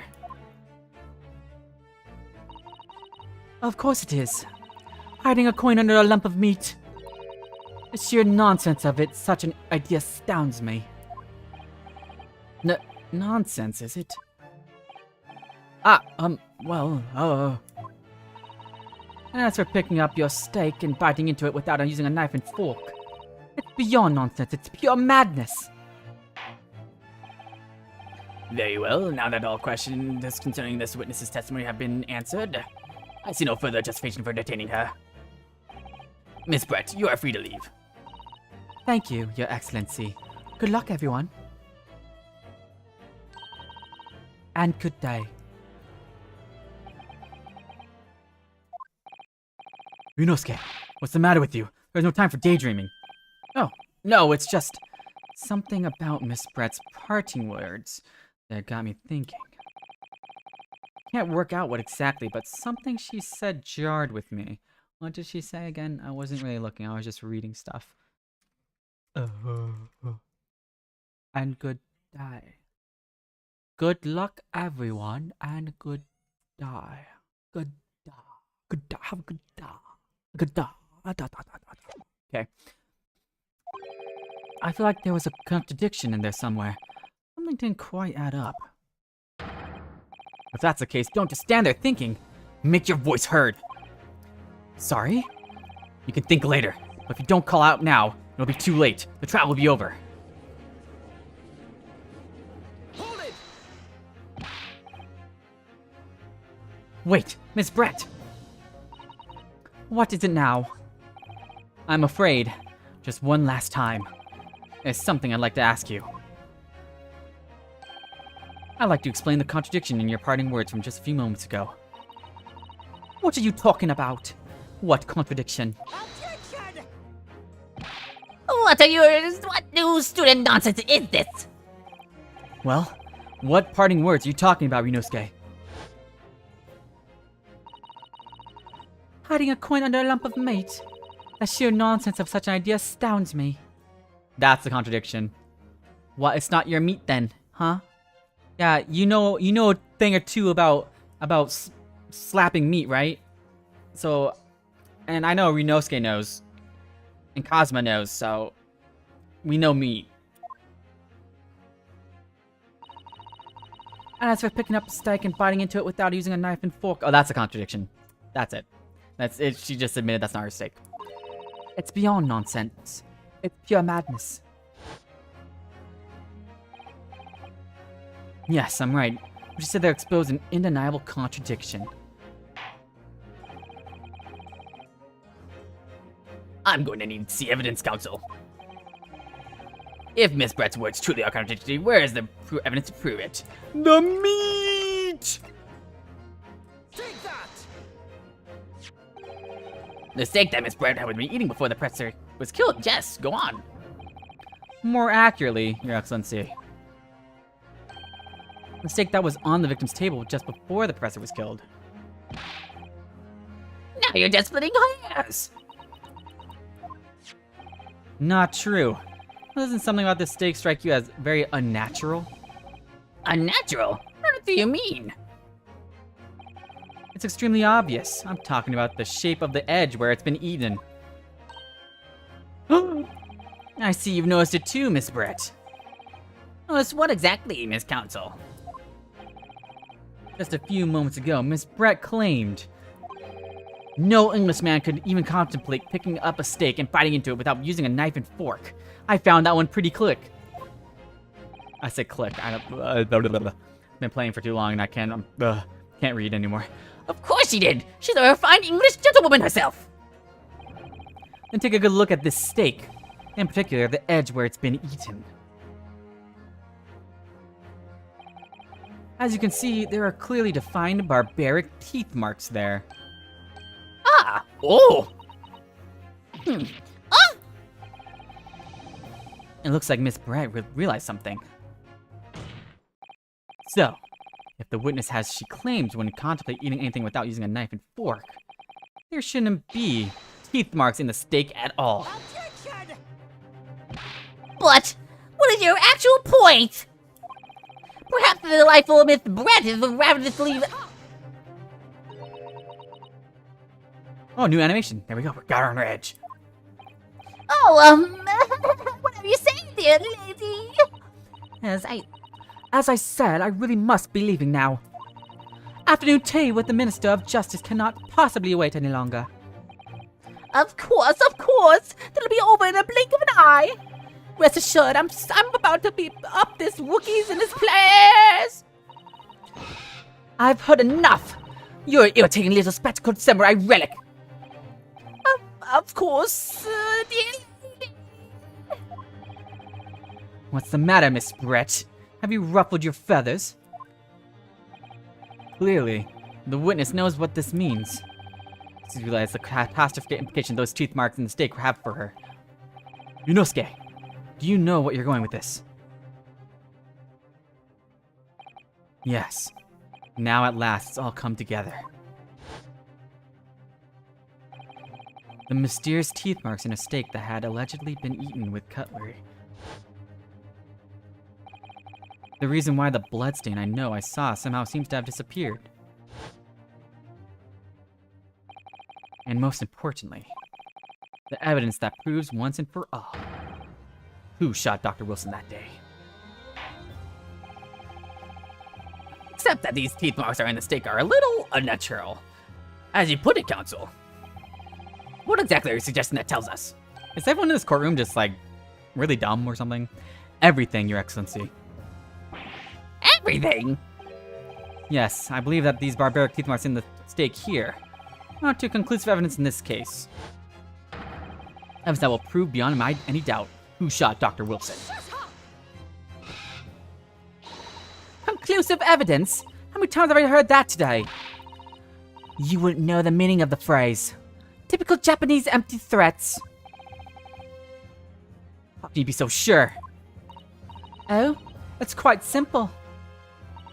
If you really had such conclusive evidence, you would have presented it to the court long ago. Actually, the evidence I'm talking about hasn't been brought before the court yet. Hasn't been what? Just because it hasn't been shown yet doesn't mean that the evidence does not exist. This is absurd! The trial has run several hours already, and there's evidence yet to be brought forward? That can't be! I don't believe you have it! I don't. There's someone who does have it. Someone in this very courtroom. And if that person is willing to submit the piece of evidence I'm referring to, it will solve every remaining mystery about this case. Very well. I have a feeling this will be my last request of the Defiance in this trial. Who possesses the conclusive evidence that will reveal the truth about this whole affair?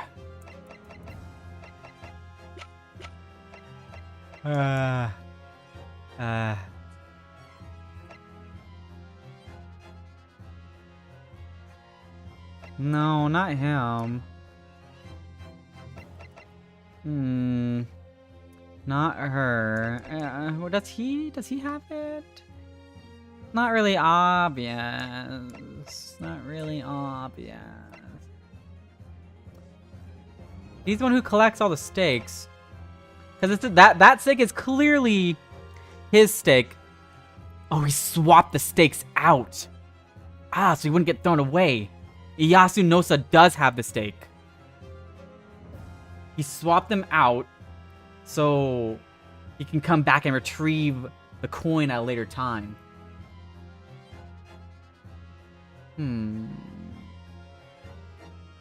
That does make sense.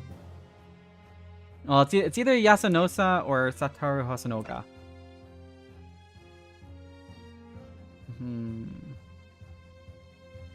Alright. That's not it. I was wrong. Yep.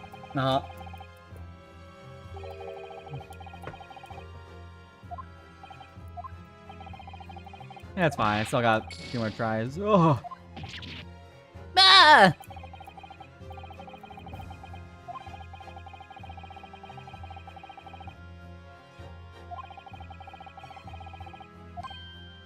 Okay, I thought so. I thought they were gonna try to be sneaky. I thought it was gonna be him, but man, should've just went with him.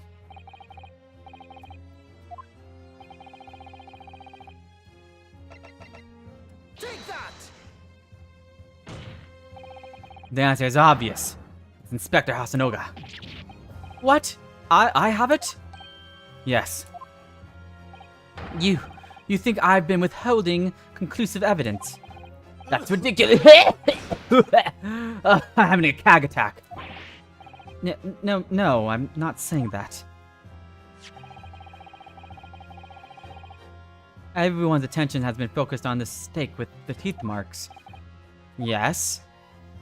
Now, earlier this afternoon, Sergeant Nosa told the court of the following. I'd enjoy chomping my way through a good steak. And as well as admitting of stealing Karakutsu-san's coin, he told us that they slipped it under the steak. You watch it, Cadet. I'm a superior officer. Sergeant Nosa, could you please confirm something for me? Was the stake that you put the coin under in fact your own stake? Attention! Affirmative, of course!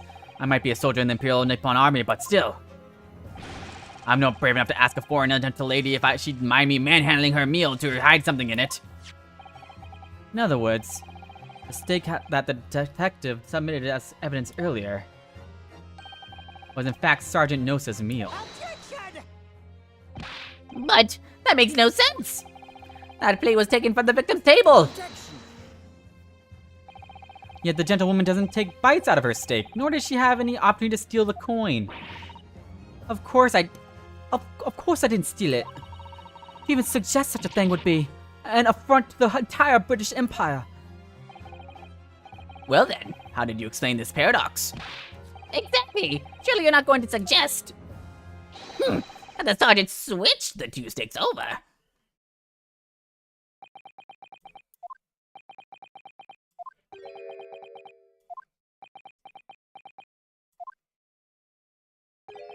You did switch the plates.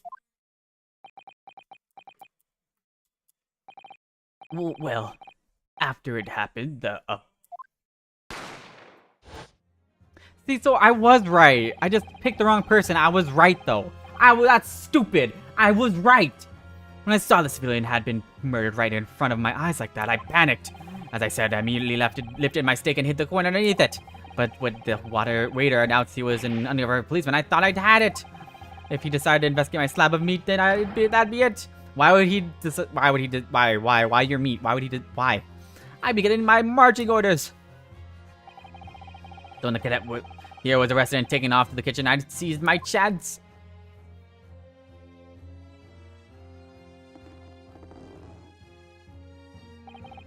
With military precision and timing, I switched my steak with the one at the foreigner's lady's table. What? You can't have. I never saw you do such a thing.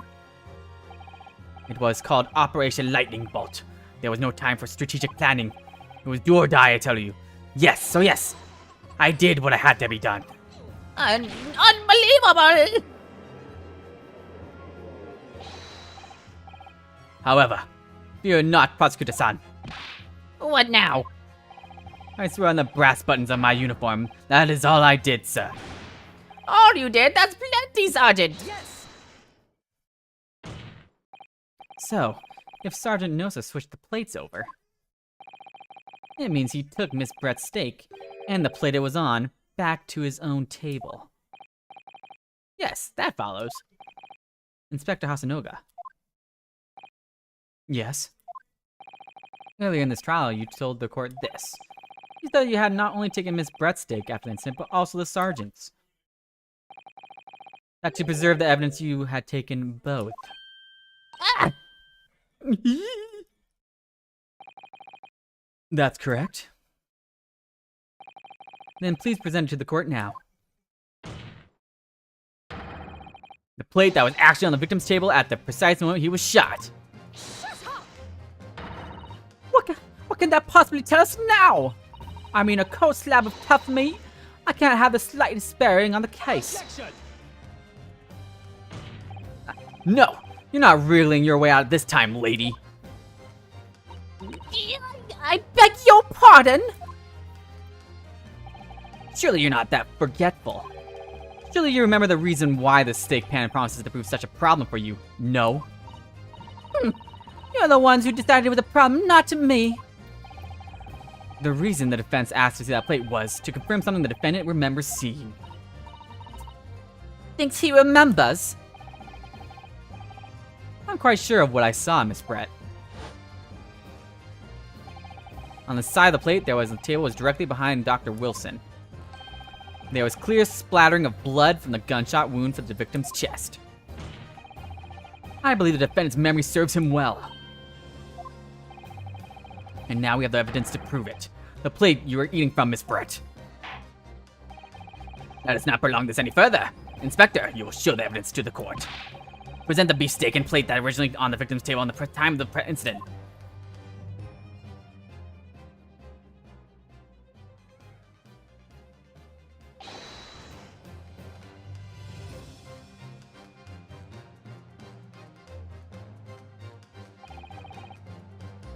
Sorry for keeping you. Here it is. Here's the other steak and its plate. Please, feel free to examine it.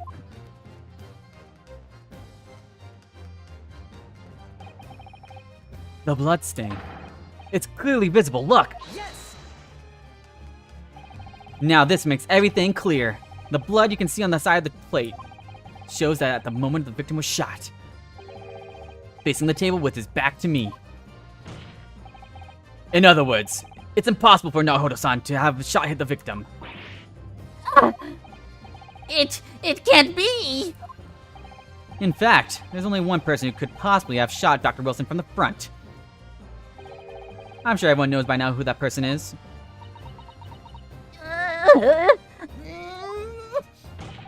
That's right. Miss Giselle Britt. It's you.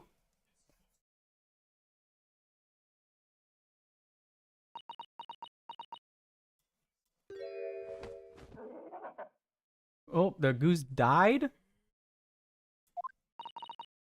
Outdone by a Japanese? Me? By a Japanese schoolboy? No, no, no. Oh. Oh!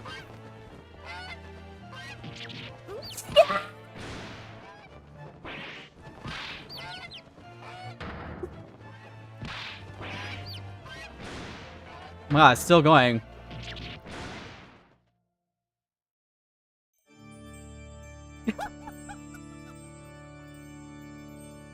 What the hell is that?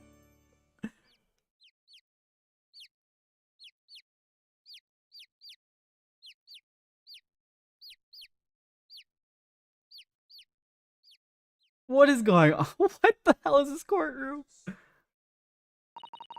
Please excuse my little outburst. I briefly lost my composure. Most unbecoming behavior for an English gentlewoman. Forgive me. Well, Miss Brett, I think it's time for you to tell the court what actually happened that day. The truth, this time. Gladly, Your Excellency.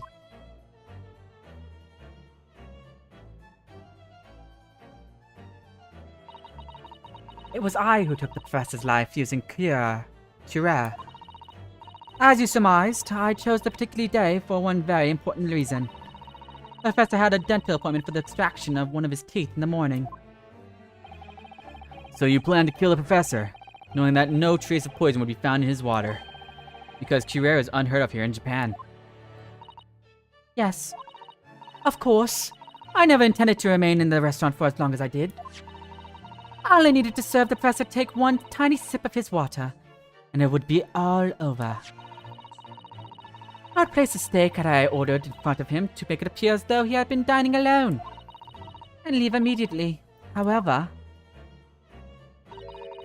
before any of that happened, there was an unexpected visitor at the professor's table. That would be me, I suppose. Yes, you. Who else? Such a trifling matter. But the fact that you decided to come over to greet the professor meant that I had lost my chance to slip away unnoticed. In due course, the professor took a sip of his water and was paralyzed. I made sure he was sitting in his chair such that he wouldn't fall. There was no going back at that point, but concocted a plan to the spur of the moment. A plan to pin Dr. Wilson's mirror on this innocent man. I happen to know what the professor always carried a gun. I decided to use that fact to my advantage. I had the bottle of cure in my handbag, and my own pistol concealed under my skirt. I knew it! I knew it! It was in her ass crack! Under your skirt? So I was right, there were two guns. Yes. And then I finished my coffee and got up to leave. That's when I noticed the professor's gun, which you had presumably placed on the floor. Placed where you were sure that I wouldn't notice it. And everything went according to plan. You noticed the gun as I had intended. And then, just as you bent down to pick it up,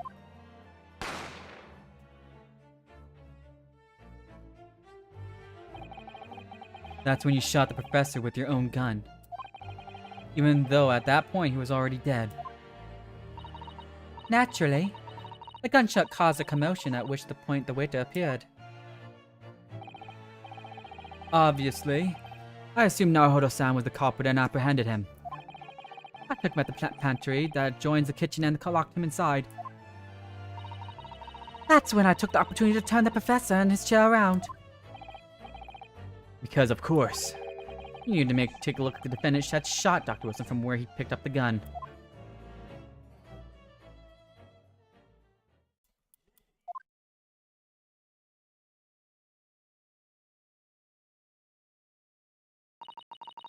So there you have it.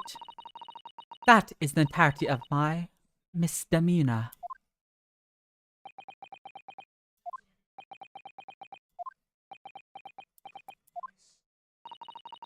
Your Excellency, Yes? I wonder. Might I speak with you in private later? I shall call on you.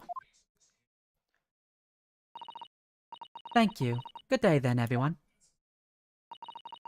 I hope you can forgive me, Naruhodo-san.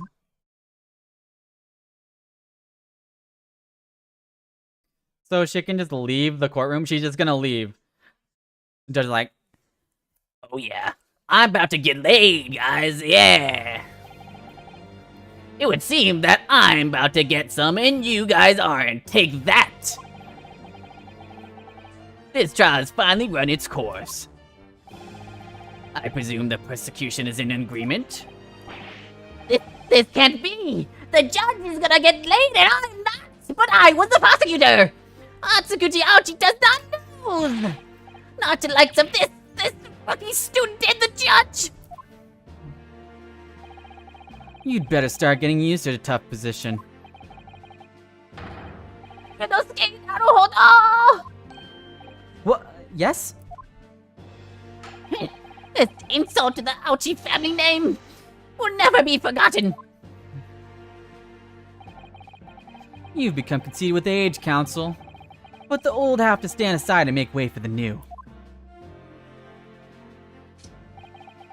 It's the way of the world. May you never forget that. What the hell? Why are you swinging a sword in the... What the... You cut his head? Bro! Why are you swinging a sword in the courtroom?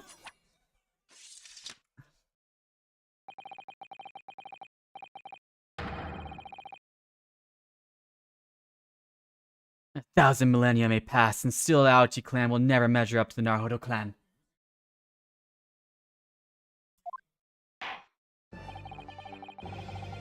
This trial in the Supreme Court of Japan will, I believe, go down in history as the start of a new chapter in our country's judicial system. Despite being summoned as accused, you, Rinosuke Naruhodo, presented an excellent case. Thank you, Your Excellency. The use of evidence and deduction to unravel the truth is a modern methodology. After all, it's only been a few short decades since our country opened its doors to the wider world. But the Western ideas of science are rapidly gaining acceptance here. I feel sure that the science will soon bring new methods of investigation and new procedures of justice. A new future of law awaits. But what it will look like, I cannot begin to imagine. That is for the young to pursue. Kazuma Asogi. Yes. After this trial, you are set to embark on a journey of discovery to the illustrious British Empire. Learn all you can, absorb everything to the wider world that you are able to. And do not forget to fulfill the mission imposed upon you. I understand, Your Excellency. What was that about? Why do you look so grave all of a sudden? Ah, never mind. As for you, Rinosuke Naruhodo, Oh, yes? in you I sense, how can I put it, unusual potential. I very much look forward to seeing how you carry that onwards. Thank you, Your Excellency.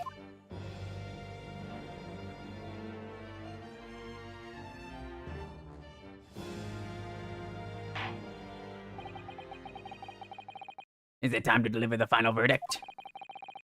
I hereby find the defendant Rinosuke Naruhodo Not guilty. Confetti! Oh, it's Sakura time. Oh, it's not confetti anymore. It's Sakura petals. Petals. This court is now adjourned.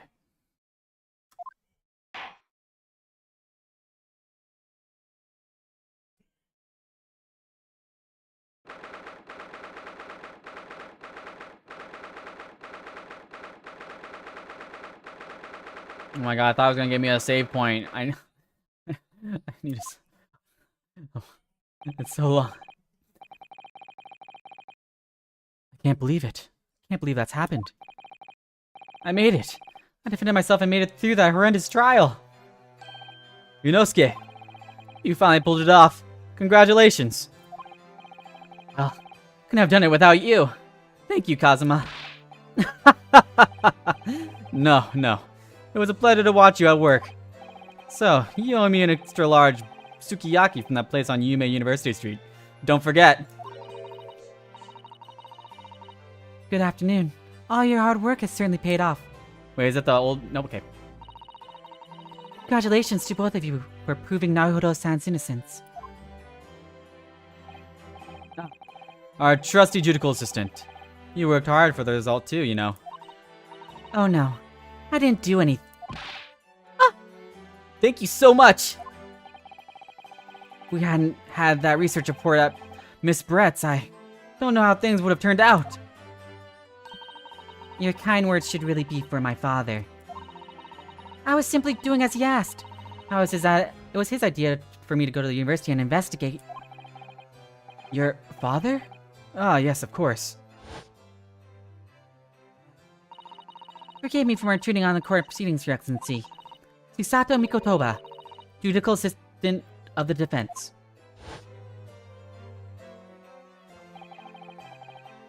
Speaking of Mikotoba, are there... There you are. I believe congratulations are in order. Naruhodo. You did an excellent job. Thank you, Professor. No. It's I who should be thanking you, after all. Your efforts exposed the true criminal that took the life of my good friend. Good friend? Oh yes, you mentioned that before. It was you who actually invited Dr. Wilson to Yume University, wasn't it? Yes, that's right. Professor, Mokotoba studied overseas himself. He went to study forensic medicine in Great Britain. Presumably, that's when you met Dr. Wilson? Exactly. In those days, we worked together in the same hospital. Oh, you worked together? I've never heard you mention that before. Well, it was a long time ago now. Besides, it's your turn, Asogi. Great Britain is a magnificent country. It leads the world in science, medicine, engineering, culture, and of course, in law. Watch and learn, my boy. See what's happening in the world's largest melting pot. I will. I'll learn all that I can. I swear on this, the spirit of the Sogi clan. You're not taking that sword to Great Britain, are you? Of course I am. A Japanese man's katana is his soul. This blade shows me where I need to go. And cuts down anything that's in my way. Yes, I've definitely seen how sharp it is already with my own eyes. That reminds me. What happened to the woman? To Giselle Brett, I mean. After all, she's guilty of murder. Ah, yes, her. It's not easy to tell you this, but... What do you mean? Surely she's going to face trial herself now. She's the true culprit after all. She will be leaving Japan in the very near future. For Shanghai. What? Shanghai? Giselle Brett will not appear in court again In this country, I'm certain of that. What? Why not? It's a matter of... Wait. Who is it? Ah. It's not of critical jurisdiction. Inspector Hosonaga! It was a hard-fought battle in the courtroom today. Very impressive to watch. I must congratulate...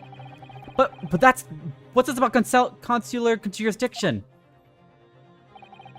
We cannot try this particular foreigner for her crimes here in Japan. What? We can't try her?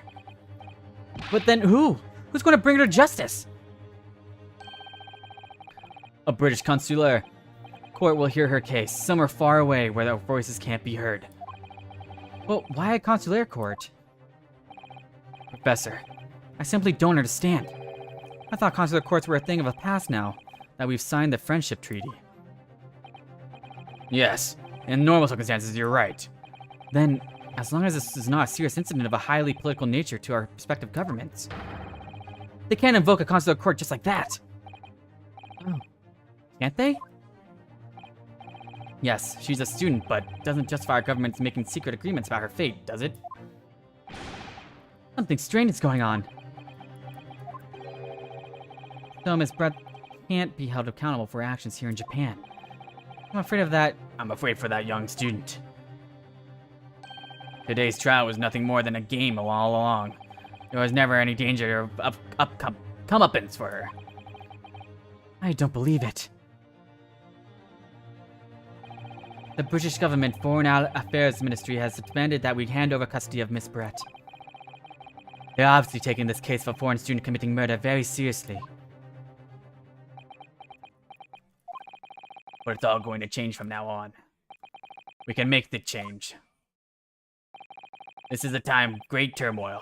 There's a new era heralded by the start of the 20th century. One day, I have no doubt, that a woman will receive the judgment she deserves. Yes, change is coming, and we're the ones driving it. Well, I think that's enough seriousness for now. This evening calls for a celebratory drink. Oh, Professor. You're right. This is no time for gloomy faces. We should be celebrating Rinosuke's not guilty verdict. Let's start by having some fun. In that case, might I suggest La Carnival? As the head waiter, I should be delighted to provide you with ample food and drink. You're a detective, Hosonaga-san, aren't you?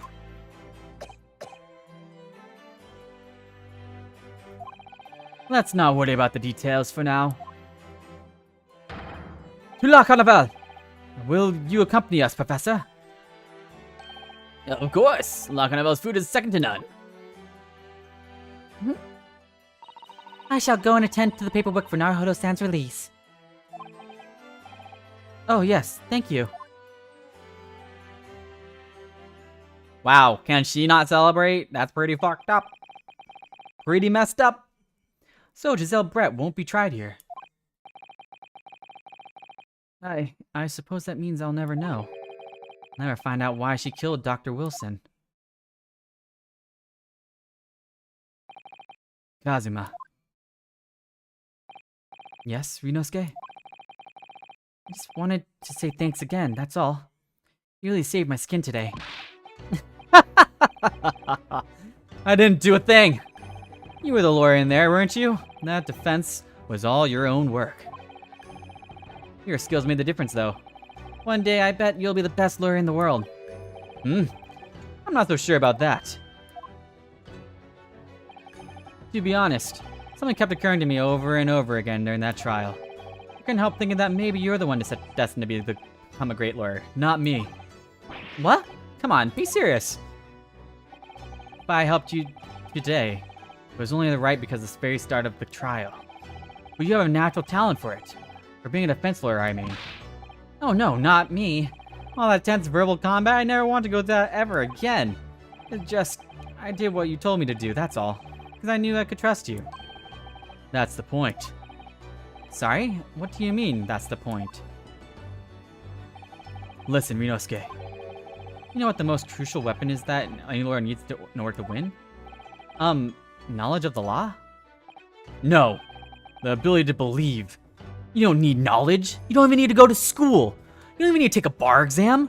Just believe. Date bayo. To believe? To believe what, Date bayo? A defense lawyer has to fight for his clients. He has to believe in them at all times, Date bayo. Like you believed in me when I said it, I didn't do it, Date bayo? I'm human, just like you. I don't have some superhuman ability to know the truth. But you have to make a choice about what to believe in and stick to it when you're defending someone, Date bayo. Sometimes in the courtroom, you can really be backed into a corner. but being able to remain faithful to what you choose to believe in, even then. Tebayo. Well, that's not something that anyone can do. It takes a special kind of person. Believing in your client, Tebayo. Just look at today's trial. I'm a student lawyer with precious little experience. But you never stop believing in me. Tebayo. Well, You face seemingly hopeless situations time and again, but you never stopped looking for the truth. And in the end, you found it. Through your own efforts, and because you never stopped believing in me. Tebayo. Thanks, Kazuma.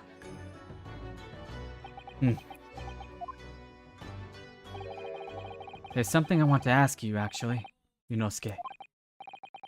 Oh, it's a favor, really. Something very important to me. Sounds serious. What is... Ah. You're still here, are you? Oh, Inspector Hosonaga. I've arranged some rickshaws for us. Let's go. Thank you. We'll be right there.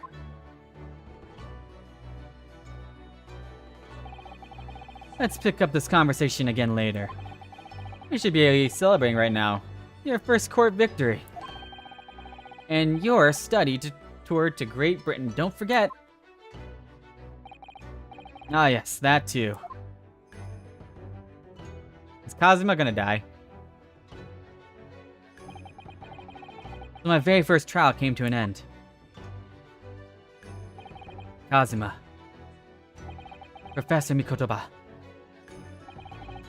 Sato-san, who acted as my assistant. Inspector Hosonaga, who didn't really play much of a part, but still. Hosanaga's gonna be the gumshoe of this game, huh? Hosanaga's always gonna be there. It was because of the help and support of all these people that I managed to get through that trial.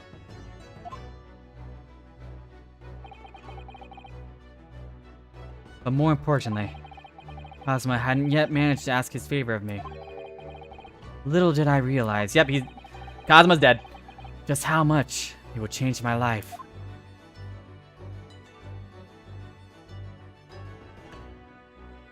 The first 5 seconds? The first 5 seconds. Oh, I have been playing for 5 hours, my god, ugh.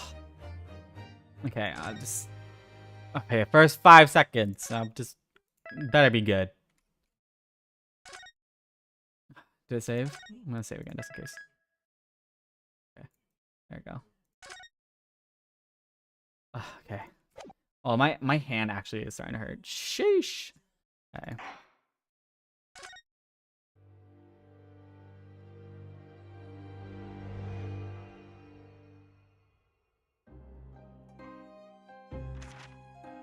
In a corner of that small, dark room, Sholmes and I waited with bated breath. In time, there came from the ventilator a hiss and a soft, almost growl-like sound. Is this supposed to be Watson? Suddenly, Sholmes sprang into action, lashing furiously with his cane at a point in the darkness. "You see it, Wilson?" he yelled, his tense voice... Wilson, but it's Watson, okay. I raised my dark lantern shutter, and the room slowly came into view. Sholmes was staring intently at one particular corner when he started whispering to me. The victim's most perplexing final words. The speckled band. I believe this... What do you mean I don't read chat? Kags, if anyone doesn't read chat, it's you. In front of us was an enormous adder, its fangs bared as it threatened to strike. It truly was the most terrible speckled band I had ever seen.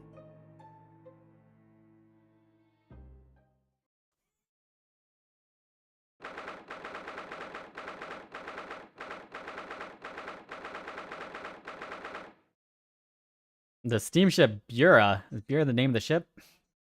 I must have missed that. Oh! What the heck? They have this technology? Let us unravel this mystery and discover what events led to this curious murder. Pray, do excuse me. The cabin door was bolted from the inside when the man was killed. No marks to suggest the bolt was tampered with in any way.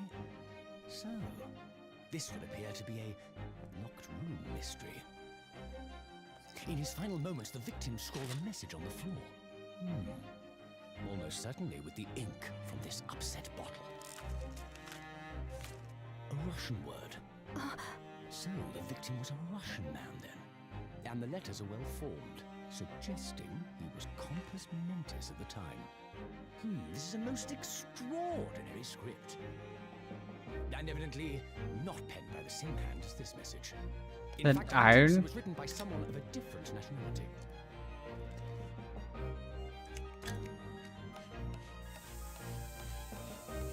This paper seal was placed just prior to the incident, by the victim himself, I would venture. Well, what have we here? Who are you, and what do you think you're doing here? What the heck, Zangief? Da! Police come. We must wait. That won't be necessary. You see, in less than 5 seconds from now, I will reveal the killer to you. That's just Zangief. Don't be upset. She's so cute. This is murder. An in cabin locked from inside. That's just Yes, Zangief. a locked room, but that mystery is paper thin. You don't mean the culprit is in there? I can't. With why is she British? Who are you, and where have you come from? I'm a great British consultant detective, the only one in the world. Sherlock Holmes. I presume you must have heard of me. He said the line. He said the Sherlock Holmes. He said the Sherlock. I'm just saying Sherlock Holmes now. I'm saying the Sherlock Holmes line. Surely you must have heard of me.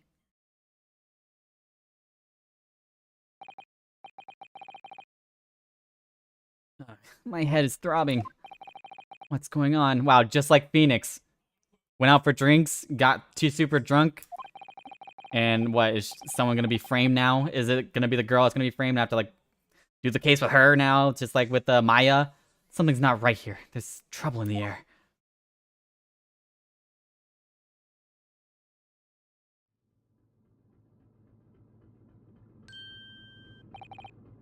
Wait, I can't move. What the? Why am I in handcuffs? So you wake up now, Oh, he's we had to drag you out of the wardrobe. I do not believe how you could not wake up. Are you a truly cold-blooded man? You... you found me then. Da, we found you. And now you pay, criminal. How long are you hiding in that tiny wardrobe, huh? Sorry. Now you have been found. Is it time to admit your crimes? Unless you want to be found out how good the ocean is, No, I'll tell you everything.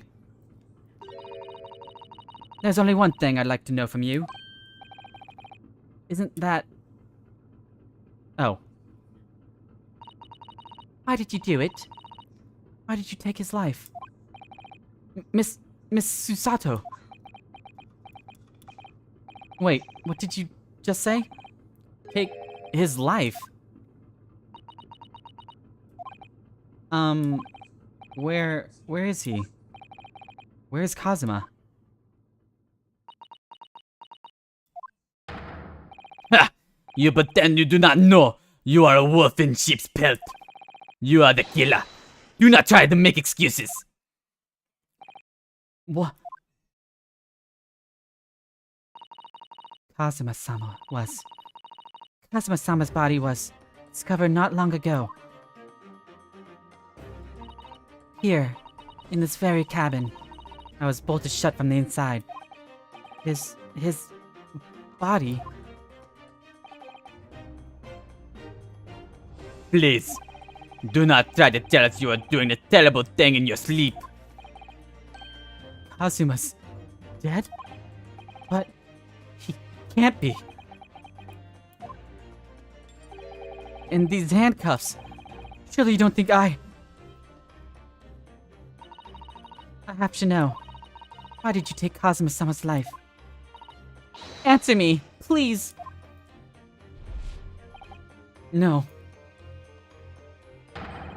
No! Oh my god, what the hell? I knew Cosmo was gonna die. I called that! I knew it! It's just like it feels right. I freaking knew it. Except it wasn't Susato this time. It's still freaking Ryusuke. That's so sad. Not Ryusuke. Sorry, Ryu. Kazuma. It was just 2 short weeks ago. Are you sure about all this? Won't we get in trouble? Don't you find it fun to be being a stowaway? Besides, how else could you come to England with me to study? It was really something else when they brought your luggage in here earlier, though. The way that Russian crewman just tossed your traveling case onto the floor. I thought I was going to die. Yes, I still can't quite believe that. Man, I can't believe Cosmo died. I liked him. I really didn't think you'd be able to fit inside my trunk. You've been even less of a man than you look. Hey! Honestly, I thought I'd be broken every bone in my body. Well, it's about 50 days until we dock in Great Britain. But if you can find yourself to my cabin here, I don't expect anyone will discover you. I hope not. I get the feeling those Russians wouldn't be very forgiving of a stowaway. Well, they're a sturdy bunch, that's for sure. What I want to know is, why do I need to keep it a secret from the young lady? From our faithful judicial assistant Mikotoba? You mean? From your close friend. More to the point, surely we could confide in her, couldn't we? I don't believe she'd give me away. No. But if she knew what we'd done, that would make her guilty by association. It's best that only you and I know about this. I suppose so. Anyway, it's about time that steward is supposed to come and clean the cabin. I know it's cramped, but you'd better get in there. I think it won't be up for long. Anyway, compared to hiding inside my traveling case, it'll be a breeze. Yes, but what if the steward decides to open the wardrobe for some reason? Then I'll be in for it. Stop worrying. I'll tell you what. Why don't you write "keep out" or something on this piece of paper? Huh? And I can stick it over the wardrobe doors once you're inside. I don't know. We've only been at sea for about 15 days. When this have happened? We're supposed to be going on this adventure to England. Together. We'll leave you at the next port. Stay quiet until then. Don't make more trouble for yourself. Murderer. No, I'm not a murderer. Duh, you said before. You said you admit everything about your crimes. No, that's not right. I mean, yes, I did stow away on the ship, but murdering my best friend? No one else could have done it. Admit truth.